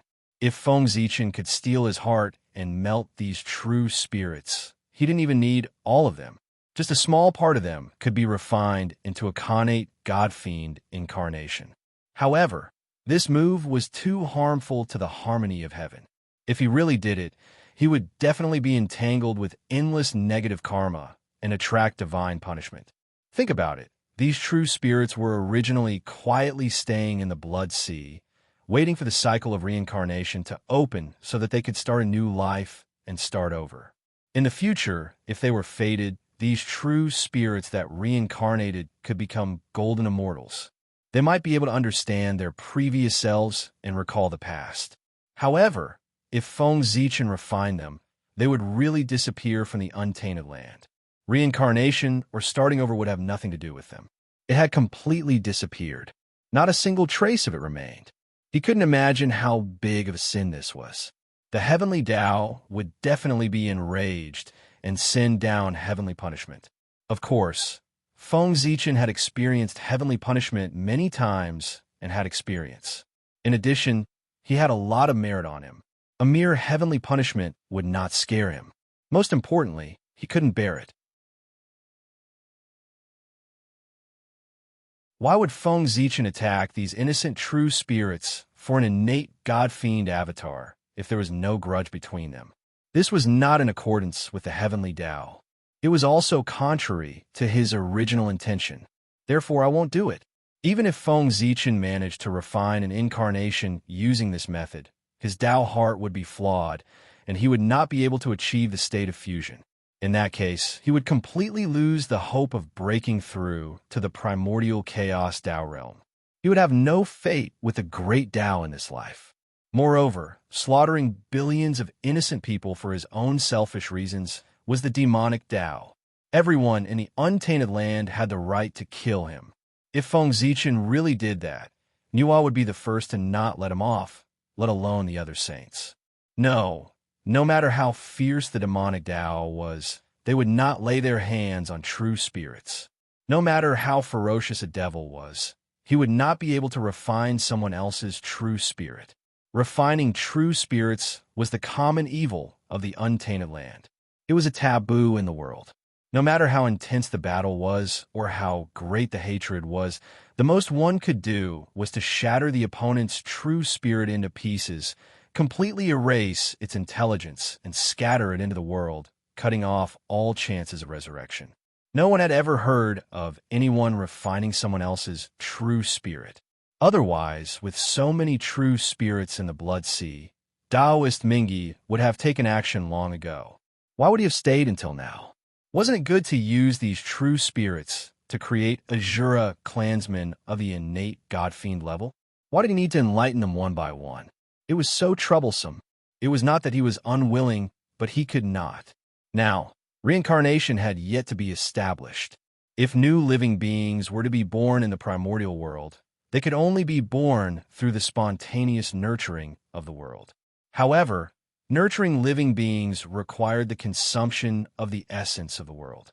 Even if the world did not care about these essences, nurturing innate true spirits and giving birth to true living beings required a long process.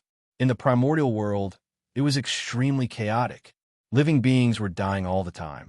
Moreover, this speed was definitely faster than the speed at which living beings were born in the primordial world. According to this, there should be fewer and fewer living beings in the primordial world. However, the truth was that there were more and more living beings in the primordial world. The reason was those innate true spirits. When an innate god-fiend died and his innate true spirit was shattered, 129,608 life forms could be born.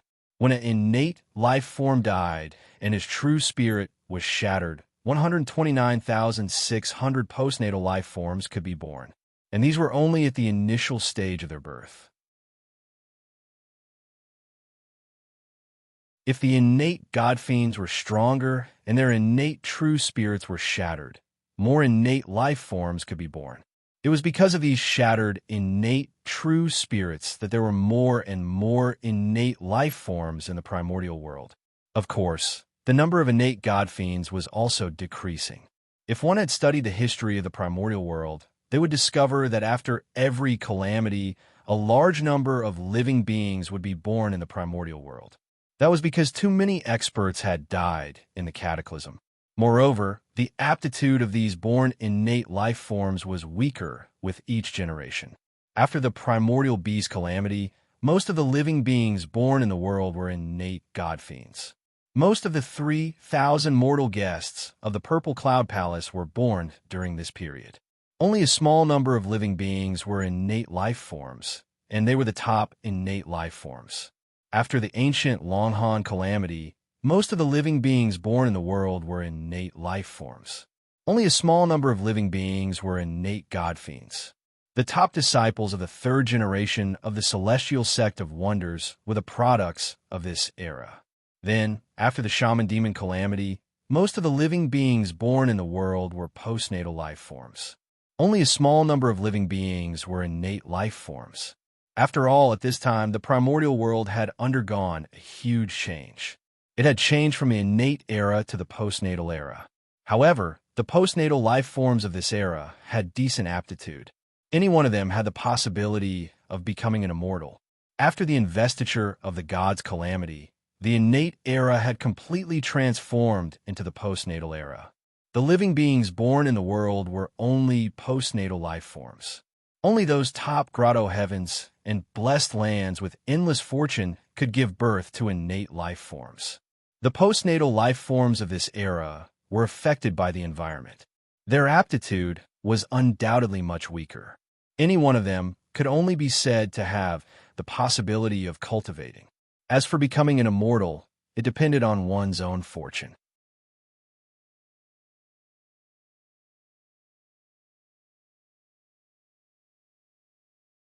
Chapter 347.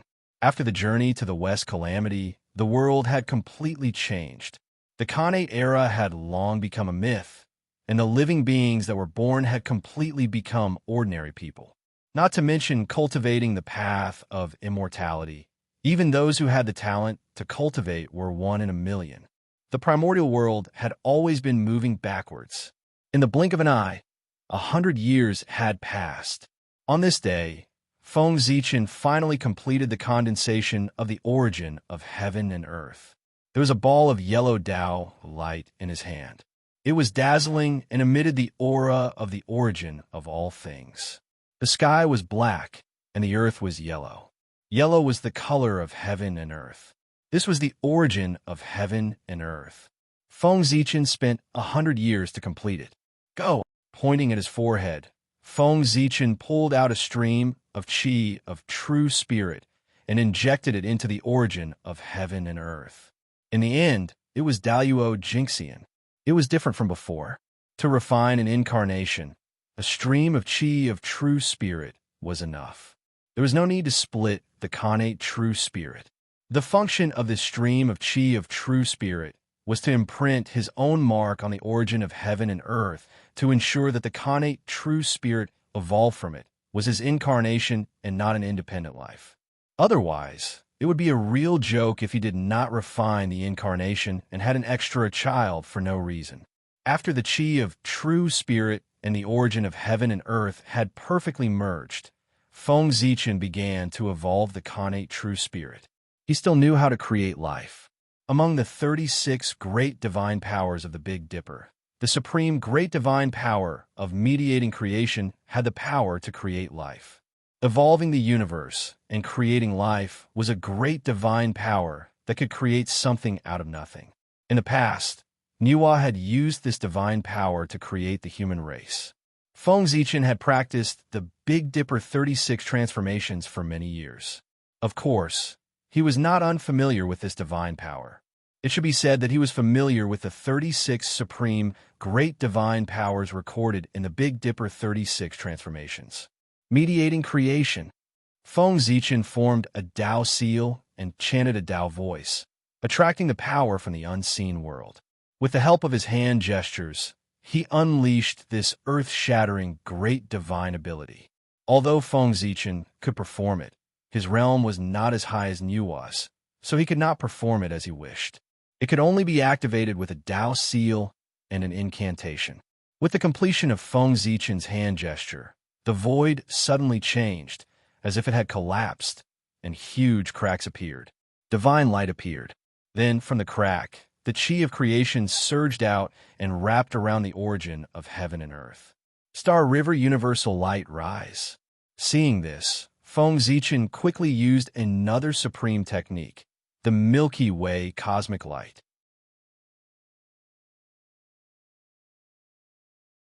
This was a supreme technique that he had comprehended from Zhouxing. It was a great technique that belonged to the way of time and space, and it had the ability to control time and space. With Feng Zichen's mastery of the mediating creation, if he wanted to rely on it to create living beings, it would take at least 100 years, or even a few thousand years. This period of time was too long. Therefore, Feng Zichen used the Milky Way cosmic light to forcibly accelerate time and mature the origin of heaven and earth. A wisp of purple gold light appeared, with the aura of time, enveloping the origin of heaven and earth and the chi of creation. In an instant, the sea turned into mulberry fields, and endless years passed. It seemed like tens of thousands of years, hundreds of thousands of years, millions of years. The origin of heaven and earth and the chi of creation merged and turned into a divine fetus with the aura of life. At first, it was weak, then it became stronger and stronger. In the end, the divine fetus exploded, and a connate true spirit emerged from it. It had the outline of a human, and its whole body was white and flawless, surrounded by divine light. This was a connate life form, just as Feng Zichen thought, the top connate life form. However, this incarnation did not have a physical body and was only a connate true spirit. It was also because of this that he could be created by Feng Zichen in such a short period of time with a ball of origin of heaven and earth. Otherwise, how could a complete top-level Xiantian life form be created by a mere ball of the origin of heaven and earth? Of course, this incarnation did not need a physical body. It was a ghost, and it was the most basic ghost. Why would it need a physical body? A ghost body was enough. Fengdu greets me. With a flash of spiritual light, this incarnation gained sentience and understood its origins. You and I are one. There's no need to be so polite. As they spoke, the two of them looked at each other and laughed in unison. It was amazing to have two bodies at the same time. From this moment on, Feng Zichen had another nickname in the primordial world. The supreme deity of the netherworld, the Bane Ghost Emperor, the Lord of the netherworld, the King of Hell, and the Emperor of Fengdu, who commanded all ghosts. Dawn, a long bell rang. Hongmeng Daozhong came from the North Star and landed between the two of them. Boundless Taoist rhymes spread out, and Hongmeng's aura spread out. In this sea of blood, a hazy purple Dao domain was formed. Inside, 3,000 great Daos manifested. They intertwined with each other and deduced endless laws. All the principles of the world could be found in it. During the trip to the great chaos of the outer realm, although the Hongmeng Daozhong did not advance to a connate cardinal treasure, it had been baptized by the power of the great Dao and had improved slightly. This purple Dao domain was the result of its improvement. Dao domain, great Dao domain. Inside, it was filled with the laws of the great Dao. It could help one cultivate, deduce divine abilities, and perfect cultivation techniques. It was a first-class holy land for enlightenment. The incarnation of the Ghost Dao had been born. Next, it was to establish the Ghost Dao and create a ghost cultivation technique. Therefore, Feng Zichen wanted to use the power of Hongmeng Daozhong to improve his comprehension so that he could create the ghost cultivation technique that was closest to perfection. Ghosts were beings of extreme mean. In the later generations, true ghost cultivators relied on absorbing starlight and moonlight to cultivate in the early stages of cultivation. Therefore, Feng Zichen planned to create the ghost cultivation technique from there. When it came to the Tao of the stars, he was the true expert. Even Di Juntai was inferior. Firstly, the two of them did not receive the three enclosures Tao scripture. Secondly, compared to the Emperor star, the Sun star was closer to the Tao of the Sun. In terms of the Tao of the stars, it was far less orthodox than the Emperor's star. Thirdly, Di Juntai did not have the inheritance of the star demon god. In terms of the Tao of the stars, he was not as deep as Feng Zichen. From this, it could be seen that in the primordial world, Feng Zichen's comprehension of the Tao of the stars could be said to be number one. At the very least, he had attained the Tao of the stars. As the Tao master of the stars, Di Jun did not notice. Wasn't this the embodiment of Di Jun's inferiority? Creating the Ghost Dao was not difficult for Feng Zichen. The ghosts now were the innate true spirits, and the Tao of the gods and demons was the method to cultivate the innate true spirits. The Yin God and Yang God concepts inside were very suitable for the Ghost Dao. If he took it out and changed it, he would not change the cultivation of the true spirit. Then, he would change the physical body into the primordial spirit. It would be almost a ghost cultivation technique. It had to be said that this ghost Tao was really fated with Feng Zichen. Back then, when he created the Tao of the gods and demons, he did not expect that this cultivation technique could be used as a ghost cultivation technique.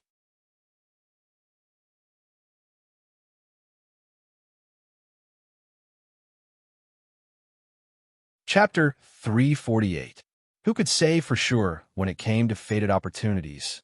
After entering the purple precept domain, Feng Zichen flashed and entered the body of Fengdu's incarnation. He merged with it and disappeared. The great emperor of Fengdu was the incarnation of great Emperor Ziwei in the netherworld.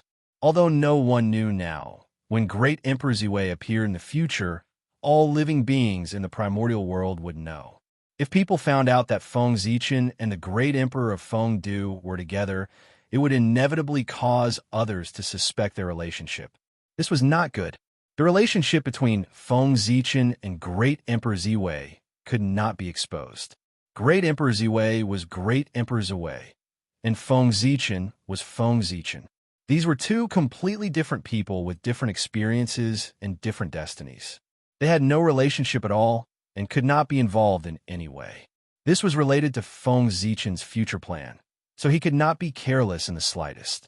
Therefore, he would not do anything that might expose the true identity of Great Emperor Ziwei. Even if he did do it, he had to be extremely cautious and erase all traces afterward. The Great Emperor of Fengdu and Great Emperor Ziwei were involved. Therefore, without a suitable reason, Feng Zichen could not let others see the connection between them. Compared to Feng Zichen's strength, Fengdu's strength was too weak. He had only reached the innate realm. This was the second realm of cultivation, and it was also the lowest level among innate life forms. It was only higher than the acquired realm, which was unique to postnatal life forms. Of course, this was deliberately done by Feng Zichen. Otherwise, as the top innate life form, Fengdu's strength should have at least the cultivation of a celestial immortal. If he wanted to open up a new great path, of course, he had to start from the most basic realm and feel every realm again. If he had not experienced it personally, how could he open up the most perfect cultivation method?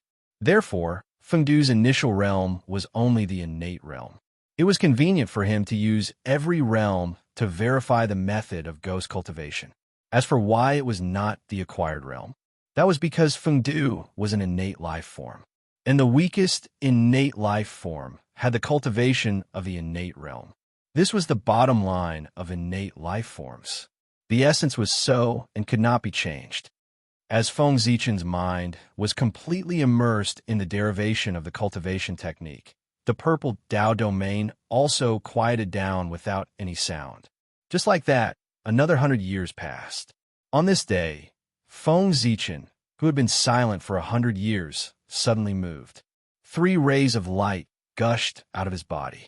The first ray of light was the light of life, which originated from its mother.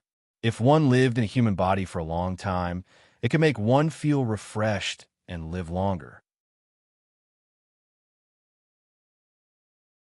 After it appeared, it immediately fused with the 9 heavens yang qi and turned into a ball of gas. This was the fetal light, the heaven soul of the 3 souls of heaven, earth, and man. It ruled over a person's lifespan. The second ray of light was the light of wisdom, which originated from its father. It caused man to scheme against all living things, to toil 100 deities, and to bring about disaster. After it appeared, it directly merged with the 5 elements qi in the world and turned into a ball of gas. This was Shuang Ling, the human soul of the 3 souls of heaven, earth, and man. It determined a person's wisdom and ability. The third ray of light was the light of disaster. It caused people to be lustful and addicted to dirty thoughts. It consumed their essence, caused them to lack divine qi, insufficient kidney qi, and blocked the 5 meridians of the spleen and stomach. After it appeared, it directly merged with the extreme yin qi in the world and turned into a ball of gas. This was the netherworld spirit, the earth soul of the three souls of heaven, earth, and man. It controlled the gonads and sexual orientation of a human body. After the three souls of heaven, earth, and man were born, they suddenly merged into one and turned into a huge ball of gas, enveloping Feng Zichen's body. Outside his body, it was constantly changing, as if it was about to turn into a human form. However, it seemed to be missing something. Every time the human form was about to condense, the ball of gas formed by the three souls would shatter and scatter into a ball. Then, it would condense again, try to turn into a human form again, and shatter again. It would condense again, and shatter again, the cycle repeated. With a deep shout, emotions surged on Feng Zichen's body.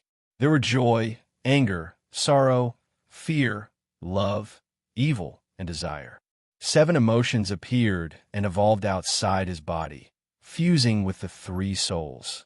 These are the 7 souls: corpse dog, concealed arrow, sparrowine, thief seizing, non-poison, filth removal, and smelly lung. They were formed by human emotions. The 7 souls appeared and immediately merged with the three souls. Immediately, the three souls stabilized and formed an illusory figure outside Feng Zichen's body.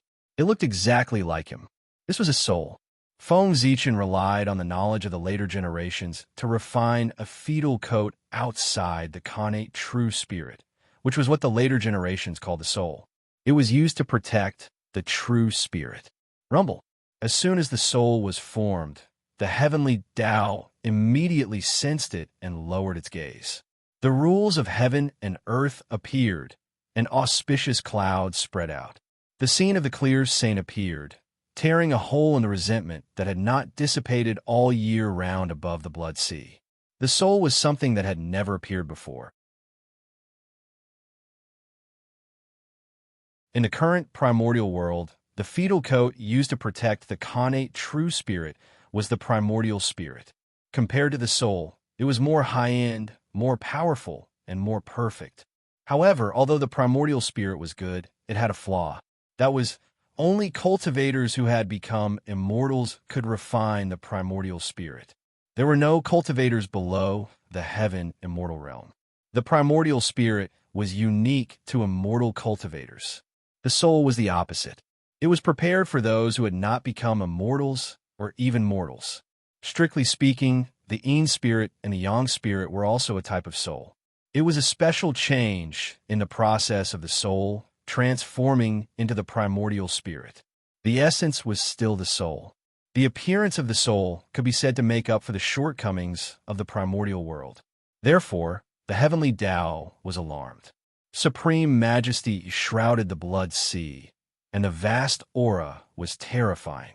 Taoist Mingi, who was in seclusion, was immediately awakened by this aura. Who is he? Opening his eyes, Taoist Mingi immediately discovered the source of the change. He narrowed his eyes and looked in the direction of Feng Zichen. What? How can this be? In the next moment, when he saw Feng Zichen, Taoist Mingi could not help but narrow his eyes and cry out in surprise. In his tone, there was half doubt and half shock, because he could not see through that person at all. This sounded a little unbelievable, but it really happened. One had to know that Taoist Mingi was in existence in the great perfection of sage to be. In the primordial world, there are not many people that he could not see through. Moreover, he knew all these people. However, he had no impression of this person in front of him. It was as if he had appeared out of thin air. Strange, really strange.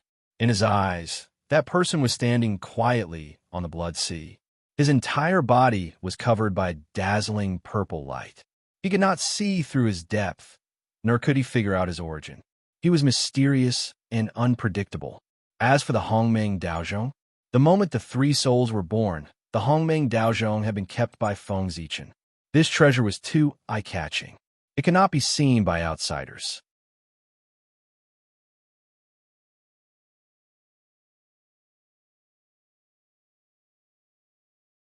Chapter 349. Of course, Taoist Mingi couldn't see through Feng Zichen. Outside his body, it was the merit of opening the heavens. It was a supreme treasure that could allow one to become a sage. It was enough to cover all traces. Even if a sage came, he could only recognize the origin of the merit of creation. And he couldn't see Feng Zichen through him. Although Taoist Mingi was strong, he was still quite a distance away from the primordial chaos Tao realm. Therefore, he couldn't see through the cover of the merit of creation. It wasn't that he was weak, but that the merit of creation was too strong. Since a sacred object was called a sacred object, it naturally had the ability to defy the heavens. Otherwise, how could it attract the pursuit of countless living beings? Boom! An invisible force erupted, and in an instant, it swept through the entire primordial chaos. This was the heavenly Tao had made its move. Only the heavenly Tao could release a power that could affect the entire primordial chaos in an instant. When the invisible force brushed past, all the living beings in the primordial chaos who had yet to become an immortal felt a wonderful change in their bodies. The light of spirituality appeared and combined with the qi of yin and yang and the 5 elements. Together with the qi of the 7 emotions, it formed a fetal coat on the body of the innate true spirit. That was the soul. At this moment, all the living beings in the primordial chaos who had yet to become an immortal had a soul. The innate flaw was completely made up for. Immediately, a feeling of perfection appeared on those living beings. It was as if the birth of a soul had made them even more perfect. A sense of joy surged from the innate true spirit, causing those living beings who had given birth to souls to smile uncontrollably. In this atmosphere, even the world seemed to be infected. The entire primordial chaos was filled with an aura of joy. Whoosh! Golden light was like rain, dazzling and resplendent. It descended from the sky and fell into Feng Zichen's body. When the soul came out, the merit would descend. Feng Zichen made up for the deficiencies of the living beings in the primordial chaos. This was a matter of great merit, so naturally, great merit would descend. This time, in the face of such a huge amount of merit, Feng Zichen didn't refuse. Instead, he circulated his cultivation technique and absorbed all of it to improve his strength. The netherworld was about to appear. If one wanted to establish a foothold in it, it wasn't enough to rely on identity and qualifications. One also had to have great strength. Otherwise, no one would be convinced. Just like Hao Ian in the future, he had supreme status but no corresponding strength. In the end, he could only be reduced to a puppet. If Di Jun lost the throne, the living beings of the primordial world would still respect him. Because he was strong enough, no one dared to disrespect him. However, if Hao Ian were to lose his throne, all his glory would disappear along with it. Because compared to Di Jun, he was too weak. It was far inferior to his greatness. In the end, the great desolate Ian was a place where strength mattered. The prerequisite for seniority was equal in strength. How could Daluo Jingxian compare seniority with Tai Jingxian? Their life forms had changed, and they were no longer the same creatures. Their understanding of things and the meaning of existence were also different. All the comparisons were meaningless now. The difference between them was like the difference between humans and animals. Under such circumstances, seniority was important. Was that even possible? As the merit entered his body, Feng Zichen's realm was soaring. Earth immortal, heaven immortal, mystic immortal. In the blink of an eye, his realm had reached Tai Jingxian, and it was still increasing. If he relied on himself to cultivate, it would take at least tens of thousands of years. But now, with the help of merit, he did it in a few breaths. The black-yellow merit was worthy of being a treasure to increase one's cultivation. Of course, this was also related to Feng Zichen's realm, which was Daluo Jingxian. Otherwise, no matter how fast merit could increase one's cultivation, it couldn't be so fast. And with the increase of his realm, Feng Zichen's body also underwent a huge change. Light spots suddenly lit up on his soul. After counting carefully, there were a total of 365 light spots. They seemed to correspond to the stars in the sky, and also seemed to correspond to the spirit cave of the earth. Panga's meridian diagram. Feng Zichen used his soul to replace his physical body, modified the God-Fiend scripture, and created the supreme scripture of the ghost cultivators, the Ghost Code. The God-Fiend Tao was to open up the divine aperture in the physical body, evolve the Pangu's meridian diagram, and reverse engineer the Pangu's Tao body to strengthen the true spirit. The Ghost Tao was to open up the ghost aperture in the soul and evolve a Pangu's meridian diagram. This was reverse engineering the Pangu's primordial spirit. Ghosts didn't have a physical body, so they didn't need a physical body. They directly refined an innate primordial spirit. In the end, they directly reversed everything and formed the Pangu's primordial spirit. With this, they broke into the primordial chaos Tao realm and became indestructible.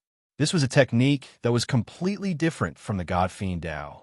It could be said that the Ghost Tao and the God-Fiend Tao were two extremes. One completely abandoned the primordial spirit and focused on cultivating the physical body in order to cultivate the Pangu's true body and complete the magnificent feat of using strength to achieve the Tao. The other completely abandoned the physical body and focused on cultivating the primordial spirit in order to cultivate the Pangu's primordial spirit and combine the Tao of heaven and earth to achieve the Tao. Of course, the two also had something in common, and that was that they were both based on the true spirit. The true spirit was the foundation. The physical body and primordial spirit served the true spirit. Opportunity, a great opportunity. Without a doubt, if he could reverse engineer the Pangu's primordial spirit, it would make up for Feng Zichen's biggest shortcoming. Feng Zichen didn't have a primordial spirit. His true spirit was too powerful, causing no primordial spirit to be able to withstand the power of the true spirit. Not to mention wrapping the true spirit. If one wanted to get close, they would be crushed into pieces by the powerful power of the true spirit. This was also what Feng Zichen was proud of. There was no other true spirit as powerful as him in the primordial world. However, pride was pride. It didn't mean that there was no problem. The physical body, primordial spirit, and true spirit complemented each other. If one was missing, it wouldn't be so coordinated. Although he couldn't see any problems now, there might be problems in the future. He had to guard against this. However, no matter how hard Feng Zichen tried, he couldn't refine a suitable primordial spirit. There was one in the past, but that innate primordial spirit was sent into the thunder-locked Tao fetus and turned into the North Star Emperor. Even if he took it back now, it had been out of his body for so long that it probably wouldn't be able to adapt to the power of the true spirit. Now, the birth of the Ghost Tao had completely solved his problem. In this world, was there still a primordial spirit stronger than Pangu's primordial spirit? No. Moreover, his goal was Pangu's true body, which was the most compatible with Pangu's primordial spirit.